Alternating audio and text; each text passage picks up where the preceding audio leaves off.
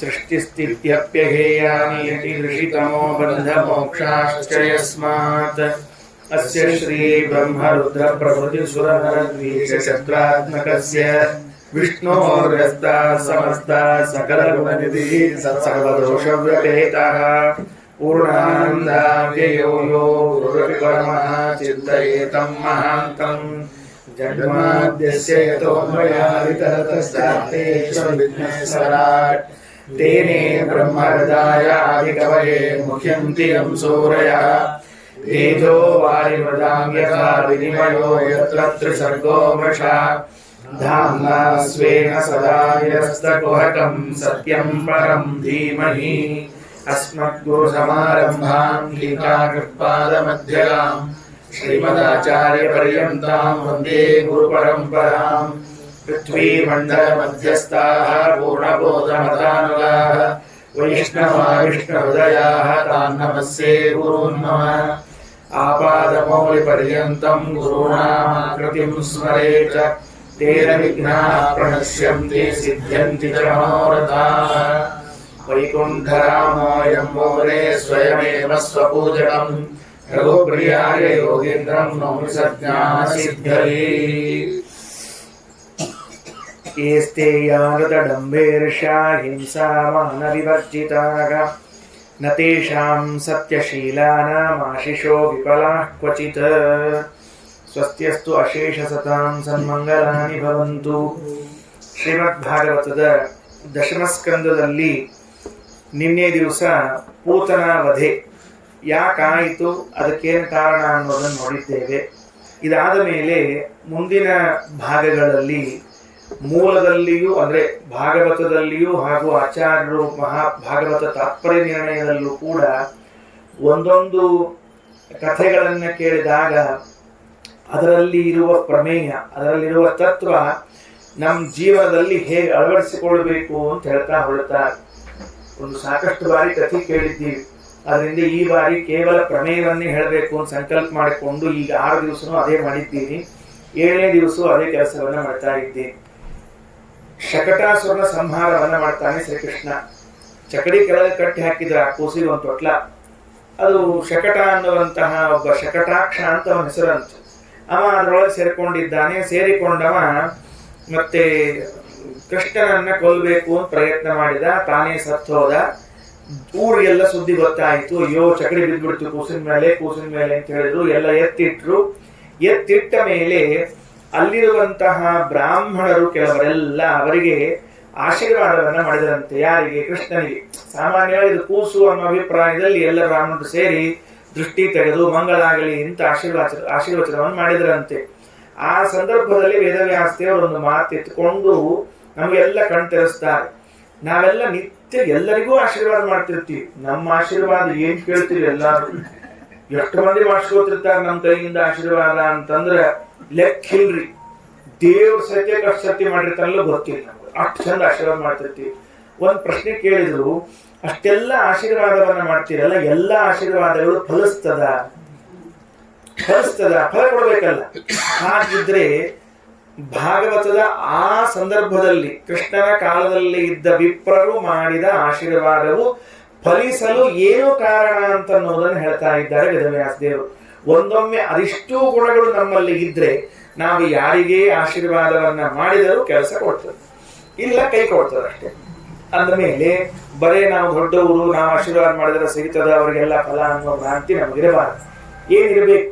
ಅದಕ್ಕಂತಾರೆ ಏಸ್ತೇಯ ಅನೃತ ಡಂಭ ಈರ್ಷಾ ಹಿಂಸಾ ಮಾನ ವಿವರ್ಜಿತಾಗ ನತೇಷಾಂ ಸತ್ಯಶೀಲಾನಾಂ ಆಶಿಷೋ ವಿಫಲಾ ಕ್ವಚಿತ್. ಯಾರ ಆಶೀರ್ವಾದಗಳು ಎಂದೂ ವ್ಯರ್ಥವಾಗುವುದಿಲ್ಲ ಅಂದ್ರೆ ಅವರು ಜೀವನದಲ್ಲಿ ಎಂದೂ ಕೂಡ ಸ್ಥೇಯ ಕಳ್ಳತನ ಮಾಡಿರಬಾರದು. ಅಂಥವರ ಆಶೀರ್ವಾದ ಮಾತ್ರ ಫಲಿಸ್ತದೆ. ನಾವು ಒಂದು ವೇಳೆ ಕಳ್ಳತನ ಮಾಡಿದ್ದಿದ್ರೆ ಆಗ ನಮ್ಮ ಆಶೀರ್ವಾದಗಳು ಎಂದೂ ಫಲಿಸುವುದಿಲ್ಲ. ಅನೃತ ಸುಳ್ಳು ಹೇಳ್ಕೊಂಡೇ ಜೀವನ ಮಾಡಿದ್ವಿ ಅಂತ ಇಟ್ಕೊಳ್ರಿ, ಅದರಿಂದಲೂ ನಮ್ಮ ಆಶೀರ್ವಾದಗಳು ಫಲಿಸುವುದಿಲ್ಲ. ಡಂಭ ಅಂದ್ರೇನು? ನಾವಿರೋದು ಒಂದು, ಮಂದಿ ಮುಂದೆ ತೋರಿಸ್ಕೊಳ್ಳೋದು ಒಂದು. ನಾವರ ಪುಟ್ಟ ಪೂರ ಆದ್ರ ತೋರ್ಸೋದು ಹೆಂಗ ಅಂದ್ರ ಭಯಂಕರ ಮಡಿಲೆ. ನಮ್ ಹುಟ್ಟಿದ್ದ ನಾವು ಮಡಿಯೊಳಗೆ ಹುಟ್ಟಿ ಬಿಟ್ಟಿವಿ ಅನ್ನೋ ಹಂಗ ಹೇಳ್ಕೊಂಡು ಅಡ್ಡಾಡ್ತಿದ್ವಿ ಅಂದ್ರೆ ಅಂಥವ್ರು ಮಾಡಿದ ಆಶೀರ್ವಾದ ಡಬಡ್ಡಾಳಿಕೆ ಎಂದೆಂದೂ ಉಪಯೋಗಗೊಳ್ಳುದಿಲ್ಲ. ನಾವ್ ನೋಡ್ರಿ, ಮಂದಿಗೆ ಮೋಸ ಮಾಡೋಕ್ಕಿಂತ ಮೊದಲು ನಮಗ್ ನಾವು ಮೋಸ ಮಾಡ್ಕೊಳಕತ್ತೀವಿ. ಅದ್ಯಾಕೆ ತಿಳ್ಕೊಬೇಕು? ಇಷ್ಟೇ ಇದ್ದೀವಿ, ಯಾರೇನ್ ತಿಳ್ಕೊಂಡ್ರೆ ನಮ್ಗೆ ಏನ್ ಆಗ್ಬೇಕಾಗಿದೆ? ಅವ್ರೇನ್ ಬಂದ್ ಮಾಡೋದಿಲ್ಲ ಬಿಡೋದಿಲ್ಲ. ನಮ್ಗೆ ನಮ್ದು ಪ್ರಾಮಾಣಿಕತೆ ನಮ್ಗೆ ಇರಬೇಕು. ಅದಕ್ಕೆ ಸ್ಥೇಯ, ಅನೃತ, ಡಂಭ, ಆಮೇಲೆ ಈರ್ಷಾ, ಇನ್ನೊಬ್ಬರ ಮೇಲೆ ಹೊಟ್ಟೆ ಕಿಚ್ಚು ಪಡ್ತಿರೋಣ. ಅವ ಎಷ್ಟು ಆಶೀರ್ವಾದ ಮಾಡಿದ್ರು ಒಂದು ನಯಾ ಪೈಸೆ ಕೆಲಸ ಆಗೋದಿಲ್ಲ. ಆಮೇಲೆ ಹಿಂಸೆ, ಇನ್ನೊಬ್ಬರಿಗೆ ತ್ರಾಸ ಕೊಟ್ಕೋತಿದ್ದು ಆಮೇಲೆ ಒಳ್ಳೇದಾಗ್ಲಿ ತಿಂಗ ಆಶೀರ್ವಾದ ಮಾಡ್ಕೋತ ಕೂತ್ಕೊಂಡ್ರೆ ಹೆಂಗಾಗ್ಬೇಕು? ಮಾನ, ಕೆಲವರಿಗೆ ಭಯಂಕರ ಮಾನ. ನಮಗ್ ಅಷ್ಟು ಗೌರವ ಕೊಡ್ಬೇಕು, ನಮ್ಗಿಷ್ಟು ಗೌರವ ಕೊಡ್ಬೇಕು, ಎಷ್ಟು ಕಿಲೋ ಹೇಳ್ಬಿಡ್ರಿ, ಚೀಲ ಹಾಕಿ ಕೊಟ್ಟೆ ಬಿಡ್ತೀವಿ ನಿಮ್ಗೆ ಅಂದ್ರೆ ಮೂರು ಕೆಲಸ. ಗೌರವಾಪೇಕ್ಷೆ ಮಾಡ್ಲಿಕ್ಕತ್ತೀವಿ ಅಂದ್ರೆ ನಮ್ಮಷ್ಟು ಭಿಕ್ಷಕರು ಮತ್ತೊಬ್ರು ಇಲ್ಲ ಅಂತ ಅರ್ಥ. ಯಾಕಂದ್ರ ಇನ್ನೊಬ್ಬರಿಂದ ಗೌರವ ಕೇಳ್ಲಿಕ್ಕತ್ತೀವಿ ಅಂದ್ರೆ ಚೀಲ ಹಿಡ್ಕೊಂಡು ನಿಂತೀವಿ, ಭಿಕ್ಷೆ ಹಾಡ್ಕೊಳ್ಳಿ, ಹಾಕ್ರಿ ನೀವೆಷ್ಟು ಗೌರವ ಹಾಕ್ತಿರಿ ಅಷ್ಟು ಹಾಕ್ಸೋತೀವಿ ಅಂತಂದ್ರೆ ಪರ್ಯಾಯವಾಗಿ ಭಿಕ್ಷಕರು ಇದ್ದಂಗ. ಸರಳವಾದ ಜೀವನ. ಅದು ಯಾಕೆ ಅಂಥ ಪರಿಗೌರವ ಅಪೇಕ್ಷೆ ಮಾಡ್ಬೇಕು? ನಾವು ಎಂದೆಂದೂ ಮಾಡಬಾರ್ದು. ಹಂಗ ಮಾನಾಪೇಕ್ಷೆ ಉಳ್ಳವರಾಗಿದ್ರೆ ಅವರು ಮಾಡುವಂತ ಆಶೀರ್ವಾದಗಳು ಫಲಪ್ರದ ಆಗುವುದಿಲ್ಲ. ನತೇಶಾಂ ಸತ್ಯಶೀಲಾನ, ಇನ್ನು ಸತ್ಯ ಸ್ವಭಾವದವರು ಯಾರಿರ್ತಾರೋ ಅಂಥವರ ಆಶೀರ್ವಾದಗಳು ಮಾತ್ರ ಫಲಿಸ್ತವೆ ಹೊರತಾಗಿ ಇಂಥ ಎಲ್ಲ ದೋಷಗಳಿಟ್ಟುಕೊಂಡು ಆಶೀರ್ವಚನವನ್ನ ಮಾಡಿದ್ರೆ ಎಂದೂ ಫಲಿಸುವುದಿಲ್ಲ. ಏ ಸ್ಥೇಯ, ಅನೃತ, ಡಂಭಗಿ, ಈರ್ಷಾ, ಹಿಂಸಾ, ಮಾನ ವಿವರ್ಜಿತಾಃ ನತೇಷಾಂ ಸತ್ಯಶೀಲಾನಾಂ ಆಶಿಷೋ ವಿಫಲ ಕ್ವಚಿತ್. ಇವಿಲ್ಲದೆ ಇದ್ದವರು, ಈ ದೋಷರಹಿತರಾದವರು ಮಾತ್ರ ಮಾಡಿದರೆ ಆಶೀರ್ವಾದ ಫಲ ಕೊಡುತ್ತದೆ ಅಂತ ಈ ಸಂದರ್ಭದಲ್ಲಿ ತಿಳಿಸಿಕೊಟ್ಟಿದ್ದ. ಇದಾದ ಮೇಲೆ ಮುಂದೆ ಕೃಷ್ಣನಿಗೆ ಮತ್ತೆ ನಾಮಕರಣ ಮಾಡ್ಲಿಕ್ಕೆ ಬಂದ್ರಂತೆ ಗರ್ಗಾಚಾರ್ಯ. ಅವ್ನ ಹೆಸರೇ ಇಟ್ಟಿದ್ದಿಲ್ಲೇನು ಅಂತ ಕೇಳಬಾರ್ದು. 6 ತಿಂಗಳಾಗೋ ತನಕ ನಾಮಕರಣೆ ಮಾಡಿದ್ದಿಲ್ಲ ಅಂತ. ಯಾರು? ವಸುದೇವನ ಕಡೆಯಿಂದ ಬಂದ ಪುರೋಹಿತರು. ಹಂಗ ನಂದಗೋಪರ ಪುರೋಹಿತರು ಅವ್ರಿಗೆ ನಾಮಕರಣ ಮಾಡಿಬಿಟ್ಟಿದ್ರು. ಮಾಧವ ಅಂತ ಅವನಿಗೆ ನಾಮಕರಣ ಆಗಿತ್ತು. ಕೃಷ್ಣನ ಮೊದಲನೇ ಹೆಸರು ಮಾಧವ, 2ನೇ ಹೆಸರು ಕೃಷ್ಣ. ಅವ ಮಾಧವ ಕೃಷ್ಣ, ಅವ ಬರೇ ಕೃಷ್ಣ ಅಲ್ಲ, ಮಾಧವ ಕೃಷ್ಣ. ಹಿಂಗಾಗಿ ಅವನಿಗೆ ನಾಮಕರಣ ಆಗಿತ್ತು. 6 ತಿಂಗಳ ಆದ ಮೇಲೆ ವಸುದೇವನ ಪುರೋಹಿತರಾಗಿರುವಂತಹ ಗರ್ಗಾಚಾರ್ಯರು ಬಂದ್ರಂತೆ. ಬಂದು ನಾಮಕರಣವನ್ನ ಮಾಡಿದ್ದಾರೆ. ಮಾಡಿದ ಮೇಲೆ ಅವರ ಅಪ್ಪನಿಗೆ ಹೇಳಿದ್ರಂತೆ, ಅವ್ರಿಬ್ಬರಿಗೆ ನಾಮಕರಣ ಆಗ್ಬೇಕಾಗಿತ್ರಿ. ಬಲರಾಮನಿಗೆ ನಾಮಕರಣ ಆಗ್ಬೇಕು, ಕೃಷ್ಣನಿಗೆ ನಾಮಕರಣ ಆಗ್ಬೇಕು. ಬಲರಾಮನಿಗೆ 3 ಹೆಸರದಂತ, ರಾಮ, ಬಲ, ಸಂಕರ್ಷಣ ಅಂತ 3 ಹೆಸರಂತ. ನಾವೇನ್ ಮಾಡೀವಿ, ಬಲ ಮತ್ತು ರಾಮ ಎಂಬುದನ್ನು ಕೂಡಿಸಿ ಬಲರಾಮ ಅಂತ ಮಾಡಿಬಿಟ್ಟಿವಿ. ಅಲ್ಲ, ಪ್ರತ್ಯೇಕ ಹೆಸರದು. ಬಲ ಅಂತ ರಾಮ, ಬಲರಾಮ ದೇವರಿಗೆ ಒಂದು ಪ್ರತ್ಯೇಕ ಹೆಸರು, ರಾಮ ಅಂತ ಹೆಸರು, ಸಂಕರ್ಷಣ ಅಂತ ಹೆಸರು. ಯಾಕ? ಗರ್ಗಾಚಾರ್ಯ ಅಂತಾರೆ, ಅವರೇ ಬಂದವರು, ನಾಮಕರಣ ಮಾಡಿದವರು ಅವರು ವಿಜ್ಞಾನಿಗಳು, ಖಗೋಳ ಜ್ಞಾನಿಗಳು. ಯಾರು? ಗರ್ಗಾಚಾರ್ಯ. ಅವ್ರ ಬಗ್ಗೆ ಹೇಳ್ತಾರ, ಜ್ಯೋತಿಷಾಮಯನಂ ಸಾಕ್ಷಾತ್ ಯತ್ತಜ್ಞಾನ ಮತೀಂದ್ರಿಯಂ. ನಕ್ಷತ್ರಗಳ ಸಂಚಾರ, ಗ್ರಹಗಳ ಸಂಚಾರ, ಸೂರ್ಯನ ಸಂಚಾರವನ್ನೆಲ್ಲ ಪ್ರತ್ಯಕ್ಷ ಕಾಣುವಂತಹ ಸಾಮರ್ಥ್ಯವುಳ್ಳವರಾಗಿದ್ರು ಗರ್ಗಾಚಾರ್ಯರು ಅಂತ. ಗರ್ಗ ಸಂಹಿತ ಅಂತ ಒಂದು ಗ್ರಂಥ ಇದೆ. ಕೃಷ್ಣನ ಕಥೆಯನ್ನೇ ಹೇಳುವಂತಹದ್ದು ಒಂದು ಗ್ರಂಥ ಇದೆ, ಬಹಳ ದೀರ್ಘವಾಗಿದೆ. ಅಂತೂ ಆ ಗರ್ಗಾಚಾರ್ಯರು ಬಂದು ಹೇಳಿದ್ರು, ಪ್ರಣೀತಂ ಭವತಾಗೇನ ಪುಮಾನ್ ವೇದ ಪರಾಭರಂ. ಅವರೊಂದು ಸಂಹಿತಾ ಬರೆದಿದ್ದಾರೆ, ಜ್ಯೋತಿಷಾಸ್ತ್ರದ್ದು ಇತ್ಯಾದಿ ಎಲ್ಲ ಹೇಳ್ತಾರೆ. ರೋಹಿಣಿ ಮಗನಾಗಿರುವಂತಹ ಇವನಿಗೆ ನಾಮಕರಣ ಮಾಡಿದ್ರಂತೆ. ಏನಂತ? ರೋಹಿಣಿ ಪುತ್ರ ಅಯಂ ಹಿ ರಮಯನ್ ಸುಹೃದೋ ಗುಣೈಃ ಆಖ್ಯಾಸ್ಯತೆ ರಾಮ ಇತಿ.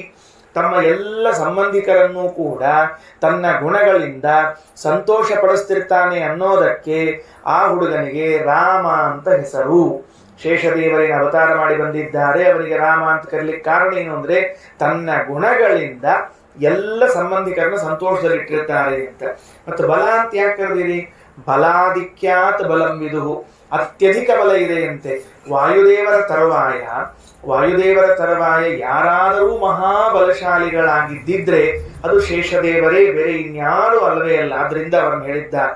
ಇನ್ನು ಸಂಕರ್ಷಣ ಅಂತ ಯಾಕೆ ಕರಿಬೇಕು ಅಂದ್ರೆ ಯದೂನಾಂ ಅಪೃಥಕ್ ಭಾವಾತ್, ಎಲ್ಲ ಯಾದವರನ್ನ ಒಗ್ಗೂಡಿಸಿಕೊಂಡು ಹೋದವನಾದ್ರಿಂದ ಸಂಕರ್ಷಣ. ಕರ್ಷಣ ಅಂದ್ರೆ ಎಳೆಯೋದು, ಒಗ್ಗೂಡಿಸಿಕೊಂಡು ಹೋಗೋದು. ಎಲ್ಲ ಯಾದವರು ಯಾರೋ ಬಿಟ್ಟುಕೊಂಡು ಜಗಳ ಮಾಡ್ಕೊಂಡು ಹೋಗೋದು ಬೇಡ ಅಂತ ಮುಖ್ಯಸ್ಥರಾಗಿ ಹಿಡ್ಕೊಂಡಿದ್ದಂತ. ಅದಕ್ಕೆ ಕೃಷ್ಣ ಏನ್ ಮಾಡ್ತಿದ್ದ ಅಂದ್ರೆ ಏನೇ ಕಾರ್ಯಕ್ರಮ ಮಾಡೋ ಕಾಲಕ್ಕೂ ಅಣ್ಣ ನೀ ಹೆಂಗ್ ಹೇಳ್ತಿ ಹಂಗ್ ಕೇಳ್ತೀನಿ, ಅಣ್ಣ ನೀ ಹೆಂಗ್ ಹೇಳ್ತಿ ಹಂಗ್ ಕೇಳ್ತೀನಿ ಅಂತ ಬಾಯಿ ಅಂತಿದ್ರಿ. ತಾ ಮಾಡೋದೆಲ್ಲ ಮಾಡ್ತಿದ್ದ ಮತ್ತವ. ಅದಕ್ಕೊಂದು ನೇಮ್ ಹೇಳ್ಕೊಟ್ಟ ದೇವರು, ಏನಂದ್ರೆ ಯಾರ ಇದ್ರೆ ನೀವ್ ಹೆಂಗ್ ಹೇಳ್ತೀರಿ ಹಂಗ ತಂದು ಬಿಡ್ಬೇಕು ಮೊದಲು, ಆಮೇಲೆ ನಮ್ಗೆ ಹೆಂಗ್ ಬೇಕು ಹಂಗ್ ಮಾಡ್ಲಿಕ್ಕೆ ಬರ್ತಿರ್ತದೆ. ಪಾಪ ಅವ್ರಿಗೆ ಸಂತೋಷ ಆಗ್ಬಿಡ್ತದೆ, ನಾ ಹೇಳ್ದಂಗೆ ಕೇಳ್ತಾರಲ್ಲ ಇವರು ಅಂತ. ಆ ಸಂತೋಷದಲ್ಲಿ ಅವರು ಮುಳುಗಿ ಎದ್ದು ತೇಲಿ ಹೋಗೋದ್ರೊಳಗೆ ಕಾರ್ಯಕ್ರಮ ಹೋಗಿರ್ತದೆ. ಅದನ್ನೇ ಇಷ್ಟಪಡೋದು. ಹಿಂಗಾಗಿ ಅವನಿಟ್ಟಿದ್ದ. ಇದಾದ ಮೇಲೆ ಆಮೇಲೆ ನಾಮಕರಣ ಆದ ಮೇಲೆ ಈ ಬಲರಾಮಂದ ಆಯ್ತಲ್ಲ, ಕೃಷ್ಣನಿಗೆ ನಾಮಕರಣ ಮಾಡ್ತಾ ಇದ್ದಾರೆ. ಎಷ್ಟು ವಿಚಿತ್ರವಾಗಿ ನಾಮಕರಣ ಅಂದ್ರೆ ಭಾಗವತದೊಳಗ ಎಲ್ಲೂ ಡೈರೆಕ್ಟ್ ಆಗಿ ಅವನಿಗೆ ಗರ್ಗಾಚಾರ್ಯ ಹಿಂಗ್ ಹೆಸರಿಟ್ರು ಅಂತ ಹೇಳೇ ಇಲ್ರಿ. ಒಂದು ಶ್ಲೋಕದಾಗ ಉಲ್ಲೇಖ ಇಲ್ಲ. ಹೆಂಗ್ ಹೇಳ್ಯಾರಂದ್ರೆ ನೋಡು ನಂದಗೋಪ, ಆಸನ್ ವರ್ಣಾಸ್ತಯೋಖ್ಯಸ್ಯ ಗೃಹತೋ ಅನುಯುಗಂತನೂ. ಈ ನಿಮ್ ಮಗ ಇದ್ದಾನಲ್ಲ, ಈಗ ಹುಟ್ಟಿದ್ದಾನಲ್ಲ, ಇವ ಪ್ರತಿ ಯುಗದಲ್ಲೂ ಕೂಡ ಏನ್ ಮಾಡಿರ್ತಾನೆ, ಪ್ರತಿ ಯುಗದಲ್ಲೂ ಕೂಡ ಏನ್ ಮಾಡಿರ್ತಾನೆ, ಒಂದೊಂದು ರೂಪಗಳನ್ನ ಇಟ್ಕೊಂಡಿರ್ತಾನೆ. ಒಂದು ಯುಗದಲ್ಲಿ ಬಿಳಿ ಬಣ್ಣದ ರೂಪ, ಇನ್ನೊಂದು ಯುಗದಲ್ಲಿ ಕರಿ ಬಣ್ಣದ್ದು, ಇನ್ನೊಂದು ಕೆಂಪುದು, ಆಮೇಲೆ ಹಳದಿದು. ಇದಾನೀ ಕೃಷ್ಣತಾಂಗತಃ. ಹೀಗೆ ಇದ್ದಾನಲ್ಲ, ನಿನ್ ಮಗನಾಗಿ ಬಂದಿದ್ದಾನಲ್ಲ, ಇವನು ಕಪ್ಪು ವರ್ಣದವನಾಗಿದ್ದಾನೆ. ಈಗ ಕೃಷ್ಣ ವರ್ಣದವನಾದದ್ದರಿಂದ ಅವನನ್ನ ಕೃಷ್ಣ ಅಂತ ಕರಿಬೇಕಷ್ಟೇ. ಮೊದಲಿಗೆ ಶುಕ್ಲ ವರ್ಣದವನಾದ್ದರಿಂದ ಶುಕ್ಲ, ರಕ್ತ, ಪೀತ ಅಂದ್ರೆ 4 ಯುಗಗಳಲ್ಲೂ ಭಗವಂತ 4 ವರ್ಣಗಳಿಂದ ಅವತಾರ ಮಾಡಿ ಬಂದಿರ್ತಾನೆ. ಬರೇ ಕಪ್ಪಿದ್ರಂತ ತಿಳ್ಕೋಬಾರ್ದು. ದೇವರು ಹೇಳಿದ ಕೂಡಲೇ ಹಂಗಾರ ನೀಲ ಮೇಘಶ್ಯಾಮ ಎಲ್ಲಾ ಕಾಲಕ್ಕೂ ಹಂಗೇನಿಲ್ಲ. ಬಿಳಿ ಬಣ್ಣದ ದೇವರ ಪ್ರತಿಮೆಗಳು ಅವ, ಅಂದ್ರೆ ಅವತಾರಗಳು. ಕೆಂಪು ಬಣ್ಣದ್ದವ, ಪರಶುರಾಮ ದೇವ್ರು ಕೆಂಪಿದ್ರಿ, ರಾಮದೇವ್ರು ನೀಲಿ ಇದ್ರು, ಮತ್ತೆ ಪರಶುರಾಮ ದೇವ್ರು ಕೆಂಪಿದ್ರು, ಮತ್ತೆ ವೇದವ್ಯಾಸ ದೇವ್ರು ನೀಲಿ ಇದ್ರು, ಮತ್ತೆ ಅಷ್ಟೊಳಗ ಅಂದ ಮೇಲೆ ಹಳದಿ ಬಣ್ಣದದ್ದು ಇದೆ ಅಂತೆ. ಹಾಗೆ ಭಗವಂತನ ನಾನಾ ಅವತಾರಗಳಲ್ಲಿ ನಾನಾ ವರ್ಣಗಳಿವೆ. ಈಗ ಅವನಿಗೆ ಕೃಷ್ಣ ಅಂತ ಹೆಸರು, ಕೃಷ್ಣ ವರ್ಣ ಬಂದಿದ್ದಾನೆ. ಯೇ ತಸ್ಮಿನ್ ಮಹಾಭಾಗಾಃ ಪ್ರೀತಿಂ ಕುರ್ವಂತಿ ಮಾನವಾಃ ನಾರಯೋ ಅಭಿವದಂತೆ ತಾನ್ ವಿಷ್ಣು ಪಕ್ಷ ನಿವಾಸುರಾಃ. ಗರ್ಗಾಚಾರ್ಯರು ನಂದಗೋಪನಿಗೆ ಒಂದು ಮಾತು ಹೇಳಿದಂತ. ನಾಮಕರಣ ಕಾರ್ಯಕ್ರಮ ಮುಗೀತು, ಜಿಲೇಬಿ ಊಟ ಆಯ್ತು. ನಾಮಕರಣ ಕೂಡಲೇ ಜಿಲೇಬಿ ಆಚಾರ ಅದಕ್ಕೆ ಅಲ್ರಿ, ಮತ್ತೆ ಜಿಲೇಬಿ ಆಚಾರ ತಿನ್ನೋ ಆಚಾರ ಅಂತ ಅರ್ಥದಕ್ಕೆ ಹೆಚ್ಚಿಗೆ. ಅದಕ್ಕೆ ನಾಮಕರಣದೆಲ್ಲ ಮುಗೀತು. ಹೋಗುವ ಕಾಲದಲ್ಲಿ ಒಂದು ಮಾತು ಹೇಳಿದಂತ, ನೋಡು ನಂದಗೋಪ, ಇವನಲ್ಲಿ ನೀನು ಪ್ರೇಮವನ್ನ ಮಾಡು, ಕೃಷ್ಣನಲ್ಲಿ ಪ್ರೇಮವನ್ನ ಮಾಡು. ಈ ಕೃಷ್ಣನಲ್ಲಿ ಮಾಡುವಂತಹ ಪ್ರೇಮದಿಂದಾಗಿ ಏನ್ ಫಲ ಸಿಗುತ್ತದೆ ಅಂತ ಹೇಳ್ತೀನಿ ಅಂತ ಗರ್ಗಾಚಾರ. ಯಾಕಂದ್ರೆ ಅವ್ರು ಹೇಳ್ಬೇಕು. ಅವರಂತಾರೆ ಯಹ ಏತಸ್ಮಿನ್ ಮಹಾಭಾಗಾಃ ಏತಸ್ಮಿನ್ ಮಹಾಭಾಗಾಃ ಪ್ರೀತಿಂ ಕುರ್ವಂತಿ ಮಾನವಾಃ. ಯಾವ ಮನುಷ್ಯರು ಈ ಕೃಷ್ಣನಲ್ಲಿ ಪ್ರೀತಿಯನ್ನು ಮಾಡುತ್ತಾರೋ ಅರಯಃ ಅವನ ಶತ್ರುಗಳು ನ ಅಭಿಭವಂತಿ ಏತಾನ್ ಅವನನ್ನ ಮೀರಿಸಲು ಸಾಧ್ಯವಾಗುವುದಿಲ್ಲ. ಶತ್ರುಗಳು ಇದ್ದೇ ಇರ್ತಾರೆ ನಮಗೆ. ಯಾಕಂದ್ರೆ ನಮ್ಮ ಯೋಗ್ಯತಾ ಅಷ್ಟು ಚಂದದ್ರಿ. ನಾವು ಬರೋ ಕಾಲಕ್ಕನ 100 ಮಂದಿ ಶತ್ರುಗಳನ್ನು ಕರ್ಕೊಂಡೇ ಬಂದಿರ್ತೀವಿ. ಕೆಲವ್ರು ನೋಡ್ರಿ ಜೀವನದೊಳಗೆ ನಾವು ಎಂದೂ ಮಾತಾಡ್ಸಂಗಿಲ್ರಿ. ನಮ್ಮ ನೋಡಿದ್ರೆ ಬುರ್ ಹೋಯ್ತಿರ್ತಾರ. ಏನ್ ನಮ್ಗೆ ಏನ್ ಸಂಬಂಧದ, ನಾವು ನೋಡಿಲ್ಲ. ಅವ್ನು ಎಂದೂ ಅವ್ನು ಗುರು ಅಂತಿರ್ತಾನ. ನಮ್ಮನ್ ಯಾಕಪ್ಪ ನನ್ನ ಮೇಲೆ ಅಷ್ಟು ಪ್ರೇಮ ನಿನಗೆ ಅಂತೇಳಿ ಜನ್ಮಾಂತರದ ಮಾಡ್ತಿರ್ತಾನ. ಹಂಗಾದ್ರೆ ಜನ್ಮಾಂತರದ ನಮ್ಮ ಪ್ರೇಮ ಅಂದ್ರೆ ನಮ್ಮ ಅವತ್ತಿನ ಪ್ರೇಮ ಕಲಾಪಗಳಿಗೆ ಇವತ್ತಿಗೆ ಪ್ರೇಮ ಕಲಾಪ ತೋರಿಸ್ತಿರ್ತಾರ. ಇಂಥ ಶತ್ರುಗಳು ನಮ್ಮ ಮೇಲೆ ದಾಳಿ ಮಾಡಿ ನಮ್ಮನ್ನ ಸೋಲಿಸ್ಲಿಕ್ಕೆ ಸಾಧ್ಯ ಆಗುವುದಿಲ್ಲ. ಯಾವುದರ ಬಲ ಇದು ಅಂತ ಕೇಳಿದ್ರೆ ಕೃಷ್ಣನಲ್ಲಿ ಮಾಡಿದ ಪ್ರೇಮದ ಬಲ. ನೀವು ಕೃಷ್ಣನಲ್ಲಿ ಪ್ರೇಮ ಮಾಡಿದ್ರೆ ನಿಮ್ಮ ಶತ್ರುಗಳು ನಿಮ್ಮನ್ನ ಏನೂ ಮಾಡುವುದಿಲ್ಲ. ದೃಷ್ಟಾಂತ ಕೊಡ್ತಾರೆ ಗರ್ಗಾಚಾರ್ಯರು. ಅಸುರರು ಹೇಗೆ ವಿಷ್ಣು ಪಕ್ಷದವರನ್ನೇ ಇವತ್ತಿಗೂ ಏನು ಮಾಡ್ಲಿಕ್ಕಾಗಿಲ್ವೋ ಹಾಗೆ ನಿಮಗೂ ಕೂಡ ಯಾವ ಶತ್ರುಗಳು ಏನು ಮಾಡೋದಿಲ್ಲ. ಯಾವಾಗ ಹೇಳಿದ ಮಾತಿದು? ನಾಮಕರಣ ಆದ್ಮೇಲೆ ಕೃಷ್ಣ ಅಂತ ನಾಮಕರಣ ಮಾಡಿ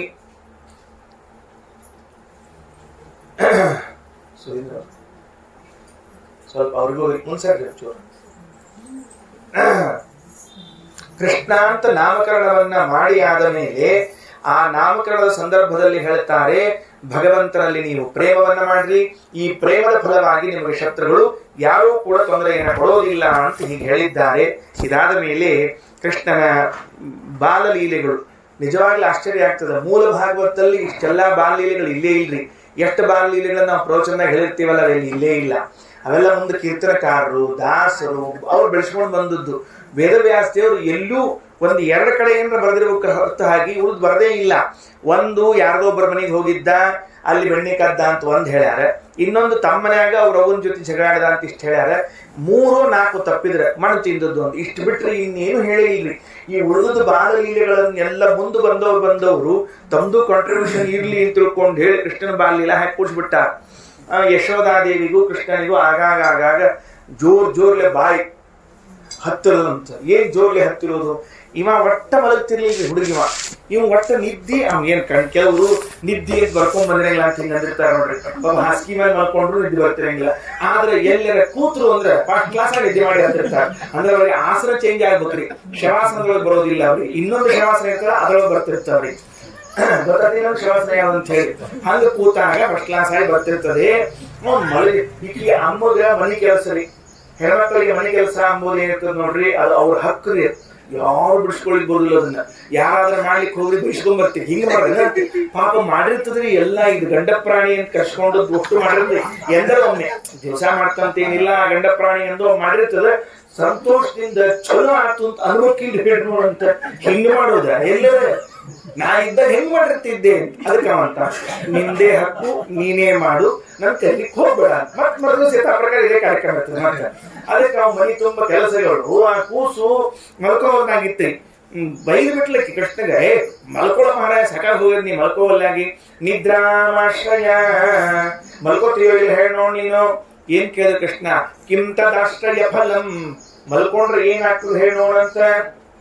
ನಾವು ಎಂದೂ ಒಂದ್ ದಿವ್ಸ ಕೇಳಿಲ್ರಿ ಮಲ್ಕೊಂಡ್ ಎದ್ರ ಅಥವಾ ಮಲಗೋದ್ರಿಂದ ಏನ್ ಪ್ರಯೋಜನ ಅಂತ ಇವತ್ತಿನ ತನಕ ಕೇಳಿಲ್ರಿ. ಪುರಾಣ ಮುಗಿದ್ಮೇಲೂ ಕೇಳೋದಿಲ್ಲ ನಾವು, ಯಾಕಂದ್ರೆ ಮಲ್ಕೊಂಡ್ಬಿಡ್ತೀವಿ ಅಷ್ಟೇ. ನಾವು ಸುಸೂತ್ರ ಮಲ್ಕೊಳ್ಳೋದು, ನಮಗ ಅಷ್ಟು ಮಲ್ಕೊಂಡ್ರೆ ಸಾಕಾಗಿರ್ತದ. ಕಿಂತದಾಶ್ರಯ ಫಲಂ, ಏನ್ ಫಲ, ಭುಕ್ತಂ ವ್ರಜೇ ಜೀರ್ಣತಾಂ. ಏನ್ ಚಂದ ಉತ್ತರ ಕೊಟ್ರಿ ಅಮ್ಮ, ತಿಂದದ್ದೆಲ್ಲ ಜೀರ್ಣ ಆಗ್ತದೋ ಕೂಸೋ. ಓ ಅದಕ್ಕೆ ಕೃಷ್ಣ ಅನ್ಕೊಂಡ ಈ ಕೆಲವು ಉಂಡುಕೊಂಡು ಯಾಕೆ ಮಲ್ಕೋತಾರ ಅಂತ ಈಗ ಅರ್ಥ ಆಗ್ತದೆ. ಇಷ್ಟು ದಿವಸ ಗೊತ್ತಾಗಿಲ್ಲ ಕೃಷ್ಣ ಅಂತ. ಈ ಹುಚ್ಚುಗಳು ಮನುಷ್ಯರು ತಿಂದುಕೊಂಡು ಯಾಕೆ ಮಲಗ್ತಾರೆ, ಮುದುಗು ಹಾಸಿಗೆ ಬಂದ ಹೋಗಿ ಎದಕ್ಕೆ ಭಕ್ತಮ್ರ ಜಯ ಜೀರ್ಣತಾಂ. ಮಲ್ಕೊಂಡೆ ಎದ್ಕೊಳ್ಳಿ ಮತ್ತೆ ಶುರು ಮಾಡಿರ್ತಾರೆ. ಏನೇನು ಈಗ ಒಂದ್ ಚೀಲ ಖುಷಿಯಲ್ಲೋ ಮಹಾರಾಯ, ಒಂದ ಚೀಲಿಗೆ ಹೋಗಿ ಮತ್ತೆ ಅಲ್ಲ ಅದೇ ಜೀರ್ಣ ಆಗಿಬಿಟ್ಟಿತ್ತು ಮತ್ತೇನ್ರ ಇದ್ರ ಅಂತ. ಹಾಗಾದ್ರೆ ನಿದ್ರಾಮಾಶ್ರಯ ಕೆಂತದಾಶ್ರಯ ಫಲಂ ಭುಕ್ತಂ ವ್ರಜೇ ಜೀರ್ಣತಾಂ. ಮತ್ತೊಂದು ಪ್ರಶ್ನೆ, ನಿದ್ರಾ ಕಾಂಬ, ನಿದ್ರೆ ಅಂದ್ರೆ ಏನಮ್ಮ, ಯಾಕೆ ನಿದ್ರೆ ಅಂದ್ರೆ ಏನು? ಯಾಕಂದ್ರೆ ಎಲ್ಲದಕ್ಕೂ ಒಂದು ಪ್ರಕ್ರಿಯೆ ಅದ. ಸಂಧ್ಯಾ ವಂದನೆ ಅಂದ್ರೆ ಏನು, ದೇವ್ರ ಪೂಜಾ ಅಂದ್ರೆ ಏನು, ಶ್ರಾದ್ದ ಅಂದ್ರೆ ಏನು, ಯಜ್ಞ ಅಂದ್ರೆ ಏನು ಎಲ್ಲ ಕೇಳ್ಕೊಂಡಿರ್ತೀವಿಲ್ಲೋ. ಹಂಗ ನಿದ್ರೆ ಅಂದ್ರೆ ಏನು ಅಂತ ಕೇಳಿದ. ಅಕ್ಕಿ ಹೇಳಿದು ನಿಮೀಲಿತಾತ್ಮ ಯುಗಲಾಘ ಪ್ರಾಜ್ಞಂ ಯದ ಲಿಂಗತಿ. ಎರಡೂ ಕಣ್ಣುಗಳನ್ನ ಮುಚ್ಚಿ ರೆಪ್ಪೆ ಮುಚ್ಚಿಬಿಟ್ಟು ಒಳಗಡೆಯಿಂದ ಪ್ರಾಜ್ಞನಾಮಕನ ಆಲಿಂಗನ ಆಯ್ತು ಅಂತ ಅಂದ್ರೆ ಆಗ ಇದಕ್ಕೆ ನಿದ್ರೆ ಅಂತ ಕರೀತಾರೆ ಅಂತ ಎಷ್ಟು ಆಧ್ಯಾತ್ಮಿಕವಾಗಿ ಹೇಳಿದ್ದಾರೆ ನೋಡ್ರ. ಹೆಣ್ಮಗಳು ಬರೀ ಸುಮ್ಮನೆ ಏನೋ ಎಷ್ಟು ಖರ್ಬರ್ ಮಾಡ್ತೀವಿ, ಮಲ್ಕೊಳಿಕ್ ಬರಂಗಿಲ್ಲ ನಿನಗೆ ಅಂತ ಹೇಳಿ ಎರಡು ಬಡದು ಮಲಗಿಸ್ತೀವಿ. ನಮ್ಗೆಲ್ಲ ಹಂಗೆ ಬಡದು ಮಲಗಿಸಿ ಈ ಹಂತಕ್ಕೆ ತಂದಾರ ನಮ್ಮ ತಾಯಂದ್ರೆಲ್ಲರೂ ಕೂಡ.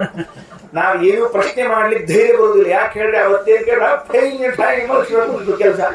ಹಾ ಅವ್ರಿಗೆ ಮನೆಯೊಳಗೆ ಭಕ್ರಿ ಬಡದು ರೂಢಿ ಆಗಿರ್ತಿತ್ತಲ್ಲ, ಅಭ್ಯಾಸ ತಪ್ಪಬಾರದು ಅಂತ ಮಕ್ಕಳು ಬಂದ ಮೇಲೂ ಭಕ್ರಿ ಹಾಕ್ತಿದ್ರು ರಪ ಅಂತ ತಿಳ್ಕೊಂಡು ಹೇಳಿ. ಆದ್ರಿಂದ ನಿದ್ರಾಶ್ರಯಕ್ಕಿಂತ ರಾಷ್ಟ್ರಯ ಫಲಂ ಭುಕ್ತಂ ವ್ರಜೇ ಜೀರ್ಣತಾಂ.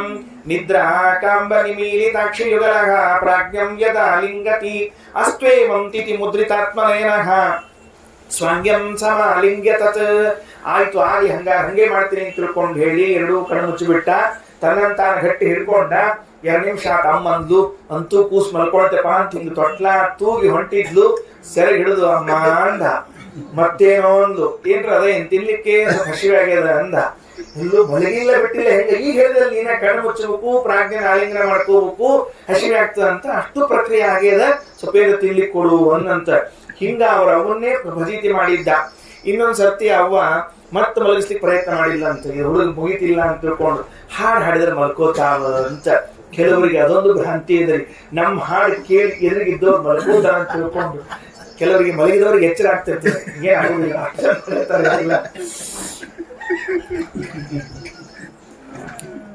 ಯಾರೋ ಹಿಂಗ್ ಕೇಳಿದ್ರಂತ, ಅಮ್ಮ ಹೆಚ್ಚು ಸ್ಕೂಲಲ್ಲಿ ವಿದ್ಯಾರ್ಥಿಗಳಿಗೆ ಕಲಿಸುವಂತಹ ಮೇಷ್ಟ್ರು ಹೆಚ್ಚು ಅಂತ ಕೇಳಿದ್ರಂತ. ಇಬ್ಬರು ಯಾರು ಹೆಚ್ಚು ಅಂತ. ಇದ್ರಿಗೆ ಒಂದಕ್ಕೊಂದು ಸಂಬಂಧ ಇಲ್ಲ. ಮನೆಯಾಗಿರೋಕಿ ಅವ್ವ, ಶಾಲೆಯಾಗಿರೋರು ಮೇಷ್ಟ್ರು.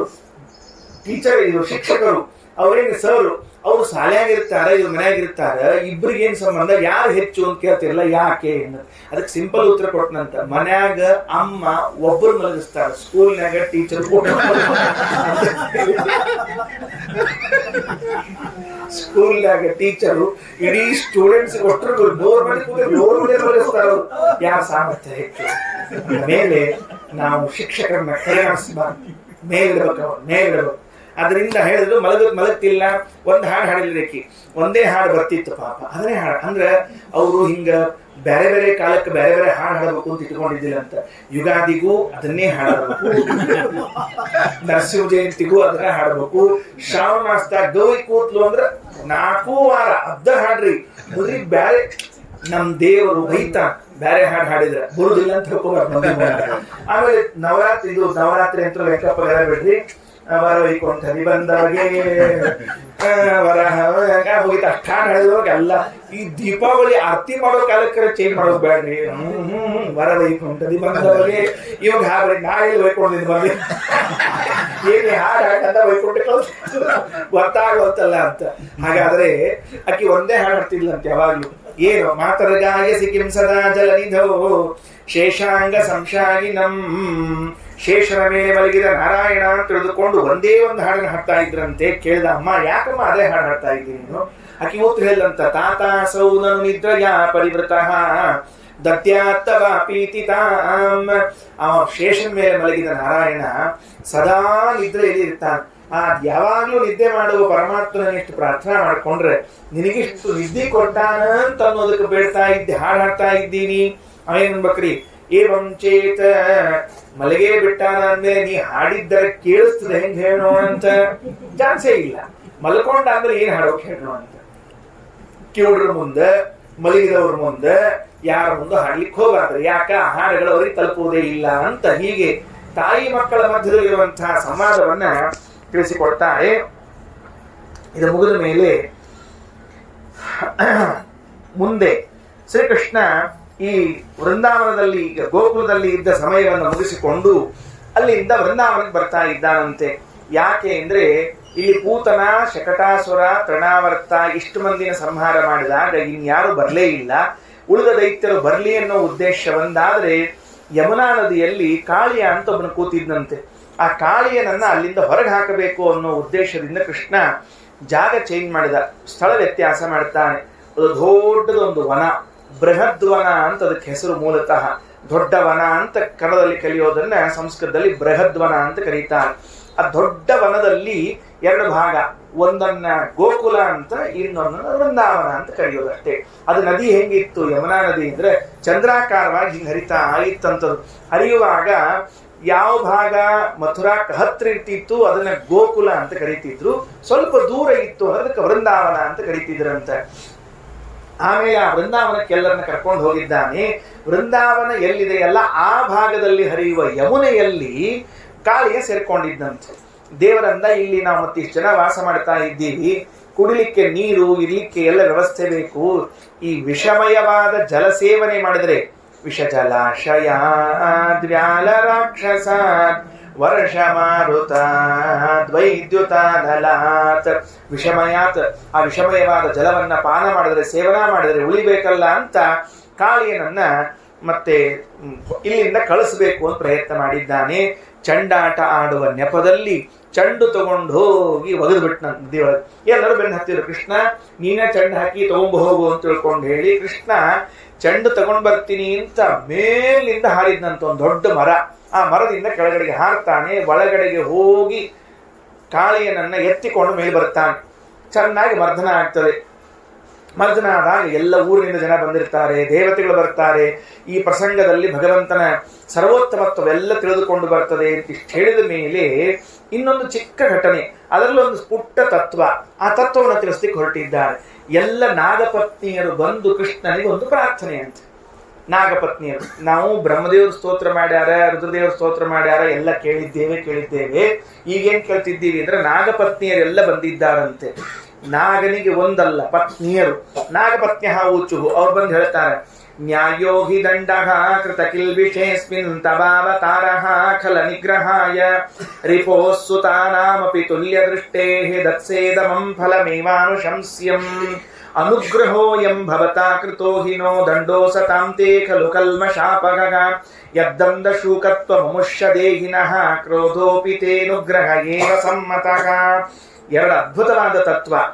ದೇವರು ನಮ್ಮ ಮೇಲೆ ಸಿಟ್ಟಿಗೆ ಎದ್ದರೂ ಕೂಡ ಅದು ಅನುಗ್ರಹಕ್ಕೆ ಸಮಾನವಾದದ್ದು. ಮೊದಲನೇ ತತ್ವ. ದೇವರು ಸಿಟ್ಟು ಮಾಡ್ಕೊಳ್ಳಿ, ಏನ್ ತಪ್ಪಿಲ್ಲ. ಕ್ರೋಧೋಪಿತೆ ಅನುಗ್ರಹ ಏವ ಸಮ್ಮತಃ.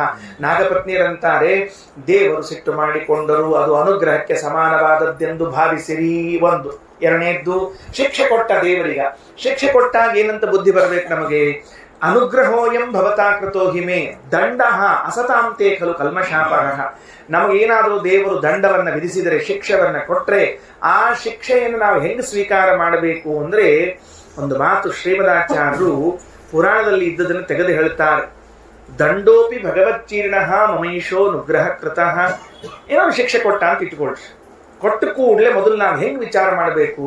ನಾವು ಯಾವಾಗ್ಲೂ ಏನಾರ ಆದ ಕೂಡಲೇ ಹೆಂಗ್ ವಿಚಾರ ಮಾಡ್ತಿರ್ತೀವಿ ಅಂದ್ರೆ, ಏನ್ ದೇವರಿಗೆ ಒಟ್ಟಾರೆ ಕರುಣನೇ ಇಲ್ಲಲ್ಲ, ಎಷ್ಟು ಕರುಣಾಹೀನಾಗಿದ್ದಾನೆ, ಹೃದಯಹೀನಾಗಿದ್ದಾನೆ. ಯಾಕಂದ್ರೆ ನಮ್ಮ ತಲೆಯಾಗಿರೋದು ಅಂದ್ರೆ ಒಟ್ಟಾರೆ ದುಃಖ ಬರಬಾರದು ನನಗಂತ ಒಂದು ಲೆಕ್ಕ ಅದ್ರಿ. ಇದಕ್ಕೆ ಉಲ್ಟಾ ಆತು ಅಂತಂದು ಕೂಡಲೇ ದೇವರನ್ನು ಕೂಡ ನೋಡೋದಿಲ್ಲ, ನಾವು ಬೈಲಿಕ್ಕೆ ಶುರು ಮಾಡ್ತೀವಿ. ನಮಗೆ ಮನೆಯಾಗಿದ್ದವ್ರನ್ನ ಬೈಲಿ ವಿಚಾರ ಮಾಡ್ತಿರ್ತಿರಲಿಲ್ಲ, ಮನೆಯಾಗಿದ್ದವ್ರು ಬೈಬೇಕು ಬೇಡ ಅಂತ ತಿಳ್ಕೊಂಡು ಹೇಳಿ, ದೇವರನ್ನ ಮಾತ್ರ ಏನೂ ವಿಚಾರವಿಲ್ಲದೆ ನಿರ್ವಿಚಾರವಾಗಿ ನಿಂದಿಸ್ಲಿಕ್ಕೆ ಪ್ರಾರಂಭ ಮಾಡ್ತೀವಿ. ಅದಕ್ಕೆ ಶ್ರೀಮದಾಚಾರ್ಯ ಅಂತಾರೆ, ಈ ಕಾಳಿಯ ಮರ್ದನ ಪ್ರಸಂಗವನ್ನು ನೋಡಿಕೊಳ್ಳ್ರಿ. ನಾಗಪತ್ನಿಯರು ಬಂದು ಕಾಳಿಯನಿಗೆ ಕೃಷ್ಣ ಶಿಕ್ಷೆ ಕೊಟ್ಟದ್ದನ್ನ ನೋಡಿ ಹೆಂಗ ಅನಲೈಸ್ ಮಾಡ್ತಾರ, ಹೆಂಗ್ ವಿವರಣೆ ಕೊಡ್ತಾರ ಅಂತ ಕೇಳಿದ್ರೆ, ಸ್ವಾಮಿ ನೀನೇನ್ ಮಾಡಿದ್ದೀಯ ಈಗ, ಇದು ನಮಗೆ ಮಾಡಿದ ಅನುಗ್ರಹನೇ. ಇದು ನಮಗ್ ಮಾಡಿದ್ದ ಅನುಗ್ರಹನೇ ಅಲ್ರಿ. ಇದೇನು ಅನುಗ್ರಹ ರೀ? ದುಃಖದಲ್ಲಿ ಇದ್ದಿ ಇದು ಅನುಗ್ರಹ ಅಂತ ಕರೀತಾರೆ ಯಾರಾದ್ರು.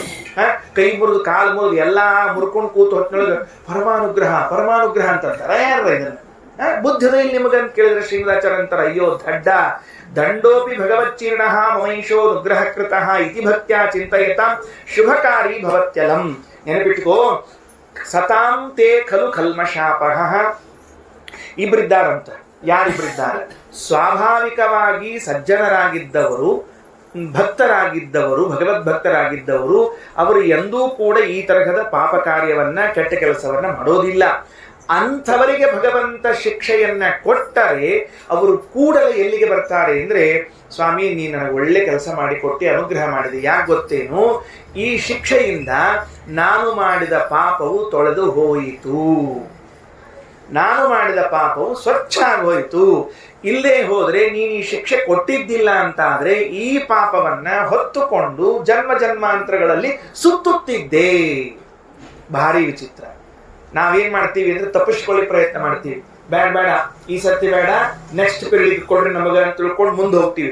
ಮುಂದಿನ ಸರ್ತಿ ತಗೋತೀವ, ನೆಕ್ಸ್ಟ್ ಪೀರಿಯಡ್ ಅಂತ ಹಾಕ್ತಿವಿ. ದೇವ್ರಿಗೆ ಗೊತ್ತು, ನೀ ನೆಕ್ಸ್ಟ್ ಪೀರಿಯಡ್ ಅಂದು ಒಂದೇ ಮಾರ್ಚ್ ಒಳಗೆ ಫೇಲ್ ಆಗಿ ಮತ್ತೆ ಸೆಪ್ಟೆಂಬರ್ ಕೂತೀನಿ ಗೊತ್ತು ಅವನಿಗೆ.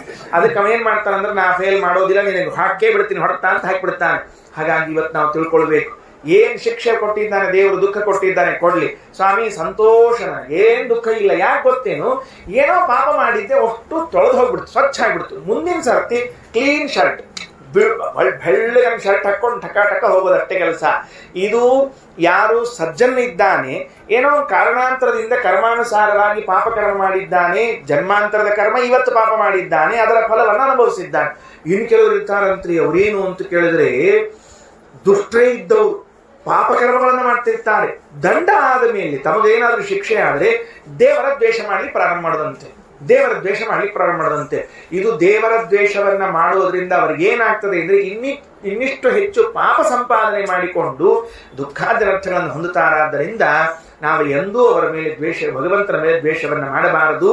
ನಿಜವಾಗ್ಲೂ ನಾನೇ ತಪ್ಪು ಮಾಡಿದ್ದಕ್ಕೆ ನಾನೇ ಪ್ರಾಯಶ್ಚಿತ್ತ ಮಾಡ್ಕೋಬೇಕ್ರಿ. ಹೆಂಗ್ ಪ್ರಾಯಶ್ಚಿತ್ತ ಮಾಡ್ಕೋಬೇಕು? ಪ್ರಾಯಶ್ಚಿತ್ತನು ಹೇಳ್ಯಾರ. ತೀರ್ಥಸ್ನಾನ ಪ್ರಾಯಶ್ಚಿತ್ತ, ದಾನ ಪ್ರಾಯಶ್ಚಿತ್ತ, ಉಪವಾಸ ಪ್ರಾಯಶ್ಚಿತ್ತ, ಪ್ರದಕ್ಷಿಣೆ ನಮಸ್ಕಾರಗಳು, ಹೋಮಗಳು ಪ್ರಾಯಶ್ಚಿತ್ತ, ಇವುಗಳನ್ನ ಮಾಡಿಕೊಂಡು ನಾನೇ ಪಾಪವನ್ನು ತೊಳೆದುಕೊಳ್ಳಬೇಕಾಗಿತ್ತು. ಸ್ವಲ್ಪ ಆಲಸ್ಯ ಇದ್ದದ್ದರಿಂದ, ಮಾಡಬಾರ್ದು ಅಂತ ಏನು ಬುದ್ಧಿ ಇಲ್ಲ, ನಮಗೆ ಅವಶ್ಯ ಮಾಡಬೇಕು ಅಂತ ಬುದ್ಧಿ ಅದ. ಆಲಸ್ಯ ಇದ್ದುದರಿಂದ ನಮ್ಮಲ್ಲಿ ಪಾಂಚಭೌತಿಕ ದೇಹ ಅಂತ ಕೆಲವ್ರದ್ದು, ಶಾಷ್ಠಭೌತಿಕ ದೇಹ ಅಂತ ಕೆಲವ್ರದಂತ. ಪಾಂಚಭೌತಿಕ ಅಂದ್ರೆ ಮಣ್ಣು, ನೀರು, ಗಾಳಿ, ಬೆಂಕಿ, ಆಕಾಶದಿಂದ ಉಂಟಾದ್ರೆ ಪಾಂಚಭೌತಿಕ ದೇಹ. ಆಲಸ್ಯವು ಒಂದು ಸೇರಿಕೊಂಡಿದ್ರೆ ಶಾಷ್ಠಭೌತಿಕ ದೇಹ ಅಂತ ಕರೀತಾರೆ. ಕೆಲವು ಮಾತ್ರ ಜಾಸ್ತಿ ಇರ್ತಾವ್ರಿ, ಆಲಸ್ಯದ ಮಾತ್ರ ಜಾಸ್ತಿ ಇರ್ತದೆ. ಕೆಲವರಲ್ಲಿ ಪಂಚಭೂತಗಳಿಗಿಂತ ಆಲಸ್ಯವೇ ಜಾಸ್ತಿ ಇದ್ದು ದೇಹ ನಿರ್ಮಾಣ ಆಗಿರ್ತದೆ, ಉಳಿದವರಿಗೆ ಅದು ಕಡಿಮೆ ಇದ್ದು ಇದು ಜಾಸ್ತಿ ಆಗಿರ್ತದಂತ. ಒಂದು ಊರಿತ್ತಂತ, ಆ ಊರಿನೊಳಗ ಈ ಊರಿನಲ್ಲಿ ಯಾರು ಮಹಾ ಆಲಸಿಗಳು ಅವರಿಗೆ ಒಂದು ಪ್ರಶಸ್ತಿ ಕೊಡಬೇಕು ಅಂತ ಹೊರಟಿತ್ತಂತ. ಆಲಸ ಶಿರೋಮಣಿಗಳು ಅಂತ ಪ್ರಶಸ್ತಿ. ಅದು 1 ಲಕ್ಷ ಬಹುಮಾನ, ಒಂದು ಬಂಗಾರದ ಹಾರ, ಕೈಯಲ್ಲಿ ಒಂದು ಇದು ಕೊಟ್ಟಿರ್ತಾರಲ್ಲ ಚಿಪ್ಪು, ಅಂತದೆಲ್ಲ ಕೊಡಬೇಕು ಅಂತ ಇಟ್ಕೊಂಡಿದ್ರಂತ. ಅಲ್ಲ, ಅದೇ ಒಂದು ಕಪ್ಪು, ಅದು ಕೊಡಬೇಕು ಅಂತ ಹುಡ್ಕೊಂಡು ಬಂದ್ರಪ್ಪ ಒಂದು ಊರಿನಾಗ. ನೋಡಿದ್ರೆ ಕೊನೆಗಂತೂ ಆ ಊರಿನಲ್ಲಿ ಒಂದು 3 ಮಂದಿ ಮಹಾ ಆಲಸಿಗಳು ಹೊಂಟ್ರಂತ. ಅವ್ರು ಅಷ್ಟು 1 ತಿಂಗಳಿಂದ ಕಮಿಟಿ ಮಾಡಿ ಅವ್ರದೆಲ್ಲ ದಿನಚರಿಗಳನ್ನು ನೋಡಿ, ಅವ್ರ ಬ್ರಷ್ ಎಷ್ಟು ಹೊತ್ತು ಮಾಡ್ತಾರೆ, ಹಲ್ ತಿಕ್ಕೋತಾರೋ ಇಲ್ಲೋ ಎಲ್ಲ ಒಟ್ಟು ಲೆಕ್ಕ ಹಾಕಿ ಕೊನೆಗೆ ಇಲ್ಲಿ ಅವ್ರ ಮಹಾ 3 ಆಲಸಿಗಳು ಅಂತ ಹೇಳಿ ಅವರಿಗೆ ಪ್ರಶಸ್ತಿ ಕೊಡಬೇಕು ಅಂತ ಮಾಡಿದ್ರು. ಊರ ಹೊರಗೆ ಒಂದು ಗಿಡ ಇತ್ತಂತೆ, ದೊಡ್ಡ ಆಲದ ಮರ. ಅದ್ರ ತೆಳಗ ಮತ್ತ ಎಲ್ಲರಿಗೂ ಕರೆದು ಪ್ರಶಸ್ತಿ ಕೊಡೋಣ ಅಂತ ಹೇಳಿ ಊರೊಳಗೆ ಜಗ ಸಾಲಿಲ್ಲ ಅಂತ ಅಲ್ಲಿ ಬಂದಾರ.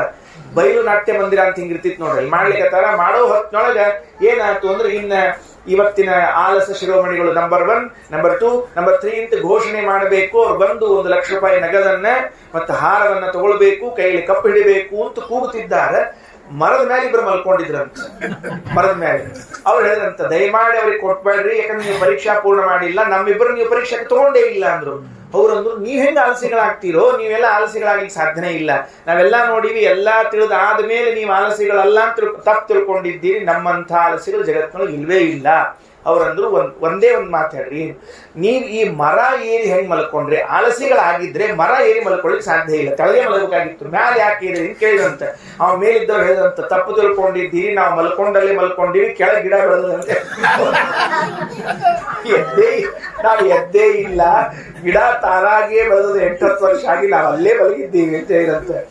ಇಷ್ಟ ಆಲಸ ಶಿರೋಮಣಿಗಳು ಇದ್ರೆ ಅದಕ್ಕೆ ದೇವರನ್ನಂತ, ಇಂಥ ಆಲಸ್ಯ ನಮ್ಮಲ್ಲಿ ಅದಲ್ಲ, ನಾವೇ ಪ್ರಾಯಶ್ಚಿತ್ತಕ್ಕೆ ಮುಂದಾಗಂಗಿಲ್ಲ.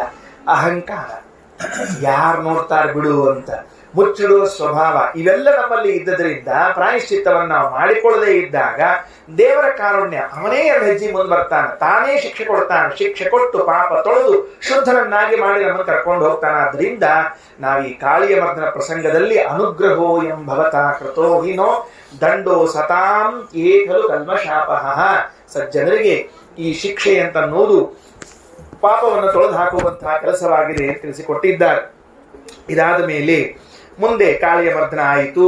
ಅದ ಮುಗಿದ ಮೇಲೆ ಇವರಿಗೆ ಇಂದ್ರನಿಗೆ ಉದ್ಧಾರ ಮಾಡಬೇಕು, ಗೋವರ್ಧನೋದ್ಧಾರ ಮಾಡಬೇಕು ಅನ್ನುವಂತಹ ಪ್ರಸಂಗವನ್ನು ತೆಗೆದುಕೊಳ್ಳುತ್ತಾರೆ. ದೇವರು ಗೋವರ್ಧನ, ಅದು ಯಜ್ಞ, ಇಂದ್ರನಿಗೆ ಮಾಡುವಂತಹ ಯಜ್ಞವನ್ನ ತಪ್ಪಿಸಿದ್ನಂತ. ಯಾಕೆ ತಪ್ಪಿಸಿದ? ಇಲ್ಲ, ಹೋದ ಮನೆಯೊಳಗೆ ನೋಡಿದ, ಬಹಳ ಚಂದ ಕಾರ್ಯಕ್ರಮದಿತ್ತು, ಅಪ್ಪ ಅದಕ್ಕೇನ್ ಮಾಡ್ತೀರಿ, ಗೋವರ್ಧನ ಪೂಜಾ ಮಾಡಿ ನಡ್ರಿ ಅಂತ ಮಾಡಿಬಿಟ್ಟ ಅಂತ. ಅದಕ್ಕೆ ಕಾರಣ ಹೇಳ್ತಾರೆ, ಕಾಲಾತ್ಮನ ಭಗವತ ಶಕ್ರ ದರ್ಪ ಜಿಗಾಂಸಯ ಪ್ರೋಕ್ತಂ ನಿಶಮ್ಯ ನಂದಾದ್ಯಾಹ ಸಾಧ್ವಗೃಹಂತ ತದ್ವಚಃ. ಶಕ್ರದರ್ಪ, ಇಂದ್ರದೇವರ ಸೊಕ್ಕು ಅಡಗಿಸಬೇಕು ಅಂತ ಅನ್ನೋದಕ್ಕಾಗಿ ದೇವರು ಇಂದ್ರನಿಗೆ ಮಾಡುವಂತಹ ಯಜ್ಞವನ್ನ ತಪ್ಪಿಸಿದ. ಸ್ವಲ್ಪ ಅವರಿಗೆ ಹೇಳಿ.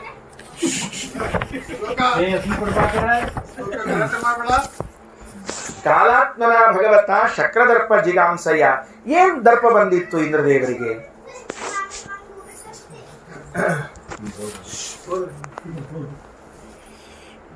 ಅದಕ್ಕೆ ಏನ್ ದರ್ಪ ಬಂದಿತ್ತು ಅವರಿಗೆ?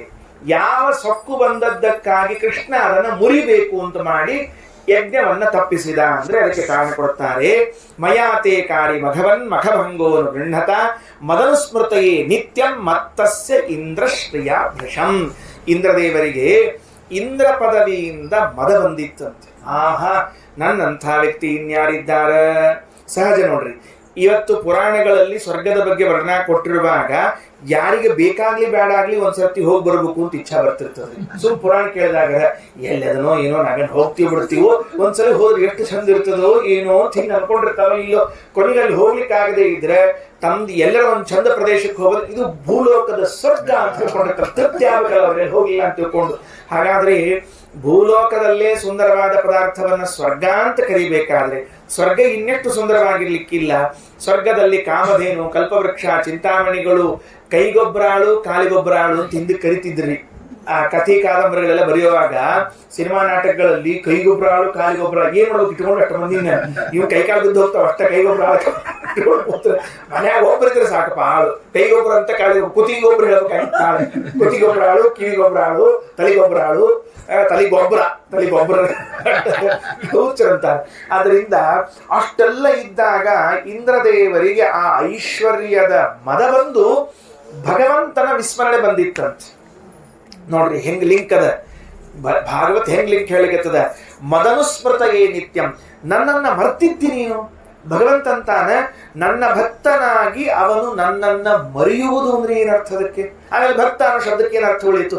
ಭಗವದ್ ಭಕ್ತ ಆದ್ರೆ ಎಂದೂ ದೇವರು ಸ್ಮರಣೆ ಮಾಡೋದೇ ಇಲ್ಲ. ಭಗವದ್ ಭಕ್ತ ಅಂತ ಎಂದು ಸ್ಮರಣೆ ಮಾಡೋದಿಲ್ಲ ಅಂತ ಯಾಕೆ ಅನ್ಬೇಕಂಗಾರ? ಭಗವದ್ ಭಕ್ತ ಅಂದ್ರೆ ನಿರಂತರವಾಗಿ ಭಗವಂತನ ಸ್ಮರಣೆಯಲ್ಲಿ ಇರುವನು. ದೇವರು ಇಂದ್ರದೇವರಿಗೆ ಸಂಪತ್ತಿನ ಮತ್ತೆ ಲಾಲಸೆ, ಸಂಪತ್ತಿನ ರುಚಿ, ಅಧಿಕಾರದ ಮದದಿಂದಾಗಿ ಭಗವಂತನ ಸ್ಮರಣೆ ಹೋಗಿತ್ತಂತೆ. ದೇವರಂದ ಭಗವದ್ಭಕ್ತರಿಗೆ ಬಹಳ ಹೊತ್ತು ನನ್ನ ವಿಸ್ಮರಣೆಯಾಗುವುದು ಸಲ್ಲ, ಅದಕ್ಕೆ ಏನಾದ್ರೂ ಮಾಡಿ ನಿನಗೆ ಬೇಗನೆ ನನ್ನ ಸ್ಮರಣೆ ಬರುವಂತೆ ಮಾಡ್ತೀನಿ ಅಂತ ಸಂಕಲ್ಪ ಮಾಡಿದ ಪರಮಾತ್ಮ ಅವನಿಗೆ ಮಾಡಬೇಕಾದ ಯಜ್ಞವನ್ನು ತಪ್ಪಿಸಿಬಿಟ್ಟಿದ್ದಾನೆ. ಇದು ಅರ್ಥ ಮಾಡಿಕೊಳ್ಬೇಕು ನಾವೆಲ್ಲ. ಏನು ಅರ್ಥ ಮಾಡಿಕೊಳ್ಬೇಕು ಅಂದ್ರೆ, ಸಂಪತ್ತು ತಾನು ನಮ್ಮ ಜೊತೆಗೆ ಬರುವಾಗ, ಏನೇನು ಸುಖ ಸೌಲಭ್ಯಗಳಿವೆಯೋ ತಾನು ಬರುವಾಗ ಭಗವಂತನ ವಿಸ್ಮರಣೆಯನ್ನು ಜೊತೆಗೆ ಕಟ್ಟಿಕೊಂಡು ಬಂದಿರ್ತದೆ. ವಿಸ್ಮರಣೆಯನ್ನು ಕಟ್ಟಿಕೊಂಡು ಬಂದಿರ್ತದೆ. ಐಷಾರಾಮಿ ಜೀವನ ಅಪೇಕ್ಷೆ ಮಾಡಿದ್ವಿ ಅಂದ್ರೆ ದೇವರನ್ನ ಕಡೆಗಣಿಸಿ ಆಗಿದೆ ಅಂತ ಅರ್ಥ. ಯಾರನ್ನೂ ಕೇಳ್ಬೇಡ್ರಿ, ಯಾರನ್ನು ನೋಡ್ಬೇಡ್ರಿ. ಕಷ್ಟ ಇದ್ರೆ ನೋಡ್ರಿ, ನಮ್ಮ ಹಿರಿಯರೆಲ್ಲ ಹೆಂಗೆ ಕಷ್ಟದಲ್ಲಿ ಇರ್ತಿದ್ರು, ಯಾವಾಗ್ಲೂ ನಿಷ್ಕೊಂಡಿರ್ತಿದ್ರಿ, ದೇವ್ರ ಅನ್ಕೋತಿರ್ತಿದ್ರಿ. ಊಟಕ್ಕೆ ಇರ್ಲಿ ಇಲ್ಲದೆ ಇರ್ಲಿ, ನೀರು ಕುಡಿದೇ ಇರ್ಲಿ, ಉಪವಾಸ ಮಲಗಿರ್ಲಿ, ಹಂಗೆ ಕೃಷ್ಣ ಅನ್ಕೋತ್ ಮಲ್ಕೊಂಡಿರ್ತಿದ್ವಿ. ಇವು 2 ಹೊತ್ತು ತಿಂದು 4 ಹೊತ್ತು ತಿಂದು ಒಬ್ಬೊಬ್ಬಂತೇಗಿ ಹಾಸ್ಪಿಟ್ಲಿಗೆ ಹೋಗಿ ಹೊರತಾಗಿ ದೇವ್ರ ನೆನೆಸ್ಕೊಳ್ಲಿಕ್ಕೆ ಆಗೋದಿಲ್ಲ. ಹಂಗಾದ್ರೆ ಸಂಪತ್ತು, ಸುಖ ಸಾಧನಗಳು ನಾವು ಬರುವುದರ ಜೊತೆಗೆ ದೇವರ ವಿಸ್ಮರಣೆಯನ್ನು ತಗೊಂಡೇ ಬಂದಿರ್ತವಾದ್ದರಿಂದಾಗಿ ಅವುಗಳನ್ನ ಅನುಭವಿಸುವಾಗ ಎಚ್ಚರದಿಂದ ತಗೊಳ್ರಿ, ಅವುಗಳನ್ನು ತೆಗೆದುಕೊಳ್ಳುವಾಗ ಎಚ್ಚರದಿಂದ ತೆಗೆದುಕೊಳ್ಳ್ರಿ. ಶ್ರೀಮದಾಚಾರ್ಯ ಅಂತಾರೆ ಇದೇ ಭಾಗವತ ತಾತ್ಪರ್ಯದಲ್ಲಿ ಹೇಳುವಾಗ, ದೇವತೆಗಳಿಗೆ ದೊಡ್ಡ ದೊಡ್ಡ ರಾಜರಿಗೆ ನೀವು ಹಿಂಗಂದ್ರಿ, ಈಗ ಸುಖ ಸಂಪತ್ತುಗಳೆಲ್ಲ ದೇವರನ್ನ ವಿಸ್ಮರಣೆ ತರಿಸಿಬಿಡ್ತದೆ ಅಂದ್ರೆ, ಮತ್ತೆ ಪರೀಕ್ಷಿತ ರಾಜನಂಥವನಾಗಲಿ, ಅಂಬರೀಷ ರಾಜನಾಗಲಿ, ಸ್ವಯಂಭೂಮನೂ ಆಗ್ಲಿ ಇಡೀ ಭೂಮಿಯನ್ನೇ ಆಳ್ತಾ ಇದ್ರಲ್ಲ. ಮತ್ತು ಅವರಿಗೆ ಎಷ್ಟು ಸಂಪತ್ತಿತ್ತು, ಅವರಿಗಿರುವಂತಹ ಸಂಪತ್ತುಗಳೆಲ್ಲವೂ ಇದ್ದಾಗ ಅವರು ದೇವರನ್ನ ಮರ್ತಿಲ್ಲಲ್ಲ. ಮತ್ತೆ ನಿಮ್ ನಿಯಮ ಬಂದ ಆಯ್ತಲ್ಲ ಅಲ್ಲಿ ಅಂತಂದ್ರೆ ಆಚಾರ್ಯ ಅಂತಾರೆ, ಏನ್ ತಿಳ್ಕೊಂಡಿ? ದೇವಾದೀನ ಆದಿರಾಜ್ಞಾ ಮಹದ್ಯೋಗೇಪಿ ನೋ ಮನಃ ವಿಷ್ಣೋಶ್ಚಲತಿ, ಎಂದೆಂದೂ ಅವರ ಮನಸ್ಸು ಭಗವಂತನಿಂದ ಆಚೆ ಈಚೆ ಹೋಗುವುದಿಲ್ಲ. ಯಾಕೆ? ಅಷ್ಟು ಧೈರ್ಯ ಇದೆ ಅವರಿಗೆ, ಅಷ್ಟು ವ್ಯವಸ್ಥೆ ಇದೆ. ಒಮ್ಮೆ ನಾರದರು ಬಂದಿದ್ರಂತ. ಯಾರ ಮನೆಗೆ ಬಂದಿದ್ರು? ಅಂಬರೀಷ್ ಮಹಾರಾಜನ ಮನೆಗೆ ಬಂದಿದ್ರಂತ. ಒಂದ್ಸರ್ತಿ ಕೇಳಿದ್ರಂತ, ಅಂಬರೀಷ, ಈ ಭೂಮಂಡಲದಲ್ಲಿ ಇರುವ ಎಲ್ಲಾ ರಾಜ್ಯಗಳು ಎಲ್ಲಾ ದೇಶಗಳು ನಿನ್ನ ಅಧೀನ ಅಂತ, ಅಷ್ಟನ್ನೂ ನೀನು ಆಡಳಿತ ಮಾಡ್ತಾ ನಿತ್ಯದಲ್ಲಿ ದೇವರನ್ನ ಸ್ಮರಣೆ ಮಾಡ್ತಾ ಪುರಾಣ ಭಜನಿ ಮತ್ತ ಆ ಕಾರ್ಯಕ್ರಮ ಈ ಕಾರ್ಯಕ್ರಮ ಅನ್ಕೋತ ಹೆಂಗು ದೇವರಲ್ಲಿ ಮನಸ್ಸಿಟ್ಟಿ ನೀನು ಸದಾ? ರಾಜ್ಯ ಆಳ್ಲಿಕ್ಕೆ ಬರ್ತದ, ಇಲ್ಲ ದೇವರಲ್ಲಿ ಮನಸ್ಸಿಡ್ಲಿಕ್ಕೆ ಬರ್ತದ, ಎರಡನ್ನೂ ಹೆಂಗ್ ಬ್ಯಾಲೆನ್ಸ್ ಮಾಡಿದಿ ಹೇಳು ಅಂತ ಕೇಳಿದ್ರಂತೆ. ಅದಕ್ಕೆ ಅವರು ಅಂಬರೀಷ್ ಮಹಾರಾಜ ಹೇಳಿದಂತ, ತಿಳಿಬೇಡ್ರಿ ಅದೆಲ್ಲ ಆಮೇಲೆ ವಿಚಾರ ಮಾಡುವಂತೆ. ನಮ್ಮ ಮನ್ಯಾಗ ಇವತ್ತೊಬ್ಬ ಚಿತ್ರಕಾರ ಬಂದ. ಏನ್ ಚಿತ್ರ ತೆಗೆದಿದ್ದಾನೆ ಅಂದ್ರೆ ಅದ್ಭುತವಾದ ಚಿತ್ರ ತೆಗೆದಿದ್ದಾನೆ. ಅದು ಇದು ಹಾಲದಲ್ಲ, ಈ ಹಾಲ್ ಒಳಗ ಹಿಂಗ್ ಸೂತ್ಲು ಹಾಕಿಸಿದ್ದೀನಿ ಗೋಡೆಗೆ. ನೀವು ಕೆಲಸ ಮಾಡ್ರಿ, ದಯಮಾಡಿ ಒಳಗೆ ಹೋಗಿ ಆ ಚಿತ್ರಗಳನ್ನ ನೋಡಿಕೊಂಡು ಬಂದು ಯಾವ ಚಿತ್ರ ನಂಬರ್ 1 ಅದ ಅಂತ ಹೇಳಿದ್ರಿ ನಾವು ಪ್ರಶಸ್ತಿ ಕೊಡ್ತೀನಿ ಅಂತ ಹೇಳಿದಂತ. ನಾರದಂದು ಶಭಾಷ್ ಅಂದ್ರು. ಒಳಗೆ ಹೋದ್ರು, ಪೂರ್ಣ ಕತ್ಲಿ, ಗಾಢ ಕತ್ಲಿ. ಎಲ್ಲೋ ಅಂಬರೀಷ ಹೆಂಗ್ ಹೋಗ್ಲಿ ಒಳಗೆ ಅಂದ್ರು. ತಡ್ರಿ ನಾರದ್ರ ಇದು ತಗೊಳ್ರಿ ಅಂತ ಹೇಳಿ ಒಂದು ಪ್ರಣತಿ ಕೊಟ್ರಿ. ಆ ಕೈಯಾಗ ಒಂದು ದೊಡ್ಡದು, ಅದ್ರ ತುಂಬಾ ಎಣ್ಣೆ ಹಾಕಿದ್ದ. ಒಂಚೂರು ಹಿಂಗಾದ್ರೆ ತುಳುಕಿ ಎಣ್ಣೆ ತಳ ಚಲ್ತಿತ್ತು, ದೀಪ ಆರಿ ಹೋಗ್ತಿತ್ತು ಅಂತ ಕೈ ಕೊಟ್ಟ. ನಾರದ ತಪ್ಪು ತಿಳ್ಕೊಬೇಡ್ರಿ, ಲೈಟಿಂಗ್ ವ್ಯವಸ್ಥೆ ಇಲ್ಲ ಒಳಗಿನ್ನು, ಎಲೆಕ್ಟ್ರಿಸಿಟಿ ಬಿಲ್ ತುಂಬಿಲ್ಲ ಅಂತ ಕಟ್ ಮಾಡ್ಕೊಂಡು ಹೋಗ್ಯಾರ. ಈ ಸರ್ತಿ ಕಟ್ ಮಾಡ್ಕೊಂಡು ಹೋಗ್ಯಾರ. ಅದಕ್ಕೆ ಮುಂದಿನ ತಿಂಗಳು ಹೊತ್ತಿಗೆ ಸರಿ ಹಾಕಿಸ್ತೀನಿ. ನೋಡ್ಕೊಂಡ್ ಬರೋ ಕಾಲಕ್ಕೆ ಈ ಕೈಯಾಗಿನ ಪ್ರಣತಿ, ಎಣ್ಣಿ, ಬತ್ತಿ, ದೀಪ ಇಷ್ಟು ಗಟ್ಟಿ ಹಿಡ್ಕೊಂಡಿರಿ. ಚೆಲ್ಬೇಡ್ರಿ ಕೆಳಗಿಂದ. ಎಣ್ಣೆ ಚೆಲ್ಲಿದ್ರಿ ದೀಪ ಶಾಂತ ಆದ್ರೆ ಹೊರಗೆ ಬರೋದಿಲ್ಲ, ನೆನಪಿಟ್ಟುಕೊಳ್ರಿ. ಯಾಕಂದ್ರೆ ಅದು ಎದ್ಗತ್ತ ನಿವರ್ತಂತೆ ಅದು ಮೊದ್ಲೇ. ಇನ್ನ ಎಣ್ಣೆ ಚೆಲ್ಲಿದ್ರಿ ಅಂದ್ರೆ ನೀವು ಜಾರಿ ಬೀಳ್ತೀರಿ, ಮುಂದಿನವ್ರು ಜಾರಿ ಬೀಳ್ತಾರೆ. ದೀಪ ಶಾಂತ ಆಗ್ಬಾರ್ದು, ಎಣ್ಣೆ ಜಾರಬಾರ್ದು, ಕೈಯಾಗಿಂದ ಬೀಳಿಸ್ಬೇಡ್ರಿ. ಆದ್ರೆ ಎಲ್ಲಾ ಫೋಟೋ ನೋಡ್ಕೊಂಡ್ ಬರದೆ ಮಾಡಿ ಅಂದ್ರು. ಹ್ಞೂ ಅಂತ ಹೇಳಿದ್ರು. ಏನ್ರಿ ಹಿಂಗ್ ಹೋಗಿ 2 ನಿಮಿಷ ಬರ್ಬೇಕಾಗಿತ್ತು, ಬಹಳ 5 ನಿಮಿಷ ಬರ್ಬೇಕಾಗಿತ್ತು. 5 ತಾಸು ಹಿಡಿತೀರಿ ಅವ್ರಿಗೆ ಬರ್ಲಿಕ್ಕೆ. ಬಂದ ಮೇಲೆ ಕೇರಂತ ಅಂಬರೀಷ್ ಮಹಾರಾಜರು, ಏನು ಸ್ವಾಮಿ ಎಷ್ಟು ಪರಿಶೀಲನೆ ಮಾಡಿ ಮಾಡಿ ನೋಡ್ಕೊಂಡ್ ಬಂದೀರಿ, ಯಾವ ಫೋಟೋ ಚಂದದ ಹೇಳ್ರಿ ಅಂದ್ರು. ಫೋಟೋ ಮನಿ ಹಾಳಾದ್ರು. ಯಾಕಂದ್ರೆ ದೀಪ ಎಲ್ಲಾರು ಹೋಗ್ತದೋ ಎಣ್ಣೆ ಚೆಲ್ಲಿ ಹೋಗ್ತದೋ, ದೀಪ ಎಲ್ಲಾರು ಹೋಗ್ತದೋ ಎಣ್ಣೆ ಚೆಲ್ಲಿ ಹೋಗ್ತದೋ ಅಂತ ಇದನ್ನೊಂದು ನೋಡೋದು ಅದನ್ನೊಂದು ನೋಡೋದು, ಇದನ್ನೊಂದು ನೋಡೋದು ಅದನ್ನೊಂದು ನೋಡೋದು ಮಾಡ್ಕೋತ ಬಂದೇ. ಬಿಡ್ರಿ, ಈಗ ನೀವ್ ಯಾವ್ದು ನೋಡ್ರಿ, ಫೋಟೋ ನೋಡಿರೋ ಮತ್ತೆ ದೀಪ ನೋಡಿರೋ, ಫೋಟೋ ನೋಡಿ ಮತ್ತೆ ದೀಪನು ನೋಡಿನಿ ಅಂತ. ಖರೆ ಅಂದ್ರೆ ಕೈಯಾಗಿನ ತೋರಿಸಿ ನೋಡಂತ ಅಂದ್ರು. ಎಣ್ಣೆ ಚೆಲ್ಲಿಲ್ಲ, ಬತ್ತಿ ಯಾರಿಲ್ಲ, ಏನಾಗಿಲ್ಲ, ಮತ್ತೆ ಹೆಂಗಾತು ಅಂತ ಕೇಳಿದ್ರೆ ಉತ್ತರ ಹೇಳ್ತಾರೆ, ನಂದು ಪೂರ್ಣ ಕಾನ್ಸಂಟ್ರೇಷನ್ ಎಲ್ಲಿತ್ತು ಅಂದ್ರೆ ದೀಪ, ಬತ್ತಿ, ಎಣ್ಣೆ ಮೇಲೆ ಇತ್ತು. ಆದ್ರೆ ಫೋಟೋ ಬಿಡಬಾರದು ಅಂತ ಆಗ ಒಂಚೂರು ಹಿಂಗ್ ನೋಡ್ಕೊಂಡ್ ಬರ್ತಿದ್ದೆ ಅಂದ್ರು. ನೀವು ಕೇಳಿದ ಪ್ರಶ್ನೆಗೆ ಇದೇ ಉತ್ತರ ಸ್ವಾಮಿ ಅಂದ. ಏನು 7 ದ್ವೀಪಗಳನ್ನ ನಾನು ಆಳ್ತಾ ಇದ್ರೂ ಕೂಡ ನನ್ನ ಮನಸ್ಸು ಹೆಂಗ ಅದ್ರೊಳಗೆ ಸಿಕ್ಕೊಂಡಿಲ್ಲ ಅಂದ್ರೆ ಒಳಗಡೆಗೆ ದೀಪ ಇತ್ತಲ್ಲ, ಭಗವದ್ದೀಪ, ಅದನ್ನೇ ಸದಾ ನೋಡ್ತಾ ಇದ್ದರಿಂದ ಹೊರಗಿಂದ ನೋಡಿಯೂ ನೋಡದೆ ಇದ್ದಂತೆ ಇದ್ದು ಬಿಟ್ಟೀನಿ. ಈ ದೀಪ ನೋಡ್ತಾ ಇದ್ದದಕ್ಕೆ ಯಾವ ದುಃಖ ಆಗಿಲ್ಲ ನನಗೆ ಅಂತ ಹೇಳಿದಂತೆ. ಹಿಂಗಿರ್ಬೇಕು, ಸದಾ ಒಳಗಿರ್ಬೇಕು. ಹೊರಗಿಂದ ಇರ್ತಾವ, ಅಲ್ಲೇ ಬಿದ್ದಿರ್ತಾವ, ಇಲ್ಲೇ ಬಿದ್ದಿರ್ತಾವ. ನಾವ್ ಇರೋಕ್ಕಿಂತ ಮೊದ್ಲು ಅಲ್ಲೇ ಇದ್ದು, ನಾವು ಹೋದ್ಮೇಲೂ ಅಲ್ಲೇ ಇರ್ತಾವ್ರಿ. ನಮ್ಮ ಹೆಸರಲ್ಲೇ ಬೋರ್ಡ್ ಹಾಕಿರ್ತಾರೆ, ಈ ರೋಡಿಗೆ ಇವ್ರ ಹೆಸರು ಅಂತ ಹಾಕಿರಂಗಿಲ್ಲ. ಇವ್ರು ಹೋಗಲ್ಲ, ಅದಕ್ಕೆ ಈ ರೋಡಿಗೆ ಬೋರ್ಡ್. ಅವ್ರು ಹೋದದ್ದಕ್ಕೆ ಇದ್ರ ಬೋರ್ಡ್ ಹಾಕ್ತಿರಲ್ಲ ನಮ್ಮ ಹೆಸರಲ್ಲೇ. ಅಂದ ಮೇಲೆ ನಾವು ಅಂದ್ರೆ ಸಂಪತ್ತು ನಮಗೆ ದೇವರ ಮರುವನ್ನ ತಂದು ಬಿಡುತ್ತದೆ. ಅದು ಬರಬಾರದು ಅಂತಿದ್ದಾದ್ರೆ ದೇವರ ಸ್ಮರಣೆ ಸದಾ ಆಗಬೇಕು ಅಂತ ಈ ಇಂದ್ರದೇವರ ಕಥೆಯಿಂದ ಇದನ್ನು ತಿಳಿಸಿಕೊಟ್ಟಿದ್ದಾರೆ. ಇದಾದ ಮೇಲೆ ಭಗವಂತ ಆ ಗೋಪಿಕಾಸ್ತ್ರೀಗೆ ಮಾಡಿರುವಂತಹ ಎಲ್ಲ ವ್ರತ ನಿಯಮಗಳಿಗೆ ಫಲವನ್ನ ಕೊಟ್ಟು ರಾಸಕ್ರೀಡೆಯನ್ನು ಆಡಿದ್ದಾನೆ ಅಂತ ಹಿಂಗೆಲ್ಲ ತಿಳಿಸ್ತಾ ಕೊನೆಯಲ್ಲಿ ಕಂಸ ಸಂಹಾರವನ್ನು ತಿಳಿಸಿಕೊಡ್ತಾ ಇದ್ದಾರೆ. ಶ್ರೀಕೃಷ್ಣ ಕಂಸ ಸಂಹಾರ ಮಾಡಿದ್ದರವರೆಗೆ ಪ್ರಧಾನ ಭೂಭಾರ ಹರಣ. ಯಾಕೆ ಅಂದ್ರೆ ಪೂತನ ವಧೆಯಿಂದ ಪ್ರಾರಂಭ ಮಾಡಿಕೊಂಡು ಕಂಸ ವಧೆವರೆಗಿನ ಎಲ್ಲ ಸಂಹಾರಗಳು ಪ್ರಧಾನ ಭೂಭಾರ ಹರಣ ಎಂಬುದಾಗಿ ಹೇಳಲಾಗ್ತಾ ಇದೆ. ಅದು ಮುಗಿದ ಮೇಲೆ ಕೃಷ್ಣ ಏನ್ ಮಾಡಿದ ಅಂತಂದ್ರೆ ಆ ಜರಾಸಂಧನ ಕಡೆಯಿಂದ ಬಂದ ಯುದ್ಧ. ಯಾಕಂದ್ರೆ ಕಂಸನ ಹೆಂಡಂದ್ರೆ ಇಬ್ರು ಕೂಡ ಜರಾಸಂಧನ ಹೆಣ್ಣು ಮಕ್ಕಳ್ರಿ ಅವ್ರು. ಜರಾಸಂಧನ ಇಬ್ರು ಕನ್ಯೆಯರನ್ನ ಯಾರಿಗೆ ಕೊಟ್ಟು ಲಗ್ನ ಮಾಡಿದ್ದ? ಕಂಸ ಕೊಟ್ಟು ಲಗ್ನ ಮಾಡಿದ್ದ. ಏನ್ ಅಳಿಯ, ಏನ್ ಮಾವ, ನೋಡಿದ್ರೆ ಆಶ್ಚರ್ಯ ಆಗ್ತದೆ. ಅನುರೂಪನಾದ ಅಳಿಯ, ಅನುರೂಪನಾದ ಮಾವ. ಯಾಕಂದ್ರೆ ಕಂಸನಂತ ಅಳಿಯ ಸಿಗ್ಲಿಕ್ಕಿಲ್ಲ ಜರಾಸಂಧಗ, ಜರಾಸಂಧನಂತ ಮಾವನ ದೀಪ ಹುಡುಕಿದ್ರು ಸಿಗ್ಲಿಕ್ಕಿಲ್ಲ ಕಂಸಗ ಅಂತ ತಿಳ್ಕೊಂಡು ಹೇಳಿ. ಯಾಕಂದ್ರೆ ಇಬ್ರು ದುಷ್ಟತೆ ಒಳಗ ಕೈ ಎತ್ತಿದವ್ರು ಅವರು. ಇವ ವಿಪ್ರಚಿತ್ತಿ, ಅವ ಕಾಲನೇಮಿ. ಅಳಿಯ ಒಂದ್ ತೂಕ ಜಾಸ್ತಿ, ಇವ ಮಾಂಸ ಒಂದ್ ತೂಕ ಕಡಿಮೆ. ವಿಪ್ರಚಿತ್ತಿ ಎನಿಸಿಕೊಂಡವ್ ಜರಾಸಂಧ, ಕಾಲನೇಮಿ ಎನಿಸಿಕೊಂಡವ್ ಕಂಸ. ಇವರಿಬ್ಬರಲ್ಲ ಹೆಂಗ್ ಚಂದ ಕಾಂಬಿನೇಷನ್ ಕೂಡಿತ್ತು ಅಂದ್ರೆ ಆಹಾ. ಇದು ಅದಕ್ಕೆ ಹೇಳ್ತಿರ್ತಾರೆ, ಸ್ನೇಹ ಯಾವಾಗ ಉಂಟಾಗ್ತಿರ್ತದೆ ಅಂದ್ರೆ ಸಮಾನಶೀಲಂ ವ್ಯಸನೇಶು ಸಖ್ಯಂ ಅಂತ. ಇಬ್ಬರಲ್ಲೂ ಸಮಾನವಾದ ಕ್ಯಾರೆಕ್ಟರು, ಸಮಾನವಾದ ಹಾಬಿಟ್ಗಳು ಇದ್ವು ಅಂದ್ರೆ ಬಹಳ ಬೇಗನೆ ಅವರು ಒಂದಾಗ್ತಿರ್ತಾರಂತ. ಸಂಜೆಗೆ ಇಬ್ರು ಕೂಡ ಒಂದೇ ಕಡೆ ಹೋಗ್ತಿರ್ತಾರೆ ನೋಡ್ರಿ. ಅವಾಗ ಲಘು ಅಂದ್ರೆ ಮಠಕ್ಕೆ ಹೋಗೋದು, ಪ್ರವಚನ ಸಂಜೆಗೆ ಇಬ್ರು ಕುಡ್ಕೊಂಡು ಇಬ್ರು ಒಂದೇ ಕಡೆ ಹಿಂಗ್ ಹೋಗ್ತಿರ್ತಾರಲ್ಲ, ಮಠಕ್ಕ, ಪುರಾಣಕ್ಕ, ಪುಣಿಕತೆಗೆ ಲಘು ಒಂದಾಗಿರ್ತಾರೆ.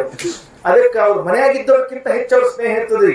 ಏನಪ್ಪಾ ನಮ್ ಜೊತೆ ಮಾತ್ರ ಇಲ್ಲ, ಅವ್ರ ಜೊತೆ ಮಾತ್ರ ನಿಂತಿರ್ತಾನೆ. ಅದು ಸಮಾನ ಅಭಿರುಚಿಗಳ್ರಿ. ಇವರು ಕ್ಲಬ್ಬಿಗೆ ಹೋಗ್ತಿದ್ರು, ಅವರು ಕ್ಲಬ್ಬಿಗೆ ಹೋಗ್ತಿದ್ರು ಅಂದ್ರೆ ಬೇಗನೆ ಗೊತ್ತಾಗ್ತಿಲ್ಲ ಮುಂದಿನ ಏನ್ ತಿಳ್ಕೊಂಡು ಹೇಳಿ ಇಲ್ಲಿ ಪುರಾಣ ಹೇಳಬೇಡ ಅವ್ರ. ಅದಕ್ಕೆ ಹಿಂಗಾಗಿ ಆ ಕಂಸ ಮತ್ತು ಜರಾಸಂಧ ಇಬ್ರು ಅಷ್ಟು ಸ್ನೇಹಿತರಾಗಿದ್ರು. ಕಂಸನಿಗೆ ತನ್ನ 2 ಹೆಣ್ಮಕ್ಳನ್ನ ಕೊಟ್ಟು ಲಗ್ನ ಮಾಡಿದ್ದಾನೆ. ಅಲ್ಲಿ ಒಂದು ಹುಡುಗ ಹುಟ್ಟಿತ್ತಂತ್ರಿ ಕಂಸಗೆ, ಒಬ್ಬ ಮಗ ಇದ್ದ. ಕಂಸನಿಗೆ ಒಬ್ಬ ಮಗ ಹುಟ್ಟಿದ್ದಾನೆ ಅಂತ ಹೇಳ್ತಾರೆ. ಜರಾಸಂಧ ತನ್ನ ಅಳಿಯನ ಸಾವಿಗೆ ಪ್ರತೀಕಾರ ಸೇಡು ತೀರಿಸಿಕೊಳ್ಳೋಣ ಅಂತ ಯುದ್ಧಕ್ಕೆ ಬಂದಂತೆ ಜರಾಸಂಧ 17 ಬಾರಿ ಯುದ್ಧಕ್ಕೆ ಬಂದಿದ್ದಾನೆ. 18ನೇ ಬಾರಿ ಯುದ್ಧಕ್ಕೆ ಬರುವಾಗ ದೇವರಂದ, ಈ ಮಥುರಾ ಪಟ್ಟಣಕ್ಕೆ ಅಷ್ಟು ಯುದ್ಧ ತಡ್ಕೊಳ್ಳೋ ಸಾಮರ್ಥ್ಯ ಇಲ್ಲ.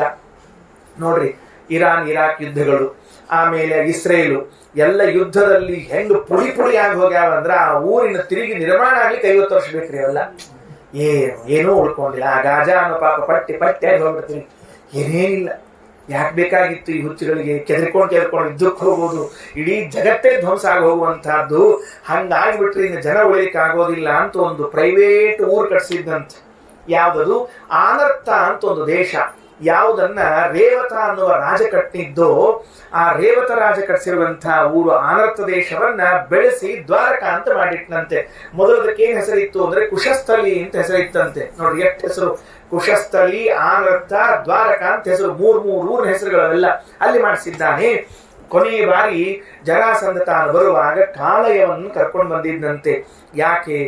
ಯಾವ ಗರ್ಗಾಚಾರ್ಯರು ನಾಮಕರಣ ಮಾಡಿದ್ರು ಅದೇ ಗರ್ಗಾಚಾರ್ಯರನ್ನ ಯಾದವರೆಲ್ಲ ನಿಂದಿಸಿ ಬಿಟ್ಟಿದ್ರಂತೆ. ಸಿಟ್ಟು ಬಂದು ಹೋಗಿತ್ತು ಗರ್ಗಾಚಾರ್ಯರಿಗೆ. ಕೃಷ್ಣ ಇದ್ದಾನೆ, ಅವನ ಬಲ ಇದೆ ಅನ್ನೋದಕ್ಕೆ ಹಿಂಗೆಲ್ಲ ಮಾಡ್ತಿದ್ದೀರಲ್ಲ, ಹಾಗಾದ್ರೆ ಕೃಷ್ಣನನ್ನ ಕೊಲ್ಲುವಂತಹ ಒಬ್ಬ ಮಗನನ್ನು ಪಡಿತೇನೆ ಅಂತ ರುದ್ರದೇವರನ್ನ ಕುರಿತು ತಪಸ್ಸು ಮಾಡಿ ಕಾಲಯವನ್ನು ಪಡ್ಕೊಂಡಿದ್ರು. ಆ ಕಾಲಯವನ ಕೃಷ್ಣನ ಮೇಲೆ ದಂಡೆತ್ತಿ ಬಂದ. ನಾರದ್ರು ಕೇಳಿದ್ನಂತ, ಕೃಷ್ಣ ಅಂದ್ರೆ ಹೆಂಗಿದ್ದಾನೆ ಹೇಳ್ರಿ ಅಂತ. ಪಾಪ ನಾರದ್ರು ಪ್ರಾಮಾಣಿಕರಿ. ನೋಡು, ತಲೆ ಮೇಲೆ ಒಂದು ಕಿರೀಟ ಇರ್ತದೆ, ಹಿಂಗ ಇದು ನವಿಲು ಗರಿ ಇರ್ತದೆ, ಹಿಂಗ ಕೈಯಾಗ ಕೊಳಲಿರ್ತದೆ, ಅಂಥವನನ್ನೇ ಕೃಷ್ಣ ತಿಳ್ಕೊಪ್ಪ, ಉಳಿದವ್ರ ತಿಳ್ಕೊಂಡು ಅಂತ ಹೇಳ್ಬಿಟ್ರಿ. ಇದು ಹುಡ್ಕೊಂಡು ಬಂತು. ಕೃಷ್ಣ ಅವತ್ತಿ ಯುದ್ಧಕ್ಕೆ ಬರೋ ಕಾಲಕ್ಕೆ ಇಷ್ಟು ಜಾಣತನ ಮಾಡಿದ. ಯಾರು ಇದ್ದಿದ್ದೇಲ್ರಿ ಮಥುರಾಪಟ್ಟದ. ಸೈನ್ಯ ಇಲ್ಲ, ಸೈನಿಕರಿಲ್ಲ, ಎಲ್ಲಾರು ದ್ವಾರಕಾ ಶಿಫ್ಟ್ ಮಾಡಿಬಿಟ್ಟಾರ. ತಪೋ ಯೋಗ ಪ್ರಭಾವೇನ. ನೆನಪಿಟ್ಟುಕೊಳ್ರಿ, ತನ್ನ ಯೋಗ ಸಾಮರ್ಥ್ಯದಿಂದ ರಾತ್ರಿ ಮಲಗಿದವರನ್ನೆಲ್ಲ ಬೆಳಿಗ್ಗೆ ಶಿಫ್ಟ್ ಮಾಡಿಬಿಟ್ಟ. ಅಲ್ಲಿ ಆಯ್ತು, ಹೊರಗೆ ಬಂದ. ನೋಡ್ತಾನೆ ಕಾಲಡಿಗೆ ಬರ್ಲಿಕ್ಕೆ ಒಬ್ಬನ ನಡ್ಕೋದ್ ಬರ್ಲಿಕ್ಕತ್ತಿದ್ದ. ಕಾಲಯವನಂದ, ಅವನು ಕೃಷ್ಣ ಅಂದ್ರೆ ಭಾರಿ ಇರ್ತಾನ, ಯುದ್ಧಕ್ಕೆ ಬರ್ತಾನ ಅಂತ ಹಿಂಗ್ ತಿಳ್ಕೊಂಡಿನಿ. ಪಾಪ ಇದು ಬಚ್ಚ ಅದಲ್ರಿ ನಾವ ಸಣ್ಣ ನಡ್ಕೋದ್ ಬರ್ಲಿತ್ತಾನ, ಏನು ಅಂತ ತಿಳ್ಕೊಂಡದ ನಾವ. ಕೃಷ್ಣ ಮಾತಾಡ್ತೇ ಸುಮ್ಮನೆ ಹಂಗ ಆ ಕಡೆ ಮುಖ ಮಾಡ್ಕೊಂಡು ಹೊಂಟ್ಬಿಟ್ಟಿದ್ದ. ಈ ಕೆಲವ್ರಿಗೆ ಬೇಡ ಆದ್ಕೊಳ್ಳಿ ಆ ಕಡೆ ಮುಖ ಮಾಡ್ಕೊಂಡು ಹೋಗ್ತಿರ್ತಾರ ನೋಡ್ರಿ ಅವ್ರು. ಕೆಲವ್ರು ಬೇಡ ಇರ್ತಾರೆ, ಕರಿತಿರ್ತಾರೆ, ಆಮೇಲೆ ಮತ್ತೆ ಹೌದೇನ 7 ಲಕ್ಷ ಇದ್ದಿದ್ದಿಲ್ವ ಹಂಗ ಏನ್ ಮಾಡಿದ ಅಂದ್ರೆ ಸೀದಾ ಆ ಕಡೆ ಮುಖ ಮಾಡಿಕೊಂಡು ಹೋಗ್ಬಿಟ್ಟವ. ಮುಖ ಮಾಡಿಕೊಂಡು ಹೋದ್ರೆ ಬೆನ್ನ ಹತ್ಕೊಂಡು ಬಂದ ಕಾಲಯವನ. ಎಲ್ಲಿ ಹೋದ ಅಂತ ಕೇಳಿದ್ರೆ ಮುಚ್ಚುಕೊಂಡ ಮಲಗಿರುವಂತ ಗುಹೆಗೆ ಹೋಗಿದ್ನಂತೆ. ನಿನ್ನೆ ಸೌರ ಋಷಿಗಳ ಕಥೆ ಹೇಳಿದ್ನಲ್ಲ, ಮುಚ್ಚುಕೊಂಡ್ರ ತಂಗಿಯ ಕಥೆ, ಇವತ್ತು ಅಣ್ಣನ ಕಥೆ, ಮುಚ್ಚುಕೊಂಡ್ರ ಕಥೆ. ಹೋದ್ರು ಅಲ್ಲಿ ಕಾಲಯವನ ಓಡಿ ಹೋದ. ಮಲ್ಕೊಂಡವನನ್ನು ಕೃಷ್ಣ ಅಂತ ತಿಳ್ಕೊಂಡು ಪಾಪ ಪ್ರೀತಿಯಿಂದ ಜಾಡಿಸಿ ಒದ್ರೆ ಅವ ಏನ್ ಮಾಡಿದ, 3 ಯುಗ ಆಗಿತ್ತಂತ ಮಲ್ಕೊಂಡು ಕಣ್ ತೆಗೆದ್ರಿ. ಅವ ತೆಗೆದು ನೋಡ್ತಾನೆ, ಸುಟ್ಟು ಹೋದ. ಇವನು ಕೃಷ್ಣ ಕಾಣಿಸಿಕೊಂಡ. ಕೋನಾಮ ಸಪುಮಾನ್ ಬ್ರಹ್ಮನ್, ಯಾರವನು, ಎಲ್ಲಿಂದ ಬಂದಿದ್ದಾನೆ, ಇವನು ಏನ್ ಸಮಾಚಾರ ಹೇಳ್ರಿ ಅಂತ ಕೇಳಿದಾಗ ಅವನ್ ಕತೆ ಹೇಳ್ತಾನೆ. ಪಾಪ ಇತ್ಯುಕ್ತಸ್ಥಂ ಪ್ರಣಮ್ಯಾಹ ಮುಚುಕುಂದೋ ಮುದಾನ್ವಿತಃ ಧ್ಯಾತ್ವಾ ನಾರಾಯಣಂ ದೇವಂ ಗರ್ಗವಾಕ್ಯ ಸ್ಮರನ್ ಅಂತ. ಎಚ್ಚರ ಆದ ಕೂಡಲೇ ಕೃಷ್ಣನ್ ನೋಡಿದ್ನಂತೆ. ಕೃಷ್ಣನ್ ಕೇಳಿದ್ದಂತೆ, ನಾ ಬಹಳ ದಿವಸ ಆಯ್ತು ಮಲ್ಕೊಂಡದ, ಈ ಭೂಮಿಯ ಸ್ಮರಣೆ ಹೋಗ್ಬಿಟ್ಟದ ನನಗ. 1 ದಿವಸ 2 ದಿವಸ ಮಲ್ಕೊಂಡ್ರೆ ಏನೋ ಒಂಚೂರು ಹೌದಪ್ಪ ಅಂತ ಎದ್ದ ಮೇಲೆ ಒಂದು 4-8 ತಾಸು ಮೇಲೆ ನೆನಪಾಗ್ತಿರ್ತದೆ. ಇವು 3 ಯುಗ ಮಲ್ಕೊಂಡ್ಬಿಟ್ರೆ ಕೃತತ್ರೇತ ದ್ವಾಪರಗಳು ಹೊರಗೆ ಬಂದು ನೋಡ್ತಾರಂತ, ಎಲ್ಲ ಇಷ್ಟಿಷ್ಟ ಆಗ್ಬಿಟ್ಟಿದ್ವಂತ್ರಿ. ಕಲಿಯುಗ ಹತ್ರ ಬರ್ಲಿಕ್ಕತ್ತಿತ್ತು. ಗಿಡ ಇಷ್ಟ ಆಗಿತ್ತಂತ, ಮನುಷ್ಯ ಇಷ್ಟ ಆಗಿದ್ರಂತ, ಅವ್ರಂದ್ರ ತೂ ಅಂತ ಮುಚ್ಕೊಂಡ್ರು. ಕಲಿಯುಗ ಬಂತ, ಇಷ್ಟಿಷ್ಟು ಗಿಡ್ಡಾಗಿ ಹೋಗ್ಬಿಟ್ಟ ಅಂತ ತಿಳ್ಕೊಂಡು ಅಂಥವಂದ ಮಲ್ಕೊಂಡ್ಬಿಟ್ಟಿನಿ. 3 ಯುಗ ಆಗ್ಯದ, ದಯಮಾಡಿ ನೀ ಯಾರು ಹೇಳು ಅಂತ ಕೇಳಿದಾಗ ಕೃಷ್ಣ ತನ್ನ ಪರಿಚಯ ಮಾಡ್ಕೊಂಡಂತ. ನಾನು ಬೇರೆ ಯಾರು ಅಲ್ಲ, ಸಾಕ್ಷಾತ್ ನಾರಾಯಣ ಅವತಾರ ಅಂತ ತಿಳ್ಕೊಂಡು ಹೇಳಿದಾಗ ನೆನಪಾಯಿತಂತೆ ಮುಚ್ಚುಕುಂದನಿಗೆ. ಏನ್ ನೆನಪಾಯಿತು ಅಂದ್ರೆ ಗರ್ಗಾಚಾರ್ಯ ಹೇಳಿ ಹೋಗಿದ್ರಂತ. ನೋಡ್ರಿ ಎಷ್ಟು ವಿಚಿತ್ರ. ನೋಡು, ನಿನ್ನನ್ನು ಉದ್ಧಾರ ಮಾಡ್ಲಿಕ್ಕೆ ಸಾಕ್ಷಾತ್ ಕೃಷ್ಣನೇ ಬರ್ತಾನೆ, ಚಿಂತೆ ಮಾಡ್ಬೇಡ ಅಂತ ಹೇಳಿ ಹೋಗಿದ್ರಂತೆ. ಮತ್ತೆ ನೆನಪಾಯ್ತು, ಬಂದಾಯ್ತು. ಆಮೇಲೆ ಆಗ ಮುಚ್ಚುಕುಂದ ಪ್ರಾರ್ಥನೆ ಮಾಡ್ಕೋತಾನಂತ. ನಮ್ ಪರವಾಗಿ ದೇವರಲ್ಲಿ ಪ್ರಾರ್ಥನಾ ಹೆಂಗ್ ಮಾಡಬೇಕು? ದೇವರಲ್ಲಿ ಪ್ರಾರ್ಥನಾ ಮುಚ್ಚುಕುಂದನ ದೃಷ್ಟಿಯಲ್ಲಿ ಪ್ರಾರ್ಥನೆ ಹೇಗೆ? ಎಷ್ಟು ದೀರ್ಘಕಾಲ ಅವನು ಮಲಗಿದ್ದ ನೋಡ್ಕೊಳ್ರಿ. ಮಮೈಷ ಕಾಲೋ ಜಿತ ನಿಷ್ಫಲೋ ಗತಃ ರಾಜಶ್ರೀಯೋನ್ನದ್ಧಸ್ಯ ನದ್ಧ ಮದಸ್ಯ ಭೂಪತೇಹೇ ಮರ್ತ್ಯಾತ್ಮ ಬುದ್ಧೇ ಸ್ವತದಾರ ಕೋಶೇ ಶ್ವಾಸಜ್ಯಮಾನಸ್ಯ ದುರಂತ ಚಿಂತಯ. ಸ್ವಾಮಿ ಶ್ರೀಕೃಷ್ಣ, ಅಜಿತ ಏಷಃ ಮಮ ಕಾಲಃ ನಿಷ್ಫಲಃ ಗತಃ. ಒಂದೂ ಫಲ ಇಲ್ಲ, ಇಷ್ಟು ದಿವಸ ವ್ಯರ್ಥ ಕಳೆದು ಬಿಟ್ಟೆ. ನೋಡ್ರಿ ನಮ್ ಸಮಯ ಹೆಂಗ್ ಕಳಿತಿರ್ತೀವಿ ವ್ಯರ್ಥ ಅಂಬೋದಕ್ಕೆ ಮುಚ್ಚುಕೊಂಡ ನಮ್ ಪ್ರತಿನಿಧಿ ರೆಪ್ರೆಸೆಂಟ್. ಮಲಗಿ ಕಳೆಯೋದು, ಸಮಯ ಕಳೆಯೋರು ಅಲ್ವೇ ಇಲ್ರಿ. ಎಚ್ಚರಿದ್ದು ಎಷ್ಟು ಹಾಳು ಮಾಡ್ತೀವಿ, ನಮ್ಮನ್ನ ಯಾರು ಕೇಳ್ಬೇಕಾಗಿದೆ. ಅದಕ್ಕ ಯಾರೊಬ್ರು ಹೇಳ್ತಿದ್ರಂತ, ಅಲ್ರಿ ಮಲ್ಕೋಬೇಕ್ರಿ ಅಂತ ಅವಸರ ಮಾಡ್ತಿದ್ದಂತಲ್ಲೂ ಮುಂದೆ ಪರ್ಮನೆಂಟ್ ಮಲ್ಕೊಳ್ಳೋದು ಪರ್ಮನೆಂಟ್ ಆಗಿ ಮುಂದೆ ಮಲ್ಕೊಳ್ಳೋದು ಅದ ಅದಕ್ಕೆ ಹೋದ್ಮೇಲೆ ಪೇಪರ್ನೇ ಬಂದಿರ್ತದ ಚಿರನಿದ್ರೆಯಲ್ಲಿ ಜಾರಿದವರು ಬಂದ್ರಂಗಿಲ್ಲ ಎಬಸಂಗಿಯಲ್ಲಿ ಯಾರು ಆಮೇಲೆ ನಿನ್ನ ಯಾರು ಎಬಸ್ಕೊಂಡು ಅವ್ರು ಬರ್ಬೇಕು ನಿನ್ ಜೊತೆಗೆ ಮತ್ತ ಆ ಸಾಹಸವನ್ನು ಯಾರು ಮಾಡುವುದೇ ಇಲ್ಲ. ಇಂತಹ ದೊಡ್ಡ ವ್ಯಕ್ತಿಗಳು ಶಾಂತವಾಗಿ ಚಿರನಿದ್ರೆಯಲ್ಲಿ ಜಾರಿ ಬಿಟ್ಟು ಒಳ್ಳೇದಾಯ್ತು. ಅವ್ರು ಎದ್ದಿದ್ರೆ ಇನ್ನೆಷ್ಟು ಮಂದಿನ ಕೆಡಿಸ್ತಿದ್ರೋ ಗೊತ್ತಿಲ್ಲ. ಅದಕ್ಕೆ ನಿದ್ರೆ ಅಂತ ಅನ್ನುವುದು ಇದ್ದೇ ಇದೆ. ಯಾವಾಗದ ಕೊನೆಗೆ ನಾವು ನಿದ್ರೆ ಮಾಡ್ತೀವಿ ನೋಡ್ರಿ. ವಯಸ್ಸಾದ ಮೇಲೆ ನಾವು ತಲೆ ಕೆಡಿಸ್ಕೊಂಡ್ರು ಏನ್ ಮಾಡ್ಲಿಕ್ಕೆ ಆಗೋದಿಲ್ಲ. ಒಮ್ಮೆ ಬೆಡ್ ಹಾಸಿಗೆ ಹಿಡಿದ್ವಿ ನಿದ್ದೆ ಬಿತ್ತು ಅಂದ್ರೆ ಸದಾ ಮಲಗಿರ್ತಾನ್ರಿ. ವಿಚಿತ್ರ ರೀ. ನಾನ್ ನೋಡಿದ್ರೆ ಅಂತವ್ರ ಯಾರಿಗೆ ಏನ್ ಪರಿಸ್ಥಿತಿ ಬರುತ್ತೆ ಗೊತ್ತಿಲ್ಲ. ಒಮ್ಮೆ ಬಿದ್ದ ಅಂದ್ರೆ ಯಾವಾಗ್ಲೂ ನಿದ್ದೆ ಇಲ್ಲ, ಯಾವಾಗ್ಲೂ ಎಚ್ಚರ ಹುಚ್ಚರಂಗ. ಒಂದಕ್ಕೊಂದು ವಿಚಿತ್ರ ಪರಿಸ್ಥಿತಿ ಅದ. ಅದಕ್ಕೆ ಮುಚ್ಚುಕೊಂಡು ಹೇಳ್ತಾನಂತ, ಬರೇ ನಿದ್ದೆಯನ್ನ ಮಾಡಿ ಮಾಡಿಯೇ ನಾನು ಸಮಯವನ್ನ ಹಾಳು ಮಾಡಿದ್ದೇನೆ. ಯಾರ ಸಲುವಾಗಿ ಇಷ್ಟೆಲ್ಲ ಸಮಯ ಹಾಳು ಮಾಡದೆ ಗೊತ್ತಾಗ್ತಿಲ್ಲ. ಅದಕ್ಕೆ ದಯಮಾಡಿ ಕೃಷ್ಣ ನನ್ನ ಉದ್ಧಾರ ಮಾಡು ಅಂತ ಹೇಳಿಕೊಂಡು ಪ್ರಾರ್ಥನೆ ಮಾಡಿದ್ದಾನೆ. ಅದಕ್ಕೆ ದೇವರಲ್ಲಿ ಪ್ರಾರ್ಥನೆ ಸಲ್ಲಿಸುವಾಗ ಇದೊಂದು ಪ್ರಾರ್ಥನೆ ಇರಬೇಕು ನಮ್ದು. ನಮ್ಮ ಸಮಯ ವ್ಯರ್ಥ ಹೋಗದೆ ಇದ್ದಂತೆ ನೋಡಿಕೋ ಅಂತ ದೇವರಲ್ಲಿ ಪ್ರಾರ್ಥನಾ. ನಿತ್ಯದಲ್ಲಿ ಇದೊಂದು ಸೇರಿಸಿಕೊಳ್ಳ್ರಿ.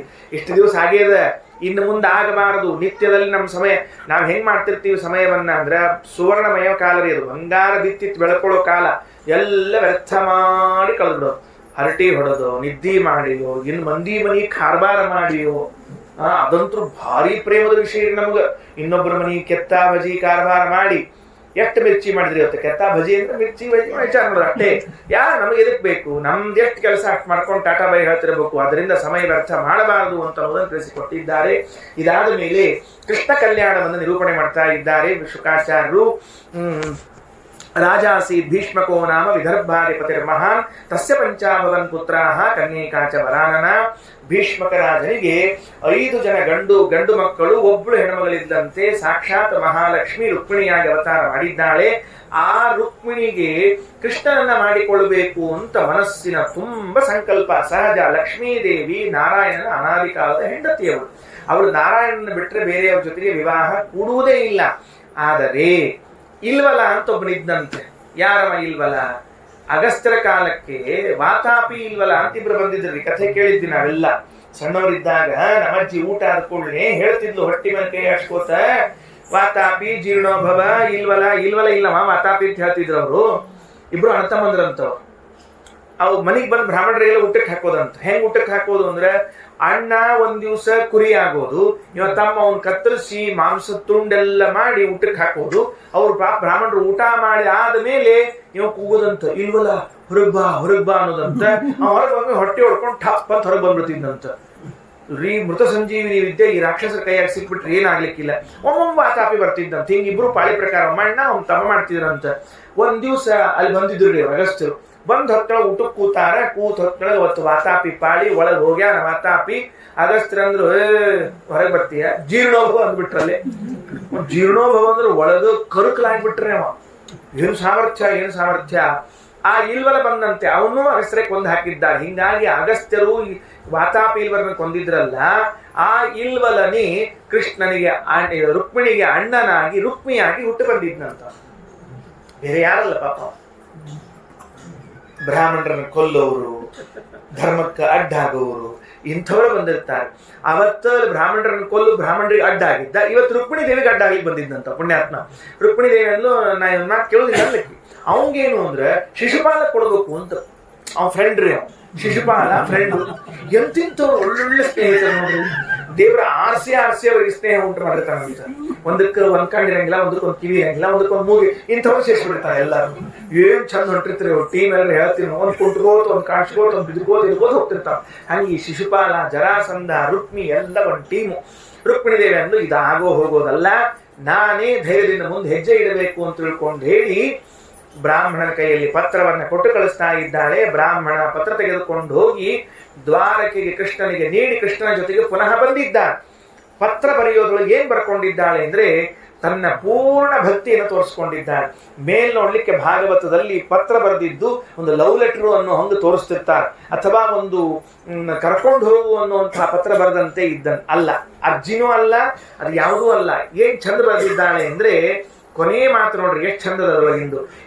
ಯಸ್ಯಾಂಗ್ರಿ ಪಂಕಜ ರಜಸ್ತವನಂ ಮಹಾಂತಹ ವಾಂಛಂತಿ ಉಮಾಪತಿರಿವ ಆತ್ಮತಮೋಪಹತ್ಯೈ ಯದ್ಯಂಬುಜಾಕ್ಷರ ಲಭೇಯ ಭವತ್ ಪ್ರಸಾದಂ ಜಹ್ಯಾಮಸೂನ್ ಮೃತಕೃಷ ಶತಜನ್ಮಭಿಸ್ಯಾಂ. ರುಕ್ಮಿಣೀ ದೇವಿಯ ಪತ್ರದ ಕೊನೆ ವಾಕ್ಯ ಏನಂತಾಳೆ? ಯಸ್ಯ ಯಾವ ಪರಮಾತ್ಮನ ಅಂಗ್ರಿ ರಜಸ್ತವನಂ ಪಾದಧೂಳಿಗಳ ಸ್ತೋತ್ರವನ್ನು, ಅವನ ಸ್ತೋತ್ರ ಅಲ್ಲ, ಭಗವಂತನ ಪಾದ ಧೂಳಿಯ ಸ್ತೋತ್ರ, ಅದನ್ನ ಮಾಡ್ತಾ ಇದ್ದಾರೆ ಯಾರು? ಉಮಾಪತಿ, ಉಮಾಪತಿಗಳಾದ ರುದ್ರದೇವರು. ಎದಕ್ಕೆ ಮಾಡ್ತಾರ ಅಂದ್ರ ಆತ್ಮ ತಮೋಪಹತ್ಯೆ, ತಮಗಿರುವಂತಹ ಅನಾದಿಯಾದ ಅಜ್ಞಾನ ನಾಶವಾಗಲಿ. ಈ ಅಜ್ಞಾನ ಎಷ್ಟು ದಿವಸ ಗಟ್ಟಿಮುಟ್ಟಾಗಿ ನಮ್ಮಲ್ಲಿರ್ತದಲ್ಲ, ಅಲ್ಲಿಯವರೆಗೆ ನಮಗೆ ಏನೇನೂ ಬಾಗಿಲು ತೆಗೆದುಕೊಳ್ಳುವುದಿಲ್ಲ. ಹಾಗಾಗಿ ಅನಾದಿ ಕಾಲದ ಅಜ್ಞಾನ ನಿವೃತ್ತಿಯಾಗಬೇಕು ಅನ್ನುವ ಉದ್ದೇಶದಿಂದಾಗಿ ಪಾರ್ವತೀಪತಿಯೇ ಮೊದಲಾದವರೆಲ್ಲ ಭಗವಂತನ ಸ್ತೋತ್ರ ಮಾಡಿದಂತೆ ನಾನು ಕೂಡ ನಿನ್ನ ಸ್ತೋತ್ರವನ್ನು ಮಾಡ್ತಾ ಇದ್ದೇನೆ. ನೋಡ್ರಿ, ಉಮಾಪತಿರಿವ ಆತ್ಮಹಾಂತಹ ಜ್ಞಾನಿಗಳೆಲ್ಲ ದೃಷ್ಟಾಂತ ಇಟ್ಟುಕೊಂಡ್ರಂತ ಯಾರನ್ನ? ಪಾರ್ವತೀಪತಿಗಳನ್ನ. ನೋಡ್ರೋ, ನಾವೆಲ್ಲ ಹೆಂಗ ಭಗವಂತನ ಪ್ರಾರ್ಥನಾ ಮಾಡಬೇಕು ಅಂದ್ರೆ ಹೇಗೆ ಉಮಾಪತಿಗಳು ಭಗವಂತನ ಪಾದಧೂಳಿಗಳ ಸ್ತೋತ್ರವನ್ನ ಮಾಡ್ತಾರೆ. ಏನು ಉದ್ದೇಶ ಇಟ್ಕೊಂಡು ಮಾಡ್ತಾರೆ? ನಮ್ಮ ಅಜ್ಞಾನ ಹೊರಟು ಹೋಗಲಿ ಅಂತ ನಾವು ಉದ್ದೇಶದಿಂದ ಮಾಡ್ತಿದ್ದಾರಲ್ಲ, ನಾವು ಕೂಡ ಹಾಗೆ ಮಾಡಬೇಕು ಅಂತ ದೊಡ್ಡ ದೊಡ್ಡ ಜ್ಞಾನಿಗಳು ಹೇಳ್ತಿದ್ದಾರೆ. ಅದರಿಂದ ಸ್ವಾಮಿ, ಇಂಥವ್ ನೀನು ಬರಲೇಬೇಕು. ಒಂದು ವೇಳೆ ನೀನು ನನ್ನ ಮೇಲೆ ಅನುಗ್ರಹ ಮಾಡಲಿಲ್ಲ ಅಂತ ಇಟ್ಕೋ, ಏನ್ ಮಾಡ್ತೀ ಅಂತ ಕೇಳಿದ್ರೆ ಜಹ್ಯಾಮಸೂನ್, ಪ್ರಾಣ ಕಳ್ಕೊಳ್ತೀನಿ, ಆದ್ರೆ ಇನ್ನೊಬ್ಬರು ಲಗ್ನ ಮಾಡಿಕೊಳ್ಳೋದಿಲ್ಲ. ಹೆಂಗ ಭಕ್ತಿ ಹೇಳ್ತಾ ನೋಡ್ರಿ, ಹೆಂಗ್ ಕಳ್ಕೋತಿ ಪ್ರಾಣವನ್ನ? ಏನು ಉರುಳು ಹಾಕೋತೀಯೋ, ಮ್ಯಾಲಿಂದ ಬಿದ್ದಕ್ಕೆ ಹೋಗ್ತೀಯೋ? ಕೆಲವರು ಪಾಪ ಫ್ಯಾನ್ ಉರುಳು ಹಾಕೋಬೇಕು ಅಂತ ಹೋಗಿರ್ತಾರೆ, ಫ್ಯಾನ್ ಸಮೇತ ಮತ್ತೆ ಉಲ್ಟಾ ಹಾಕ್ಸೋ ಕೆಲಸ ಬರ್ತದೆ. ಸುಮ್ ಕೂತಿರ ಅಷ್ಟು ಉಳಿತಿತ್ತಿಲ್ಲ, ಆಗ ಹಾಕ್ಲಿಕ್ಕೆ ಹೋಗೋದು ಬೀಳೋಣ, ಆ ಫ್ಯಾನ್ ಕತ್ತರಿಸ್ಕೊಂಡು ಬಿದ್ದು ಇನ್ನೊಂದು ತೊಂದರೆ ಕೊಟ್ಟು ಇನ್ನೊಬ್ಬರಿಗೆ. ಕೆಲವ್ರು ಮಂಚಕ್ರಿ, ಅದಕ್ಕೂ ಹಾಕೊಂಡು ಜಡ್ಕೋಬೇಕು. ಕೆಲವ್ರ ಮೇಲೆ ಬಿಲ್ಡಿಂಗ್ ಅದು ಬಿದ್ದು ಪೂರ್ಣ ಹೋಗಂಗಿಲ್ರಿ, ಅರ್ಧ ಮರ್ಧ ಆಗಿಬಿಡ್ತಾರ, ಕೊನೆಗೆ ಉಳಿದವ್ರಿಗೆಲ್ಲ ಪ್ರಾಣ ತಿಂತಿರ್ತಾರೆ. ಅದಕ್ಕೆ ನೀ ಹೆಂಗ್ ಕಳ್ಕೋತಿ ಪ್ರಾಣ ಹೇಳು ಅಂತ ಕೇಳಿದ್ರೆ ಎಂಥ ಮಾತು! ವ್ರತ ಕೃಷ ಶತಜನ್ಮಭಿಸ್ಯ, 100 ಜನ್ಮಗಳವರೆಗೂ ನಿನ್ಗೋಸ್ಕರ ಕಾಯ್ತೀನಿ.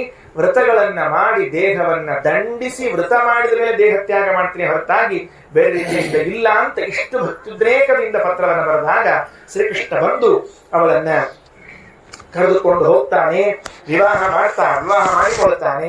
ಬಹಳ ಅದ್ಭುತವಾಗಿದೆ ಎಲ್ಲ ಪ್ರಸಂಗಗಳು. ಅಲ್ಲಿ ಶಿಶುಪಾಲ ಪಾಪ ಬಹಳ ತಯಾರಾಗಿ ಕುತ್ಕೊಂಡಿದ್ದಂತ್ರಿ, ಹುಡುಗಿ ಸಿಗುತ್ತಾಳೆ ನನಗೆ ಅಂತ ತಿಳ್ಕೊಂಡು. ಯಾಕಂದ್ರೆ ಶಿಶುಪಾಲಂಥ ಅವಲಕ್ಷಣ ಭರಿತನಾಗಿರೋ ವ್ಯಕ್ತಿಗೆ ರುಕ್ಮಿಣಿ ಅಂತ ಸಲ್ಲಕ್ಷಣ ಭರಿತರಾದ ಹುಡುಗಿ ಸಿಗೋದು ಎಂಬುದು ಅವೇನ್ ತಿಳ್ಕೊಂಡಿದ್ದ? ಯಾವುದೋ 10 ಜನ್ಮಗಳಲ್ಲಿ ನಿತ್ಯ ದೇವರಿಗೆ ಒಂದೊಂದು ಹೂ ಏರ್ಸಿ ಆ ಪುಣ್ಯದ ತಪಪ್ರಭಾವದಿಂದ ಈ ಚಲವಿ ಸಿಕ್ಕಾಳ ನನಗೆ ಅಂತ ತಿಳ್ಕೊಂಡಿದ್ದ. ಆದ್ರೆ ಆ ಚಲವಿ ಕೃಷ್ಣನ ಹೆಂಡತಿ ಅಂತ ಗೊತ್ತಿರ್ಲಿಲ್ಲ ಅಷ್ಟ ಅವನಿಗೆ. ಪಾಪ ಎಲ್ಲರಿಗೂ ಹೇಳಿದ್ನಂತ ಮನೆಯಾಗಿದ್ದವ್ರಿಗೆ, ಆಶೀರ್ವಾದ ಮಾಡ್ರಿ, ನೀವೆಲ್ಲ ದೊಡ್ಡವರು, ನೀವು ಮಾಡಿದ್ರಿಂದ ನನಗೆ ಕನ್ಯಾ ವಿವಾಹ ಆಗ್ತದ, ಯೋಗ ಬರ್ತದ ಅಂತ ತಿಳ್ಕೊಂಡು ಹೇಳಿ ಇದ್ದು ಬಿದ್ದವರೆಲ್ಲ ಆಶೀರ್ವಾದ ಮಾಡಿದ್ರಂತ. ಇದ್ದವ್ರು ಮಾಡಿದ್ರೆ ಸಾಕು, ಬಿದ್ದವ್ರಲ್ಲ ಯಾಕೆ ಮಾಡ್ಬೇಕು? ಇದ್ದವ್ರೆಲ್ಲ ಮಾಡಿದ್ರು. ಅದ್ರ ಫಲ ಏನಾಯ್ತು ಅಂದ್ರೆ ಹುಡುಗಿ ಇನ್ನೊಬ್ಬ ಹುಡುಗನ ಜೊತೆಗೆ ಹೋಗ್ಬಿಟ್ಲು ಅನ್ನೋದೊಂದು ಫಲ ಆಯ್ತು. ಪುರೋಹಿತರು ಹೇಳಿದ್ರಂತ, ಹುಡುಗ ಚಲೋ ಹೊತ್ನಾಗಿ ಮಂತ್ರಗಿಂತ್ರ ಹಾಕ್ತಿವಿ, ಕರೆದು ಕೂಡಿಸ್ರಿ ಅಂತ ಎಲ್ಲ ಹೋಮಗಳನ್ನ ಮಾಡಿಸಿ ಬಾಸಿಂಗ ಕಟ್ಟಿ ಕಾಡಿಗೆ ಹಚ್ಚಿ ಆ ಹುಡುಗನ ತಯಾರು ಮಾಡಿ ಕೂಡಿಸಿದ್ರಂತ. ಕಾಡಿಗೆ ಹಚ್ಚಿ ಅಂದ್ರೆ ದೃಷ್ಟಿ ಹೋಗ್ಲಿ ಅಂತ ತಿಳ್ಕೊಂಡು, ಯಾರಿಗೆ? ಹುಡುಗಲ್ಲ, ಕಾಡಿಗೆ ದೃಷ್ಟಿ ಆಗಬಾರ್ದು ಈ ಹುಡುಗ ಹಚ್ಚಿಟ್ಟಿದ್ರಂತ. ಅಷ್ಟೇ ಕೆಲವು ಹಂಗಾಗಿರ್ತಾವ. ದೃಷ್ಟಿಗೊಂಬೆ ಅಂತಿರ್ತಾವ್ರಿ, ಅದೇನಾಗ್ತದೆ? ಯಾರಿಂದ ದೃಷ್ಟಿಗೊಂಬೆ ಕೇಳಬಾರ್ದು. ಕರಿದಾರ ಕಟ್ಕೊಂಡಿರ್ತಾರೆ, ಈಗ ಹೊಸದಾಗಿ ಶುರುವಾಗಿಲ್ಲ ಕರಿದಾರ ಕಟ್ಕೊಳ್ಳೋದು ಅಂತ ತಿಳ್ಕೊಂಡು. ಅದು ಕರಿದಾರ ಕಟ್ಕೊಂಡ್ರೆ ದೃಷ್ಟಿ ಹೋಗ್ತದ ಅಂತ ಯಾರು ಹೇಳ್ಯಾರಂದ್ರ ಧಾರಾ ಕಂಪನಿ ಹೇಳ್ಯಾನ್ರಿ. ಅವ ಕಂಪನಿ ಓದೋದು ಏನೂ ಸಂಬಂಧ ಇಲ್ರಿ, ಏನ್ ಕಟ್ಕೊಂಡ್ರು ನಮ್ದು ಎಷ್ಟು ಚಂದ ಇರುತ್ತೆ ಅಷ್ಟೇ ಇರ್ತದ್ರಿ ಅದು. ಕರಿ ಕಟ್ಕೊಂಡ್ರು ಅಷ್ಟೇ, ಕೆಂಪು ಕಟ್ಕೊಂಡ್ರು ಅಷ್ಟೇ, ಕರಿನಾಗಾದ್ರೂ ಬಿಳಿನಾಗಾದ್ರೂ ಅಷ್ಟೇ ಅಂತದ, ಏನ್ ಚೇಂಜ್ ಆಗೋದಿಲ್ಲ. ಇನ್ನಿಷ್ಟು ಮೈಲಿಗೆ ಅಪವಿತ್ರ ಅಸಡ್ಡಾಗಿ ಕೂತಿರ್ತಾವ, ಹೊತ್ತಾಗಿ ಬೇರೆ ಏನಿಲ್ಲ.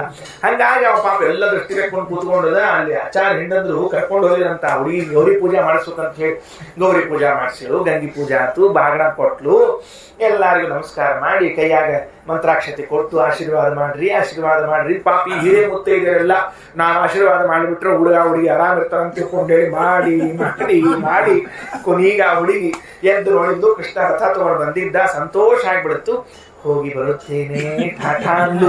ಎಲ್ಲಿ ಹೊರಟಿವ? ನಮ್ ಜೊತೆಗೆ ಮನೆಗೆ ಹೋಗ್ಬೇಕಲ್ಲ, ಲಗ್ನ ಮಂಟಪಕ್ಕೆ ಹೋಗ್ಬೇಕಲ್ಲ ಅಂದ್ರು. ಇಲ್ಲ, ನಮ್ಮ ಮನೆಯವರು ಪ್ರತ್ಯೇಕ ಗಾಡಿ ತಗೊಂಡ್ ಬಂದಾರ, ವೆಹಿಕಲ್ ಮಾಡ್ಕೊಂಡ್ ಬಂದಾರ, ನಾ ಅದ್ರೊಳಗೆ ಹೋಗ್ತೀನಿ ಅಂತ. ಅಲ್ಲ ಅಲ್ಲಿ ಕೂತಾನಲ್ಲ ಅಂತ ಇವರಿಗೆ ಟೆನ್ಷನ್. ಅಲ್ಲಿ ಕಲ್ಯಾಣ ಮಂಟಪ ಕೂತಾನಲ್ಲ, ಅವರಲ್ಲ ನಮ್ಮ ಮನೆಯವರು ಬೇರೆ ಆಗ್ಬಿಟ್ಟಾರೆ, ಚೇಂಜ್ ಆಗ್ಯಾರ. ಮನೆಯವ್ರು ಚೇಂಜ್ ಆಗ್ಯಾರ ಅಂದ್ರೆ ಏನ್ ಅರ್ಥ ಅದಕ್ಕೆಲ್ಲರ? ಹಂಗೆಲ್ಲ ಹೇಳ್ಬಾರ್ದವ. ಯಾರು ಅಂದ್ರು ಹೊರ ಬದ್ಲಾಗ್ಯಾನ, ಬೇರೆ ಬಂದಾನ ಅಂತ ಹೇಳಿದಾಗ ಆ ಕೃಷ್ಣ ಅವಳನ್ನು ಕರೆದುಕೊಂಡು ದ್ವಾರಕೆಗೆ ಬಂದಿದ್ದಾನೆ. ದ್ವಾರಕೆಯ ಹತ್ತಿರದಲ್ಲಿರುವಂತಹ ಮಾಧವಪುರದಲ್ಲಿ ಮೂಲ ಮಾಧವ ಕ್ಷೇತ್ರ ಅಂತಿರುವಂತಹದ್ದು, ಅಲ್ಲಿ ವಿವಾಹವನ್ನು ಮಾಡಿಕೊಂಡಿದ್ದಾನೆ ಅಂತ ಹೀಗೆ ತಿಳಿಸಿಕೊಟ್ಟಿದ್ದಾರೆ. ಇದಿಷ್ಟು ಆ ದಶಮಸ್ಕಂದಲ್ಲಿ ಬರುವಂತಹ ಅನೇಕ ಘಟನೆಗಳು. ಕೃಷ್ಣ ದಶಮಸ್ಕಂದದಲ್ಲಿ ಕೊನೆಗೆ ಆ ಒಂದು ಪ್ರಸಂಗ ಹೇಳಬೇಕು. ಸುಧಾಮನ ಕಥೆಯನ್ನು ಹೇಳಿ ದಶಮಸ್ಕಂದವನ್ನು ಮುಕ್ತಾಯ ಮಾಡ್ತಾರೆ. ಸುಧಾಮನ ಚರಿತ್ರೆಯಲ್ಲಿ ತಿಳಿಯಬೇಕಾದ ಅಂಶ ಎಷ್ಟು ಅಂತ ಕೇಳಿದ್ರೆ, ಆತ ಹೆಂಡತಿಯ ಒತ್ತಾಯಕ್ಕೆ ದೇವರ ಕಡೆಗೆ ಹೋಗಿದ್ದಂತೆ. ದೇವರ ಕಡೆ ಕೇಳಬೇಕು ಅಂತೂ ಇಟ್ಟುಕೊಂಡಿರ್ಲಿಲ್ಲ. ಇಷ್ಟು ನಿಸ್ಪೃಹರಾಗಿ ಬದುಕುವ ಬ್ರಾಹ್ಮಣರು ಸಿಗೋದು ಬಹಳ ಕಷ್ಟ, ಬಹಳ ಕಷ್ಟ, ಬಹಳ ಕಷ್ಟ. ಮೊನ್ನೆ ತೃತೀಯ ಸ್ಕಂದ ಹೇಳಿದ್ದೇನೆ, ಶೀಲವೃತ್ತಿ, ಉಂಚವೃತ್ತಿ, ಶಿಲೋಂಚವೃತ್ತಿ ಅಂತ ಗೃಹಸ್ಥಾಶ್ರಮದಲ್ಲಿ ಯಾವ್ಯಾವ ರೀತಿಯಿಂದ ಬದುಕಬಹುದು ಅಂತ. ಅವತ್ ಸಿಕ್ಕದ್ದು ಅವತ್ತಿಗೆ ಖಾಲಿ ಮಾಡಬೇಕು, ಅವತ್ ಸಿಕ್ಕದ್ದು ಮರುದಿವಸ ತನಕ ಇಟ್ಕೋಬೇಕು, ಒಂದು ವರ್ಷದ ಧಾನ್ಯ ಕಳೆಗಳನ್ನ ಸಂಗ್ರಹ ಮಾಡಬೇಕು. ಇನ್ ಕೆಲವರು ಹೊಲದಲ್ಲಿ ಬಿದ್ದಿರುವಂತಹ ಕಾಳುಗಳನ್ನ ಎತ್ತಿಕೊಂಡು ತಂದು ಆರಿಸಿಕೊಂಡು ತಿನ್ನಬೇಕು. ಅದು ಪರ್ಮಿಷನ್ ಕೊಡದ ಶಾಸ್ತ್ರ. ಇಲ್ಲೇ ಬದುಕುವುದಿಲ್ಲ. ಇಲ್ಲ ಅಂದ್ರೆ ಹಿಟ್ಟು, ಆ ಹಿಟ್ಟು ಯಾರು ಕೊಟ್ಟರೆ ತಗೊಂಡ್ಬರ್ಬೇಕು, 4-5 ಜನ ಮನೆಗೆ ಹೋಗಿ. ಹಿಂಗ ಬದುಕುವಂಥವನೊಬ್ಬನು ಸುಧಾಮ. ಆ ಸುಧಾಮನಿಗೆ ಹೆಂಡತಿಯ ಒತ್ತಡ ತಡ್ಕೊಳ್ಳಿಕ್ ಆಗ್ಲಿಲ್ಲ. ಅದೇ ದ್ವಾರಕಾದಲ್ಲಿ ಇದ್ರೆ ಬೇರೆ ಎಲ್ಲಿ ಇದ್ದಿದ್ದಿಲ್ಲ. 4 ಹೆಜ್ಜೆ ಹೋದ್ರೆ ಮನೆ ಇರ್ತಿತ್ರಿ, ಒಟ್ಟು ಹೋಗ್ತಿರ್ಲಿಲ್ಲ ಅವ. ಆದ್ರೆ ಯಾವಾಗ್ಲೂ ಕೃಷ್ಣ ಕೃಷ್ಣ ಕೃಷ್ಣ ನೆನೆಸ್ತಿದ್ದ. ಹೋದ ಒಂದ್ ದಿವಸ ಕೃಷ್ಣ ಕರೆದ, ಒಳ್ಳೆ ರೀತಿಯಿಂದ ಉಪಚಾರ ಮಾಡಿದ್ದಾನೆ, ಊಟೋಪಚಾರಗಳೆಲ್ಲ ಆಯ್ತು. ಕೊನೆಗೆ ಇವನ್ ಕೇಳಬೇಕು ಅಂತ ಮನಸ್ಸು ಬರ್ತಿಲ್ಲ ಇವನಿಗೆ. ಬರದೇ ಇದ್ದಾಗ ಅವತ್ತೊಂದು ರಾತ್ರಿ ಅಲ್ಲೇ ಕಳೆದಿದ್ದಾನಂತೆ. ಕೃಷ್ಣ ಸುಧಾಮ ಇಬ್ರು ಹರಟಿ ಹೊಡಿತಿರುವಾಗ ಕೃಷ್ಣ ಕೇಳಿದ್ದಂತೆ, ಸುಧಾಮ ಅಂದಂಗ ನೀನು ಗೃಹಸ್ಥಾಶ್ರಮ ಸ್ವೀಕಾರ ಮಾಡಿದ್ಯೋ, ಲಗ್ನ ಆಗ್ಯದೋ, ಮಕ್ಕಳಾಗ್ಯಾವೋ ಏನೋ ಅಂತ ಕೇಳಿದಂತ. ಲಗ್ನನೂ ಆಗ್ಯದ, ಮನೆ ತುಂಬ ಮಕ್ಕಳು ಅವ, ಎಲ್ಲ ಬೇಕಾದಷ್ಟು ನಿನ್ನ ಅನುಗ್ರಹದಿಂದ ಸ್ವಾಮಿ ಅಂತ ಹೇಳಿದ್ದಾನ. ಅಂದ ಕೂಡಲೇ ಕೃಷ್ಣ ಅಂದ, ಮತ್ತ ನಿನ್ನ ಹೆಂಡತಿ ಅಂದ್ರೆ ನಮ್ಮ ಬೈನಿ ಏನ್ ಕೊಟ್ಟು ಕಳಿಸ್ಯಾರ ನನಗೆ ತೋರ್ಸು ಅಂದವ. ಏನ್ ಕೊಟ್ಟು ಕಳಿಸ್ತಾರೋ? ನಮಗ ಏನಿಲ್ಲ, ನಿಮ್ ಕಡೆ ಕೇಳಿದ್ದಂತ ಏನ್ ಕೊಟ್ಟು ಕಳಿಸ್ತಾರ ಅಂದವ. ಇಲ್ಲಿಲ್ಲ, ತೆಗಿ ಗಂಟು ತೆಗಿ ಅಂತ ಹೇಳಿ ಆ ಅವಲಕ್ಕಿಯ ಗಂಟನ್ನ ಹರಕೊಂಡಂತೆ. ಬಟ್ಟೆಯನ್ನು ತೆಗೆದುಕೊಂಡ ದೇವರು. ಎಳೆದುಕೊಂಡಾಗ ಬಿಚ್ಚಿ ನೋಡ್ತಾನೆ, ಅವಲಕ್ಕಿ ಎಷ್ಟು ಅದ್ರೊಳಗೆ ಏನೇನೇನೂ ಇದ್ದಿದ್ದಿಲ್ರಿ. ಪಾಪ ಮುಗ್ಗು ವಾಸನೆ ಅವಲಕ್ಕಿ ಅಂತ ಹೇಳ್ತಿರ್ತಾರೆ. ಕೆಲವರು ಅವಲಕ್ಕಿ ಹಚ್ಚಿರ್ತಾರ್ರಿ. ಅದು ಹೆಂಗ್ ಹಚ್ಚಿರ್ತಾರ ಅಂದ್ರೆ, ಹಚ್ಚೋಕ್ಕಿಂತ ಮೊದ್ಲು ಹೆಂಗಿತ್ತಲ್ಲ ಹಚ್ಚಿದ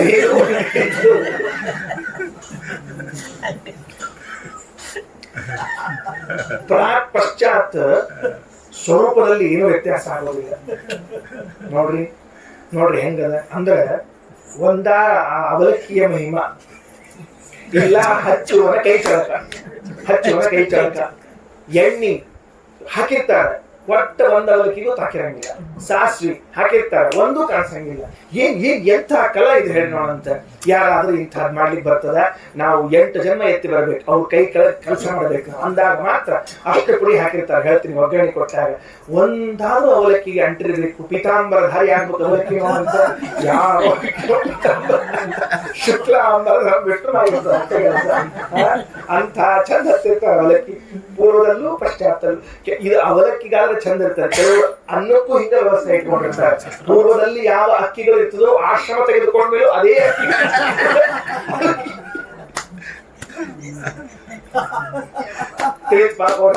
ಅಂದ್ರೆ ಪೂರ್ವಾಶ್ರಮದಲ್ಲಿ ಯಾವ ಅಕ್ಕಿಗಳು, ಉತ್ತರಾಶ್ರಮದಲ್ಲೂ ಅದೇ ಅಕ್ಕಿಗಳು ಇರುತ್ತವೆ. ಅಂದ್ರೆ ಬೆಂದಿರಂಗೇ ಇಲ್ಲ. ಅದು ಹಂಗ ಅಡಿಗೆ ಮಾಡಿ ಹಾಕಿರ್ತಾರೆ ಕೆಲವರೆಲ್ಲ.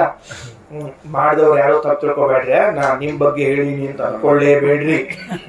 ಉಂಡವ್ರು ನಮ್ಮ ಪರಿಸ್ಥಿತಿ ಹೇಳ್ಕೊಂಡಿನಿ ತಿಳ್ಕೊಂಡ್ರಿ ಅಟ್ಟ ಆಯ್ತು. ಅದಾದ ಮೇಲೆ ಅದನ್ನ ತಗೊಂಡ ಎಷ್ಟು ರುಚಿ ಅದ ಅಂತ ತಿಂದ. ಉಪ್ಪಿಲ್ಲ, ಖಾರಿಲ್ಲ, ಅಪ್ಪಿಲ್ಲ, ಅಮ್ಮಿಲ್ಲ ಅಂತಿರ್ತಾರೆ. ಏನಿಲ್ಲಂತ ಪಾಪ ತಿಂದು ಎಷ್ಟು ರುಚಿ ಹಚ್ಚಾಳ ನಮ್ ಬೈನಿ ಅವಲಕ್ಕಿನ ಅಂದ.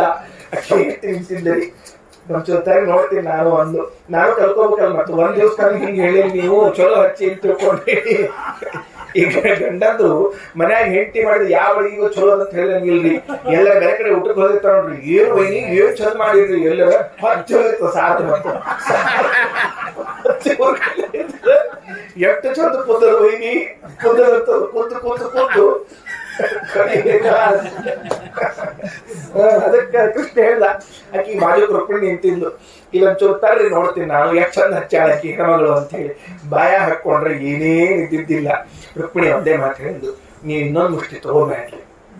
ಯಾಕಂತ ಹೇಳಿ ನಿಮಗೆ ತಡೆಯಂಗಿಲ್ಲ,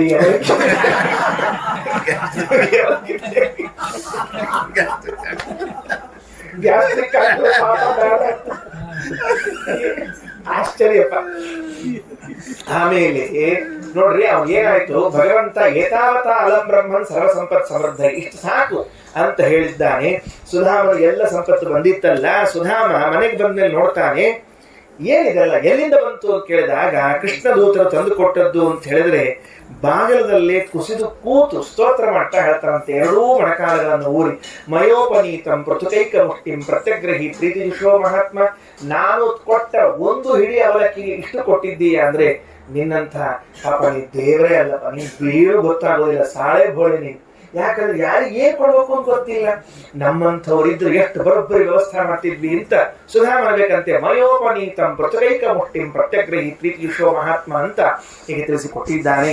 ಇದು ದಶಮ ಸ್ಕಂದದಲ್ಲಿ ಕೃಷ್ಣನ ಚರಿತ್ರೆ ನಿರೂಪಣೆ ಮಾಡುವಂತಹದ್ದು. ಮುಂದೆ ಏಕಾದಶ ಸ್ಕಂದದಲ್ಲಿ ಕೃಷ್ಣ ತಾನು ಈ ಭೂಭಾರ ಹರಣವನ್ನ ಪಾಂಡವರ ನೆಪ ಮಾಡಿಕೊಂಡು ಪೂರ್ಣ ಸಂಹಾರ ಮಾಡಿದ್ದಾನೆ. ಏಕೋಪಿತ ಸುಬಹು ಪಾಂಡುಸುತ ಸಪತ್ನೈ ದುರ್ವಾದ ಹೇಳನ ಕಚಗ್ರಹಣಾದಿ ವಿಸ್ತಾರ್ ಕೃತ್ವ ನಿಮಿತ್ತ ಇತರೇತರತಃ ಕಚಗ್ರಹಣ ನಿಮಿತ್ತ ಇತರೇತರತಃ ಸಮೇತಾನ್ ಹತ್ವಾ ಪರಾನ್ ನಿರಹರತ್ ಕ್ಷಿತಿಭಾರಮೀಶಃ. ದೇವತೆಗಳ ಪ್ರಾರ್ಥನೆಯಂತೆ ಅವತಾರ ಮಾಡಿ ಭೂಭಾರವನ್ನು ಸಂಪೂರ್ಣ ಹರಣ ಮಾಡಿದ ಮೇಲೆ ಎಲ್ಲ ಯಾದವರು ಅವರೇ ಭಾರ ಆಗಿಬಿಟ್ರು. ಎಷ್ಟು ಜನ ಯಾದವರಿದ್ರು ಅಂದ್ರೆ ದಶಮಸ್ಕಂದ ಕೊನೆಯಲ್ಲಿ ಹೇಳುವಾಗ ಯಾದವ ಕುಮಾರರಿಗೆ ಪಾಠ ಹೇಳುವ ಗುರುಗಳ ಸಂಖ್ಯೆ ಹೇಳ್ಯಾರ, ಯಾದವ ಸಂಖ್ಯೆ ಹೇಳಿಲ್ಲ. ಪಾಠ ಹೇಳುವ ಗುರುಗಳ ಸಂಖ್ಯೆ ಎಷ್ಟು ಅಂದ್ರೆ 3,88,000 ಟೀಚರ್ಸ್ ಇದ್ರು ಅಂತ ಹೇಳ್ಬಿಟ್ಟಿದ್ದಾರೆ. 3,00,00,000 ಸಹಸ್ರಾಣ ಅಷ್ಟಾಶೀತಿಶತ 88,000 ಅಂದ್ರೆ ಹೆಚ್ಚಾಗ್ತಿತ್ತು. 3,88,000 ಯಾದವ ಎಷ್ಟಿರ್ಲಿಕ್ಕೆ ಇಲ್ಲಿ ಹೇಳಿರುವಂತ. ದ್ವಾರಕಾದಾಗ ಎಷ್ಟು ಸ್ಕೂಲ್ಗಳು ಕಟ್ಟಿಸ್ತಿರ್ಲಿಕ್ಕಿಲ್ಲ ಕೃಷ್ಣ, ಎಷ್ಟು ಯೂನಿವರ್ಸಿಟಿಗಳು, ಎಷ್ಟು ಕಾಲೇಜುಗಳು, ಬಾಬಾ ಬಾಬಾ ಆಶ್ಚರ್ಯ ಆಗ್ತದೆ. ಇಷ್ಟೆಲ್ಲ ಅಧ್ಯಾಪಕರಿದ್ರು ಅಂತ ತಿಳ್ಕೊಂಡು ಹೇಳಿದ್ರೆ ಏನ್ ಸಮೃದ್ಧಿ ಇರಬೇಡಲ್ಲ ದ್ವಾರಕಾಕ. ಎಷ್ಟೆಲ್ಲ ಭರತಖಂಡದಲ್ಲಿದ್ದ ಜನ ಎಲ್ಲ ದ್ವಾರಕಾಕ್ ಬಂದು ವಾಸ ಮಾಡಿಬಿಟ್ಟು ಪರ್ಮನೆಂಟ್. ಅವ್ರು ಏನೋ ಕೊಡ್ತಿರ್ತಾರಲ್ಲ, ಏನು ಗ್ರೀನ್ ಕಾರ್ಡ್ ಕೊಟ್ಬಿಟ್ಟಿದ್ರು, ಗ್ರೀನ್ ಕಾರ್ಡ್ ಕೊಡ್ತಿದ್ದಾರೆ ಕೃಷ್ಣ ಅವರಿಗೆ, ಇಲ್ಲೇ ಇರ್ಲಿ ಅಂತ ತಿಳ್ಕೊಂಡು ಹೇಳಿ. ಹಂಗ ನನಗೇನ್ ಅನಿಸ್ತದ ಅಂದ್ರ ಇದು ಪಶ್ಚಿಮಕ್ಕದರಿ, ದ್ವಾರಕಾ ಪಶ್ಚಿಮಕ್ಕದ, ಉತ್ತರ ಭಾರತ, ಪೂರ್ವ ಭಾರತ, ದಕ್ಷಿಣ ಭಾರತ, ಮಧ್ಯ ಭಾರತ ಇಷ್ಟೂ ಕಡೆಯಿಂದಲೂ ಯಾರ್ಯಾರು ಅಧ್ಯಾಪಕರಾಗುವ ಯೋಗ್ಯತಾ ಹೊಂದಿದ್ರು ಅವರು ಒಟ್ಟರು ಸೇರ್ಕೊಂಡಿದ್ದಾರೆ. ಕೃಷ್ಣನ ಊರಿನಲ್ಲಿ ಬ್ರಾಹ್ಮಣ ಸಂಖ್ಯೆ ಎಷ್ಟಿತ್ತು ವಿಚಾರ ಮಾಡ್ರಿ, ಹೆಂಗ ನೋಡಂತ ಎಷ್ಟು ಬರೀಲಿಕ್ಕಿಲ್ಲ ಇವರೆಲ್ಲ. ಅಂದ ಮೇಲೆ ಈ ಯಾದವರೆಲ್ಲ ಇದ್ದದ್ದು ಇನ್ನು ಭೂಮಿಗೆ ಭಾರವಾಗ್ತದೆ ಅಂತ ಇಟ್ಟುಕೊಂಡು ಅವರನ್ನು ಸಂಹಾರ ಮಾಡಬೇಕು ಅನ್ನೋ ನೆಪದಲ್ಲಿ ವಿಪ್ರಶಾಪವನ್ನ ತರಿಸಿದ್ದಾನೆ. ತೇ ವೇಷಯಿತ್ವ ಸ್ತ್ರೀ ವೇಷೈಹಿ ಸಾಂಬಂ ಜಾಂಬವತಿ ಸುತಂ. ಜಾಂಬವತಿ ಪುತ್ರನಾಗಿರುವಂತಹ ಸಾಂಬ ನೋಡ್ಲಿಕ್ಕೆ ಒಂಚೂರು ಹೆಣ್ಣು ಇದ್ದಂಗೆ ಇದ್ದಂತ್ರಿ, ಸ್ವಲ್ಪ ಮುಖ ಎಲ್ಲ ಫೇಸ್ ಕಟ್ ಎಲ್ಲ ಹಂಗಿತ್ತಂತ. ಸಿರಿ ಉಡ್ಸಿದ್ರಂತ, ಅವ್ನು ಚಂದ ಕರ್ಕೊಂಡ್ ಬಂದ್ರು. ಹೊಟ್ಟಿ ಒಳಗೆ ಒಂದು ಗಂಟೆ ಇಟ್ಟಿದ್ರು ಹೊಟ್ಟಿ ಮುಂದೆ. ಅದು ಗರ್ಭಿಣಿ ಅಂತ ಅನ್ಕೊಂಡು ನಾಟಕ ಮಾಡ್ಲಿಕ್ಕೆ ಬಂದು ಕೇಳಿದ್ರಂತ, ನಮ್ಮ ಹುಡುಗಿ ಆಕೆ ಕೃಷ್ಣನ ಮಗಳು ಕಿಂ ಸೋಷ್ಯತಿ, ಏನ್ ಹಡಿತಾಳೆ ಹೇಳಿದ್ರೆ ಮಾಡಿ, ಯಾಕ ಪ್ರಸೋಷ್ಯತಿ ಪುತ್ರಕಾಮ ಕಿಂಸಿತ್ ಸಂಜನಯಿಷ್ಯತಿ, ಏನ್ ಹಡಿತಾಳೆ ಹೇಳ್ರಿ ಅಂತ. ಇವತ್ತಿನ ಕಾಲ ಆಗಿದ್ರ ಅದನ್ನ ಟೆಸ್ಟ್ ಮಾಡಿ ಇಲ್ಲ ಗಂಡೋ ಹೆಣ್ಣು ಅಂತ ಡೈರೆಕ್ಟ್ ಹೇಳಿ ಬರ್ತಿತ್ತು. ಅವತ್ತಿನ ಕಾಲದವ್ರು ಹೆಂಗ್ ಹೇಳಿದ್ರು, ವಾದರಾಜ ಸ್ವಾಮಿಗಳು ಒಂದು ಯುಕ್ತಿ ಮಲ್ಲಿಕಾದಾಗ ಒಂದು ಚಂದ ಜೋಕ್ ಮಾಡ್ಯಾರ, ಕೆಲವರು ಕುರಿತು ಅಂಥವ್ರು ನೋಡಿ ಜೋಕ್ ಮಾಡ್ಯಾರ. ಏನಾಗಿದೆ ಯುಕ್ತಿ ಮಲ್ಲಿಕಾದಾಗ ಅಂದ್ರೆ ಒಬ್ಬ ಜ್ಯೋತಿಷ್ಯ, ಅವ ಅರ್ಧಂಬರ್ಧ ಕಲ್ತು ಬಿಟ್ಟಿದ್ರೆ. ಅವ ಅರ್ಧಂಬರ್ಧ ಅಂದ್ರೆ ಏನ್ರಿ, 27 ನಕ್ಷತ್ರ ಇರ್ತಾವ ಇಷ್ಟ ಗೊತ್ತಿತ್ತು, ಅವ್ ಮುಂದಿನ ಗೊತ್ತಿಲ್ಲ. ಇಷ್ಟ ಜ್ಯೋತಿಷ್ ಹೇಳ್ಬೋದು, 27 ನಕ್ಷತ್ರ ಮೇಲೆ ಒಂದು 20 ವರ್ಷ ಜೀವನ ಕಳೆದ್ಬಿಟ್ಟಿದವ. ಯಾರೇ ಬಂದ್ರು ಅಶ್ವಿನಿ ಭರಣಿ ಕೃತಿಕ ರೋಹಿಣಿ ಅಂತ ಹೇಳಿ ಬಿಟ್ಟಿದವ. ಅವ್ನು ಕಳೆದಿದ್ದ. ಒಬ್ರು ಏನ್ ಮಾಡಿದ್ರು, ಬಹಳ ದಿವಸ ಅಲ್ಲೇ ಗರ್ಭಿಣಿ ಸ್ತ್ರೀ ಕರ್ಕೊಂಡ್ ಬಂದ್ರಿ, ಪ್ರೆಗ್ನೆಂಟ್ ಇದ್ಲು. ನಮ್ ಹುಡುಗಿ ಏನ್ ಹೇಳ್ತಾಳೆ ಹೇಳ್ರಿ ಕೇಳ್ಬಿಟ್ರಿ. ಆಚಾರು ಮೀನಾಮೇಷ ವೃಷಭ ಎಲ್ಲ ಎಣಿಸಿ ಮುಗಿಸಿದ್ರಿ, ಯಾವುದು ತಿಳಿಯಲ್ ತಾಗಿದವ್ರಿಗೆ, ಯಾಕಂದ್ರೆ ಬರಂಗೇ ಇಲ್ಲ, ಗೊತ್ತ ಹೆಂಗಾಗಬೇಕು. ಕೊನೆಗೆ ಒಂದು ಚೀಟಿ ಬರೆದ್ರು, ಬರೆದು ಚೀಟಿ ಮುಚ್ಚಿ ಹೇಳಿದ್ರು, ಇದನ್ನ ಹಡದ ದಿವಸ ತೆಗೆದು ನೋಡ್ರಿ ಅಂತ ಇಷ್ಟ ಹೇಳ್ಬಿಟ್ರು. ನಾ ಹೇಳಿದ್ ಸತ್ಯ ಆಗ್ತದೆ ನೋಡ್ರಿ ಎಂದ್ರು. ಪಾಪ ಹೂ ಅಂತ ಕರ್ಕೊಂಡು ಹೋದ್ರು. ನೋಡ್ತಾರ ಮರೊಬ್ಬರಿಗಡೆ ಹುಟ್ಟಿದ ಕೂಡಲೇ ಚೀಟಿ ತೆಗೆದು ನೋಡ್ತಾರ, ಪುತ್ರೋ ನ ಪುತ್ರಿ ಜಾಯೇತ ಅಂತ ಬರೆದ್ಬಿಟ್ಟಿದ್ರು. ಪುತ್ರೋ ನ ಪುತ್ರಿ ಜಾಯೇತ ಏನ್ ಅರ್ಥ ಮಾಡ್ಕೋಬೇಕು? ಪುತ್ರ ನ ಪುತ್ರಿ ಜಾಯೇತ ಅಂತ ಬರೆದ್ಬಿಟ್ಟಿದ್ರು. ಅವ್ರಿಗೆ ಅರ್ಥ ಆಗ್ಲಿಲ್ಲ. ಕೊನೆಗೆ ಅದೇ ಜ್ಯೋತಿಷ್ಯಗಳ ಕಡೆಗೆ ಕರ್ಕೊಂಡ್ ಬಂದು ಪತ್ರ ತೋರಿಸಿದ್ರು, ಆಚಾರ ನೀವು ಬರೆದು ಕೊಟ್ಟಿದ್ರಿ, ಏನ್ ನಿಮ್ ಭವಿಷ್ಯ ಅರ್ಥ ಆಗ್ಲಿಲ್ಲ, ಏನ್ ಗಂಡು ಮತ್ ನಾ ಬರೆದಿಲ್ಲ, ನೀನ್ ನೋಡಿ ಪುತ್ರ ನ ಪುತ್ರಿ ಜಾಯೇತ ಅಂತ ಬರೆದೀನಿ, ಗಂಡೇ ಹೇಳ್ತಾರ ಹೆಣ್ಣು ಹಣೆಂಗಿಲ್ಲ ಅಂತ ಬರೆದು ಬಿಟ್ಟಿದ್ದೆ ಅಂದ. ಆಶ್ಚರ್ಯ ಆಗ್ಬಿಡ್ತು. ಏನ್ ಮಾರ್ಕ್ಸಿದ್ದೀನಿ.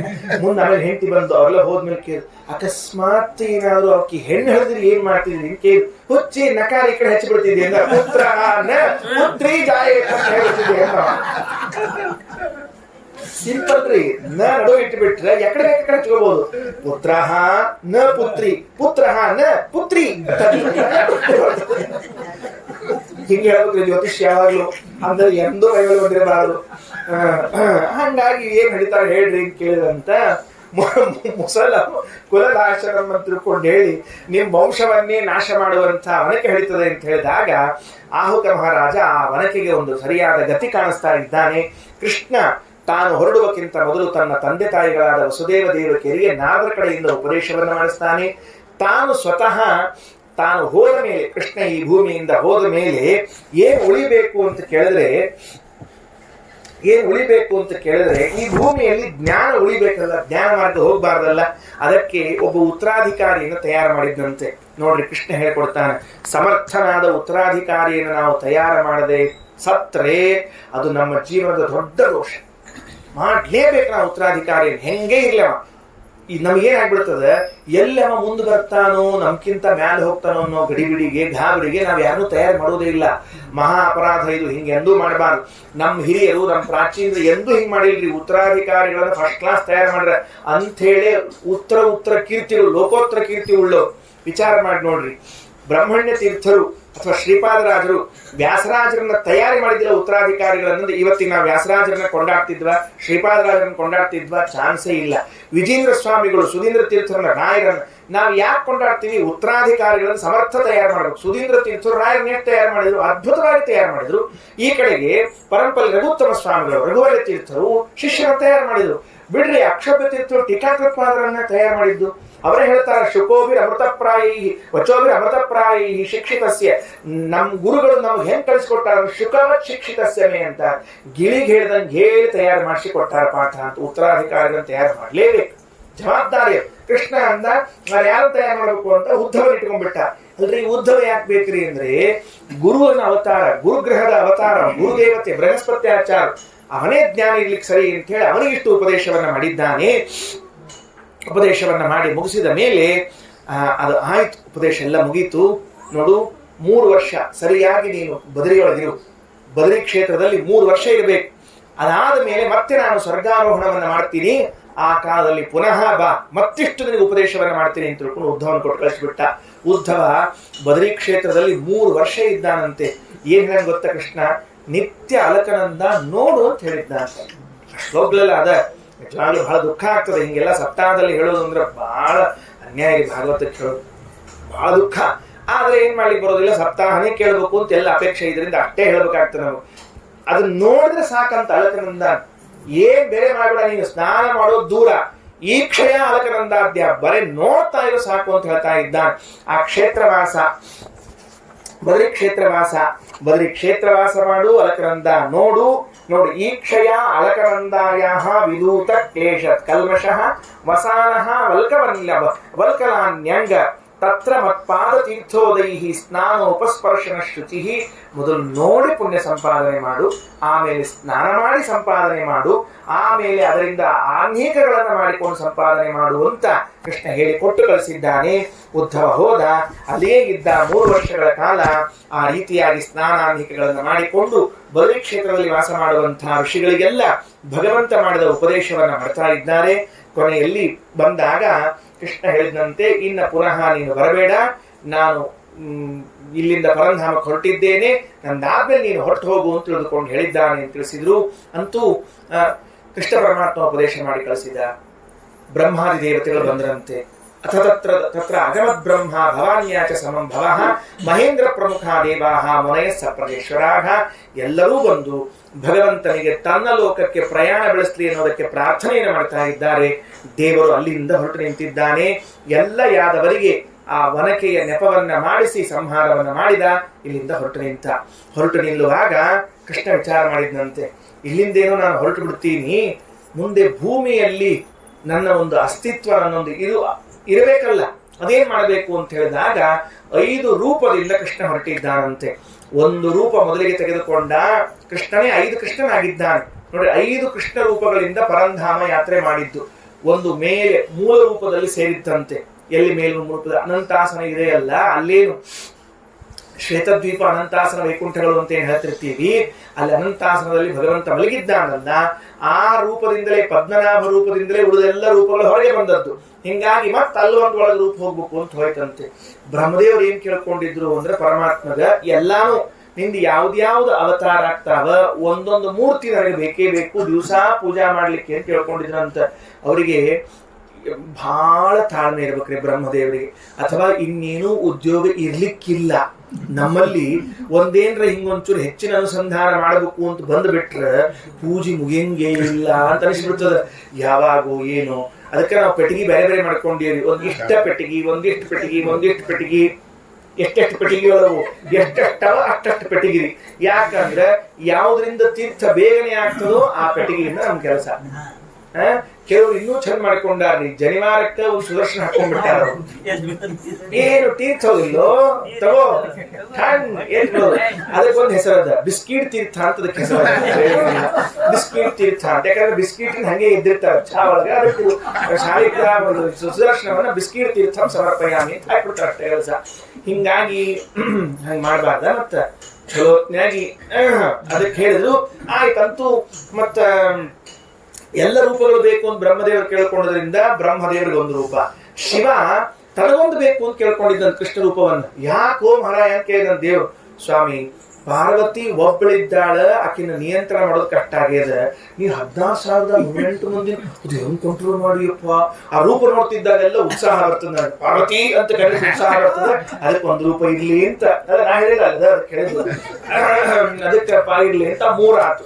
4ನೇದ್ದೇನು ಅಂದ್ರೆ ಯಾರು ಗಾಯತ್ರಿ ಮಂತ್ರಪೂರ್ವಕವಾಗಿ ಅರ್ಘ್ಯ ಪ್ರದಾನ ಮಾಡ್ತಾರೋ ಸೂರ್ಯಾಂತರ್ಗತನಾಗಿ ಅನುಗ್ರಹ ಮಾಡ್ಲಿಕ್ಕೆ ಅವನಿದ್ದಾನೆ.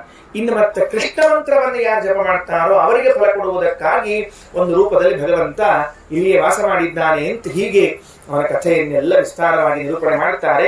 ಕೃಷ್ಣ ಇಲ್ಲಿಂದ ಭೂಮಿಯಿಂದ ಹೊರಟ ಅಂತ ಅವನ ಕಥೆಯನ್ನು ಹೇಳಿದ ಮೇಲೆ ಪರೀಕ್ಷಿತ ಮಹಾರಾಜರು ಮುಂದೆ ಕೇಳ್ತಾರೆ, ಈ ಕಲಿಯುಗ ನಾವೇ ಈಗ ಇದ್ದೀವಿ, ಕಲಿಕಾಲದಲ್ಲಿ ಇದು ಹೆಂಗಿರ್ತದೆ ಹೇಳ್ರಿ ಅಂತ ಕೇಳಿದಾಗ, ತತಶ್ಚ ಅನುದಿನಂ ಧರ್ಮ ಸತ್ಯಂ ಶೌಚಂ ಕ್ಷಮ ದಯಾ ಕಾಲೇನ ಬಲಿನಾರಾಜನ್ ನಂಕ್ಷಂತ್ಯಾಯು ಬೃಹಸ್ಪತಿ.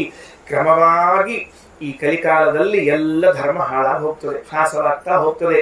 ಮೊದಲಿಗೆ ಇದ್ದಷ್ಟು ಧರ್ಮಗಳು ಈಗಿಲ್ಲ. ಈಗಿರುವಷ್ಟು ಇನ್ನೊಂದು 10 ವರ್ಷ ಹೋದ್ಮೇಲೆ ಇರಂಗೇ ಇಲ್ಲ, ಏನು ಸಂದೇಹವೇ ಬೇಡ. ಅದಕ್ಕೆ ಕಲಿಯುಗದಾಗ ಯಾವ ಪ್ರಧಾನ ಅಂತ ಕೇಳಿದ್ರೆ ವಿತ್ತಮೇವ ಕಲೋ ನೃಣಾಂ ಜನ್ಮಾಚಾರ ಗುಣಾದಯ. ಹಣ ಪ್ರಧಾನ. ಕಲಿಯುಗದೊಳಗೆ ದುಡ್ಡು ಯಾರ ಕಡೆ ನೋಡ್ರಿ, ಅವರೇ ಎಲ್ಲ ಮುಗಿದು ಹೋಯ್ತು, ಬೇಕಾದಿಲ್ಲ. ಒಂಚೂರು ಏನಾದ್ರು ದುಡ್ಡಿಲ್ಲ ಅಂತ ವಾಸನೆ ಬಡದ್ರ ಇವಂಗ ಅವ್ನ್ ಹೆಂಗ್ ನೋಡ್ತಿರ್ತಾನಂತಂದ್ರ ಹೆಣ ನೋಡ್ದಂಗ್ ನೋಡ್ತಿರ್ತಾರ, ಮೈಲಿಗೆ ಅದು ನೋಡ್ಬಾರ್ದವನ್ನ ಅನ್ನೋ ಹಂಗಿರ್ತಾರ. ಯಾಕ ದುಡ್ಡು ಅಂತ ಕೆಲಸ ಮಾಡಿಬಿಡ್ತದೆ. ಆಮೇಲೆ ಮತ್ತ ದಾಂಪತ್ಯ ಕಲಿಯುಗದೊಳಗ ಲಗ್ನ ಹೆಂಗ ಆಗ್ತಾರ ಅಂತ ತಿಳ್ಕೊಂಡು ಕೇಳಿದ್ರೆ, ನನಗೆ ನೀ ಸೇರಿ ನಿನಗೆ ನಾ ಸೇರಿವಿ ಅದಕ್ಕೆ ಲಗ್ನ ಮಾಡ್ಕೊಂಡ ಅಂತ ಸೇರೋ ತನಕ ಇರ್ತದಂತ ಅರ್ಥ. ಅದಕ್ಕೆ ಸೇರೋದು ಮುಗಿದ ಕೂಡ್ಲೆ ಸೇರಿ ಮುಗಿದು ಬಿಡ್ತಾರ, ಅಷ್ಟ ಮುಗಿದು ಮುಂದ್ ಕೆಲಸ ಇದಾಗ್ತಾವ. ಇನ್ನು ಬ್ರಾಹ್ಮಣ ಅಂತ ಹೆಂಗ್ ಗೊತ್ತಾಗೋದು ಅಂತಂದ್ರೆ, ಫ್ರೆಶ್ ಜನ ಹಾಕೊಂಡಿರ್ತಾರ ನೋಡ್ರಿ, ಅದರಿಂದ ಫ್ರೆಶ್ ಜನ ಹಾಕೊಂಡ್ರೆ ಅವನೇ ಬ್ರಾಹ್ಮಣ ಅಂತ ಅರ್ಥ. ಯಾಕಂದ್ರೆ ಇವತ್ತು ಯಾರೇನು ದೇವರಾಗಿ ಗೊತ್ತಾಗೋದಿಲ್ಲ, ಗೊತ್ತೇ ಸಾಧ್ಯವೇ ಇಲ್ಲ, ಅಷ್ಟು ವಿಚಿತ್ರ ಆಗ್ಬಿಟ್ಟದು. ಆಮೇಲೆ ಸ್ತ್ರೀತ್ವೇ ಪುಂಸ್ತೆ ಚಾರತಿ, ಇನ್ನು ಸ್ತ್ರೀನೋ ಪುರುಷನೋ ಗೊತ್ತೇ ಆಗ್ಲಾರ್ದಂತ ವೇಷಭೂಷಗಳು ಬಂದ್ಬಿಟ್ಟಾವಂತ. ಪಾಪ ಬಸ್ನಾಗ ಹತ್ತಿದ ಮುಂದೆ ಒಂದ್ ಚೂರಿ ದೊಡ್ಡ ಕೂದಲು ಬಿಟ್ಕೊಂಡಿದ್ಲು, ಅಕ್ಕ ಒಂಚೂರು ಸರಿ ಅನ್ನಂತಿಗೆ ನನ್ನ ಯಾಕೆ ಅಕ್ಕ ಅಂತೀವ ಅಂತ ಕೇಳಿದಂತ ಗಂಡಸು. ಇಷ್ಟುದ್ದು ಕೂದಲು ಬಿಟ್ಕೊಂಡು ಹೇಳಿದ್ದ. ಇನ್ನೊಬ್ಬಕ್ಕೆ ಯಾರೋ ಮುಂದೊಬ್ಬ ಪ್ಯಾಂಟ್ ಹಾಕೊಂಡು ಶರ್ಟ್ ಹಾಕೊಂಡು ಟ್ರಾಫಿಕ್ ಬಚ್ಕೊಂಡು ನಿಂತಂತೆ, ಏ ಅಣ್ಣ ಒಂಚೂರು ಸರಿ ಅಣ್ಣ ಅನ್ನಂತೆ, ನನ್ನ ಹೆಂಗಣ್ಣ ಅಂತ ಹೆಚ್ಚಿಗೆಲ್ಲ ಹೆಣಬಳಕಿ ಎರಡು ಅಂಗಿ ಚಡ್ಡಿ ಹಾಕೊಂಡು ಹೇಳಿದ್ರೆ ಹೆಂಗ್ ಗೊತ್ತಾಗ ಹೇಳುವಂತ ಕಲಿಕಾಲದ ಪ್ರಭಾವ ಗೊತ್ತೇ ಆಗೋದಿಲ್ಲ. ಇಂಥ ಕಲಿಕಾಲ ಇದ್ರೂ ಕೂಡ ಕೊನೆಗೆ ಭಗವಂತ ಕಲ್ಕಿ ನಾಮಕನಾಗಿ ಬಂದು ಅವರನ್ನೆಲ್ಲ ಸಂಹಾರವನ್ನ ಮಾಡಿ, ದುಷ್ಟರನ್ನು ಸಂಹಾರ ಮಾಡಿ ಮತ್ತೆ ಕೃತಯುಗನ ಪ್ರಾರಂಭ ಮಾಡ್ತಾನೆ ಅಂತ ಹೀಗೆ ಹೇಳಿ ಸಪ್ತಾಹವನ್ನು ಮುಕ್ತಾಯ ಮಾಡ್ತಾರೆ. ಸಿದ್ಧೋಸ್ಮಿ ಅನುಗ್ರಹೀತೋಸ್ಮಿ ಭವತಾ ಕರುಣಾತ್ಮನ ಶಾಹಿತೋ ಎಚ್ಚಮೇ ಸಾಕ್ಷಾತನಾದಿನೋ ಹರಿಹಿ. ಪರೀಕ್ಷಿತರಾಜರಂತಾರೆ ಶುಕಾಚಾರ್ಯ, 7 ದಿವಸ ನಮಗೆ ಭಾಗವತವನ್ನ ಹೇಳಿ ಪರಮಾನುಗ್ರಹ ಮಾಡಿದ್ದೀರಿ, ಇನ್ಯಾವ ಭಯವೂ ನನಗೆ ಇಲ್ಲ ಅಂತ ತಿಳಿದುಕೊಂಡು ಹೇಳಿ ಹೊರಟಿದ್ದಾರೆ. ಪರೀಕ್ಷಿತ ಮಹಾರಾಜರಿಗೆ ಉಪದೇಶ ಮಾಡಿದ್ರು. ಶುಕಾಚಾರ್ಯ ಹೊರಟು ಹೋದ್ರು. ಪರೀಕ್ಷಿತ ಸಮಾಧಿ ಅವಸ್ಥೆಯಲ್ಲಿ ಕೂತಿದ್ದಾನೆ. ದೂರದಿಂದ ತಕ್ಷಕ ಹಾಗೂ ಕಶ್ಯಪ ಇಬ್ಬರೂ ಬರ್ತಿದ್ದಾರೆ. ಕಶ್ಯಪ ಬ್ರಾಹ್ಮಣ ವಿಷ ಪರಿಹಾರ ಮಾಡುವಂತಹ ಮಂತ್ರಬಲ್ಲವನು, ತಕ್ಷಕ ವಿಷವನ್ನ ಕೊಡುವಂಥವನು. ಕೊನೆಗೆ ತಕ್ಷಕ ಮಂತ್ರ ಹೇಳುವಂತಹ ಬ್ರಾಹ್ಮಣನಿಗೆ ಹಣವನ್ನ ಕೊಟ್ಟು ಅಲ್ಲಿಂದಲೇ ಕಳಿಸಿದ್ದಾನೆ. ತಾನೇ ಬಂದಿದ್ದಾನೆ. ಬಂದ ಪರೀಕ್ಷಿತ ಮಹಾರಾಜ ಗಂಗಾ ನದಿಯ ಮಧ್ಯದಲ್ಲಿ ಒಂದು ನಡುಗಡ್ಡೆಯ ಮೇಲೆ ಇದೇನು ಪ್ರವಚನ ಆಗ್ತಾ ಇದೆ ಆ ಸ್ಥಳದಲ್ಲಿ ಆಸೀನಾಗಿದ್ದಾನೆ. ಬಂದ ಋಷಿಗಳೆಲ್ಲ ಹೊರಟು ಹೋಗಿದ್ದಾರೆ. ಏಕಾಂತದಲ್ಲಿ ಕುಳಿತಿರುವಾಗ ಹಣ್ಣಿನಲ್ಲಿ ಬಂದು ಸೇರಿಕೊಂಡಂತೆ ಒಳಗಡೆಗೆ. ಹಣ್ಣಿನಿಂದ ಹೊರಗೆ ಬಂದ ಪರೀಕ್ಷಿತ ಮಹಾರಾಜರಿಗೆ ಕಚ್ಚಿದ್ದಾನೆ. ಪರೀಕ್ಷಿತ ದೇಹತ್ಯಾಗವನ್ನು ಮಾಡಿದ್ದಾರೆ. ವಾಸ್ತವದಲ್ಲಿ ಪರೀಕ್ಷಿತ ಮಹಾರಾಜರು ದೇಹತ್ಯಾಗ ಮಾಡಿದ್ದು ಸಮಾಧಿಯಿಂದ, ಕಚ್ಚಿದ್ದು ಬ್ರಾಹ್ಮಣನ ವರ ಸತ್ಯ ಆಗಲಿ ಅಂತ ತಿಳಿದುಕೊಂಡು ಅಂತ ಇಷ್ಟು ತಿಳಿಬೇಕು. ಮುಗಿದ ಮೇಲೆ ಸೂತಾಚಾರ್ಯರಿಗೆ ಶೌನಕರಂತಾರೆ, ಸ್ವಾಮಿ ಇಷ್ಟೇ ಹೇಳಿ ಭಾಗವತ ನಿಲ್ಲಿಸಿ ಬಿಡಬೇಡ್ರಿ. ಯಾಕೆ ಬಿಡಬಾರ್ದು ಅಂತಂದ್ರೆ ಪರೀಕ್ಷಿತ ಮಹಾರಾಜರು ಭಾಗವತ ಕೇಳಿ ಮರಣ ಹೊಂದಿದ್ರು, ದುರ್ಮರಣ ಹೊಂದಿದ್ರು ಅನ್ನುವಂತಹ ಪಾಪ ಅದು ಆ ಭಾವನೆ ನಮಗೆ ಬರಬಾರದು. ಅದರಿಂದ ಮಾರ್ಕಾಂಡೇಯ ಚರಿತ್ರೆಯನ್ನು ಹೇಳ್ರಿ ಅಂತ ತಿಳ್ಕೊಂಡು ಹೇಳಿದಾಗ, ಮೃಕಂಡು ಮತ್ತು ಖ್ಯಾತಿ ಎನ್ನುವಂಥವರಲ್ಲಿ ಹುಟ್ಟಿ ಬಂದವರೇ ಮಾರ್ಕಾಂಡೇಯರು. ಅವರು ದೀರ್ಘಾಯುಷಿಗಳು ಹೆಂಗಾದರು ಅಂತ ಕೇಳಿದ್ರೆ ಒಂದೇ ಅವರ ಕಡೆಗೆ ಇರುವ ಅಸ್ತ್ರ. ಯಾವ ಅಸ್ತ್ರ? ಎಲ್ಲ ಬ್ರಾಹ್ಮಣರಿಗೆ ನಮಸ್ಕಾರ ಮಾಡುವ ಅಸ್ತ್ರ. ಇದನ್ನು ಯಾರು ಇಟ್ಕೊಂಡಾರೋ ಅವ್ರಿಗೆ ದೀರ್ಘಾಯುಷಿಗಳು ಆಗೇ ಆಗ್ತಾರೆ, ಸಂದೇಹವೇ ಇಲ್ಲ. ಮಾರ್ಕಾಂಡೇಯ ಸಾಕ್ಷಿ. ಅವ್ರ ಮನೆಗೆ ಯಾರೊಬ್ಬರ ಜ್ಯೋತಿಷ್ಕರ ಬಂದಿದ್ರಂತ. ಅವ್ರ ಅಪ್ಪ ಕೇಳಿದ್ರಂತ, ನಮ್ಮ ಹುಡುಗ ನಮಗೆ ದೀರ್ಘಾಯುಷ್ಯ ಆಗಿರ್ಬೇಕು ಅಂತ ಇಚ್ಛಾ ಅದ, ಹೆಂಗೆಂಗದ ಹೇಳ್ರಿ ಅಂತ ತಿಳ್ಕೊಂಡು. ಎಲ್ಲಾ ಚಲೋ ಹುಡುಗ ಶಾಣೆ ಇದ್ದಾನೆ, ಎಲ್ಲ ಅದಾನೆ, ಆದ್ರೆ ಆಯುಷ್ಯ ಬಹಳ ಕಡಿಮೆ ಅದ ಅಂತ ಹೇಳ್ಬಿಟ್ರಂತ. ಅಯ್ಯೋ ಅಂದ್ರು. ಮತ್ತೇನ್ ಮಾಡ್ಲಿ ಅಂದ್ರು. ಕೆಲಸ ಮಾಡ್ರಿ, ನಾಳೆ ಮುಂಜಿ ಮಾಡ್ಬಿಡ್ರಿ ಅವ್ರ. ಮುಂಜಿ ಮಾಡ್ರಿ ಹೇಳ್ತೀನಿ, ನಾಳೆ ಆಚಾರ ಕೂತ್ ಮುಂಜಿ ಮಾಡಿಸ್ಬಿಟ್ರು ಅವ್ರಿಗೆ. ಮರ್ಕಂಡು ತರವನ್ನು ಮಾರ್ಕಾಂಡೇಯರಿಗೆ ಮಾಡಿಸಿದ್ಮೇಲೆ ಆ ಹುಡುಗನಿಗೆ ಹೇಳಿದ್ರಂತ, ಕಿವಿ ಒಳಗೊಂದು ಗುರುಮಂತ್ರ ನೆನಪಿಟ್ಟುಕೋ. ಏನ್ ಗುರುಮಂತ್ರ ಅಂದ್ರೆ, ನಿತ್ಯ ಹಿರಿಯರಿಗೆ ನಮಸ್ಕಾರ ಮಾಡಿ, ನಿತ್ಯ ಹಿರಿಯರಿಗೆ ನಮಸ್ಕಾರ ಮಾಡಿ. ಚತ್ವಾರಿ ತಸ್ಯ ವರ್ಧಂತೆ ಆಯುರ್ವಿದ್ಯಾ ಯಶೋಬಲಂ ನಿತ್ಯಂ ವೃದ್ಧೋಪಸೇವಿನಃ. ಯಾರು ನಿತ್ಯದಲ್ಲಿ ಹಿರಿಯರಿಗೆ ನಮಸ್ಕಾರ ಹಾಕ್ತಾ ಬಂದಿದ್ದಾರೋ ಅವರಿಗೆ 4 ಬೆಳೆದೇ ಬೆಳೀತದೆ. ಆಯಸ್ಸು, ವಿದ್ಯಾ, ಯಶಸ್ಸು, ಬಲ. ಅದಕ್ಕೆ ನೀ ಏನ್ ಮಾಡು, ಬಂದವರಿಗೆಲ್ಲ ನಮಸ್ಕಾರ ಮಾಡುವುದು ಸರಿ ಅಂತ.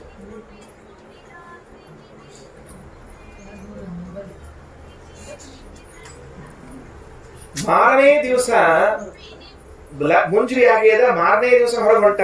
ಆಶ್ರಮದಿಂದ ಹೊರಗೆ ಹೋದ್ರು. ಅಪ್ಪ ಹೇಳಿದ್ರು ತುಳಸಿ ತಗೊಂಬ ಅಂತ ಹೇಳಿದ್ರು. ಹೋಗಿದ್ದಾರೆ. ಒಂದಿಷ್ಟು ಜನ ಹೊಂಟಿದ್ರಂತ. ಅಯ್ಯೋ ನಮ್ಮಪ್ಪ ಹೇಳ್ಯಾನ, ಗುರುಗಳು ಹೇಳ್ಯಾರ ಅಂತ ತಿಳ್ಕೊಂಡು ಕಿವಿ ಹಿಡ್ಕೊಂಡು ಗೋತ್ರೋಚ್ಚಾರಣೆ ಮಾಡಿ ನಮಸ್ಕಾರ ಹಾಕ್ಬಿಟ್ರು. ಅವ್ರು ನಮಸ್ಕಾರ ಮಾಡಿಸ್ಕೊಂಡವ್ರು ದೀರ್ಘಾಯುಷ್ಮಾನ್ ಭವ ಅಂದ್ಬಿಟ್ರು ಬಾಯಿಂದ. ದೀರ್ಘಾಯುಷ್ಮಾನ್ ಭವ ಅಂದು ಕೂಡ್ಲೆ ಈ ಹುಡುಗ ಎದ್ದು ನಿಂತು ಕೈ ಮುಗಿತಾನ. ಇವನು ಮುಖದಲ್ಲಿ ಕಾಂತಿಯೇ ಬದಲಾಗ್ಬಿಟ್ಟಿತ್ತು. ಅವರು ನೋಡಿದ್ರೆ ಇವನ್ನ ಏನಾಗಿತ್ತು ಅಂದ್ರೆ ಆಯುಷ್ಯ ರೇಖಾ ಹಿಂಗ್ ಬಂದು ಇಲ್ಲಿ ನಿಂತ್ಬಿಟ್ಟಿತ್ತು. ಟಂಗ್ ಟಂಗ್ ಟಂಗ್ ಟಂಗ್ ಅಂತ ಮುಂದೆ ಹೋಗ್ತೀನಿ ಇರೋದು ಅಷ್ಟೇ ಇತ್ತು. ಇವನ್ ಮುಖ ಚೇಂಜ್ ಆಗ್ಬಿಡ್ತು. ಅಯ್ಯೋ ಏನ್ ಮಾಡಿದೆವಪ್ಪ ಇವಂಗ ಅಂತ ಆ ಹುಡುಗನ ಸೀದಾ ಕರ್ಕೊಂಡು ಬ್ರಹ್ಮದೇವ್ರ ಮನೆಗೆ ಹೋಗ್ಬಿಟ್ರಂತ. ಬ್ರಹ್ಮದೇವ್ರ ಒಂದು ಸಣ್ಣ ಏನ್ ಮಾಡಿದ್ರು, ಇಲ್ಲ ನಾ ಹಿಂಗ್ ದೀರ್ಘಾಯುಷ್ಮಾನ್ ಭವ ಅಂದ್ಬಿಟ್ಟಿವಿ, ಇವ್ರ ಹಣಿ ಮೇಲೆ ಹಿಂಗ್ ಬಂದ್ ಲೈಫ್ ಲೈನ್ ಇಲ್ಲಿ ನಿಂತು ಬಿಟ್ಟದ, ಏನ್ ಮಾಡ್ಲಿ ಅಂತ ಕೇಳಂತ. ಏನಿಲ್ಲ ಒಂದ್ ಕೆಲಸ ಮಾಡೋಣಂತ, ಅದೇನ್ ಹಿಂಗ್ ಬಂದ್ ಇಲ್ಲಿ ನಿಂತದಲ್ಲ ಯಾವ್ದು ಆಯುಷ್ಯ ರೇಖಾ, ಅದನ್ನ ಅಳಿಸ್ಬಿಡ್ತೀನಿ, ಮತ್ತ ನಿಮ್ಮ ಮಾತು ಸತ್ಯ ಮಾಡಿಬಿಡ್ತೀನಿ ಅಂದ್ರು. ಯಾಕೆ ನಿಮ್ಮ ಮಾತು ಸತ್ಯ ಮಾಡ್ತೀರಿ? ನೀವೆಲ್ಲ ಬ್ರಾಹ್ಮಣರು, ಲೋಕದಲ್ಲಿ ನೀವು ಆಡಿದ ಮಾತುಗಳು ಸತ್ಯ ಆಗ್ತದೆ ಅಂತ ಆದ್ರೆ ಎಷ್ಟು ಜನ ವಿಶ್ವಾಸ ಬದುಕ್ತಾರೆ. ಆ ವಿಶ್ವಾಸದಿಂದ ಬದುಕಲಿ ಅನ್ನೋದಕ್ಕಾಗಿ ನಿಮ್ಮ ಮಾತು ಸತ್ಯ ಮಾಡ್ತೀನಿ ಅಂತ ತಿಳ್ಕೊಂಡು ಬ್ರಹ್ಮದೇವರೇ ಅವರ ಮಾತನ್ನು ಸತ್ಯ ಮಾಡ್ತಾರೆ. ಅವರು ಯಾರು ಅಂದ್ರೆ 7 ಜನ ಋಷಿಗಳು, 7 ಋಷಿಗಳು.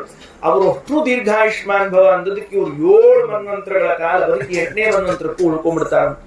ಅಂಥ ಮಾರ್ಕಾಂಡೇಯರು. ಅದಕ್ಕೆ ಅವರ ಚರಿತ್ರೆಯನ್ನು ಕೇಳಿದ್ರೆ ನಮಗೂ ದೀರ್ಘಾಯುಷ್ಯ ಆಗ್ತದೆ ಅಂತ ಹೀಗೆ ಹೇಳಿ ಸಮಗ್ರವಾದ ಭಾಗವತದ ಪ್ರವಚನವನ್ನು ಮಾಡ್ತಾ, ಕಲಿಮಲ ಸಂಸ್ಕೃತಿ ಕಾಲನೋ ಖಿಲೇಶಃ ಹರಿಹಿ ಇತರತ್ರ ನಗೀಕ್ಯತೆ ಹ್ಯಭೀಕ್ಷ್ಣಂ ಇಹತು ಪುನರ್ಭಗವಾನ್ ಶೇಷಮೂರ್ತಿ ಪರಿಪಠಿತೋನುಪದಂ ಕಥಾ ಪ್ರಸಂಗೈಹಿ.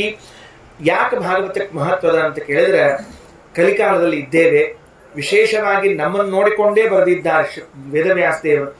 ಕಲಿಯ ಮಲ. ಕಲಿಯ ಮಲ ಅಂದ್ರೆ ಎರಡಿದೆ, ಒಂದು ಅನ್ಯಥಾಜ್ಞಾನ, ಒಂದು ಮಿಥ್ಯಾಜ್ಞಾನ ಅಂತ. ಅಂದ್ರೆ ಒಂದು ಅಜ್ಞಾನ ಮತ್ತು ಮಿಥ್ಯಾಜ್ಞಾನಗಳು, ಒಂದು ತಪ್ಪು ತಿಳುವಳಿಕೆ, ಒಂದು ತಿಳಿಯದೇ ಇರುವಿಕೆ. ಅಜ್ಞಾನ ಮಿಥ್ಯಾಜ್ಞಾನ, ಇದು ಕಲಿಯ ಮಲ. ಹಾಗಾಗಿ ಈ ಕಲಿಯ ಮಲಗಳು ಹೋಗಬೇಕಾಗಿದ್ದರೆ ಕೃಷ್ಣ ಕಥೆಯನ್ನು ಅವಶ್ಯವಾಗಿ ಶ್ರವಣ ಮಾಡಲೇಬೇಕು. ಅದಕ್ಕಾಗಿಯೇ ಇಲ್ಲಿ ಭಗವಂತ ಹೆಜ್ಜೆ ಹೆಜ್ಜೆಗೂ ಹೇಳಲ್ಪಟ್ಟಿದ್ದಾನೆ ಅಂತ ಅವನ ಸ್ತೋತ್ರ ಮಾಡಿ ಉಪನ್ಯಾಸ ಮಾಡಿದ ವ್ಯಾಸಸೂನುಂ ನತೋಸ್ಮಿ ಶುಕಾಚಾರ್ಯರಿಗೆ ನಮಸ್ಕಾರ ಮಾಡಿ ಕೊನೆಗೆ ವೇದವ್ಯಾಸ ದೇವರಿಗೆ ಮೂಲ ರೂಪದ ಪರಮಾತ್ಮನಿಗೆ ಉಪಚಿತ ನವಶಕ್ತಿ ವಿಶ್ವ ಆತ್ಮನ್ ಉಪರಚಿತ ಸ್ಥಿರ ಜಂಗಮ ಪಾಲನಾಯ ಭಗವತಿ ಉಪಲಬ್ಧಿ ಮಾತ್ರ ಧಾಮ್ನೆ ಸುರವೃಷಭಾಯ ನಮಃ ಸನಾತನಾಯ ಅಂತ ಆ ಸನಾತನಾದ ಪರಮಾತ್ಮನಿಗೆ ನಮಸ್ಕಾರವನ್ನು ಮಾಡ್ತಾ ಈ ಗ್ರಂಥವನ್ನ ಮುಗಿಸ್ತಾ ಇದ್ದಾರೆ. ಜನ್ಮಾದ್ಯಸ್ಯ ಯತೋನ್ವಯಾದಿತರತಶ್ಚಾರ್ಥೇಷ್ವವಿಘ್ನಸ್ವರಾಟ್ ತೇನೇ ಬ್ರಹ್ಮ ಹೃದಯಾದಿ ಕವಲೇ ಮುಖ್ಯಂತಿ ಯಂ ಸೂರಯಃ ತೇಜೋ ವಾರಿವೃದಾಂ ಯಥಾ ವಿನಿಮಯಃ ಯತ್ರ ಸರ್ಗೋ ವೃಷಾ ಧಾಮ್ನಾ ಸ್ವೇನ ಸದಾ ನಿರಸ್ತಕುಹಕಂ ಸತ್ಯಂ ಪರಂ ಧೀಮಹಿ. ಶ್ರೀಕೃಷ್ಣಾರ್ಪಣಮಸ್ತು.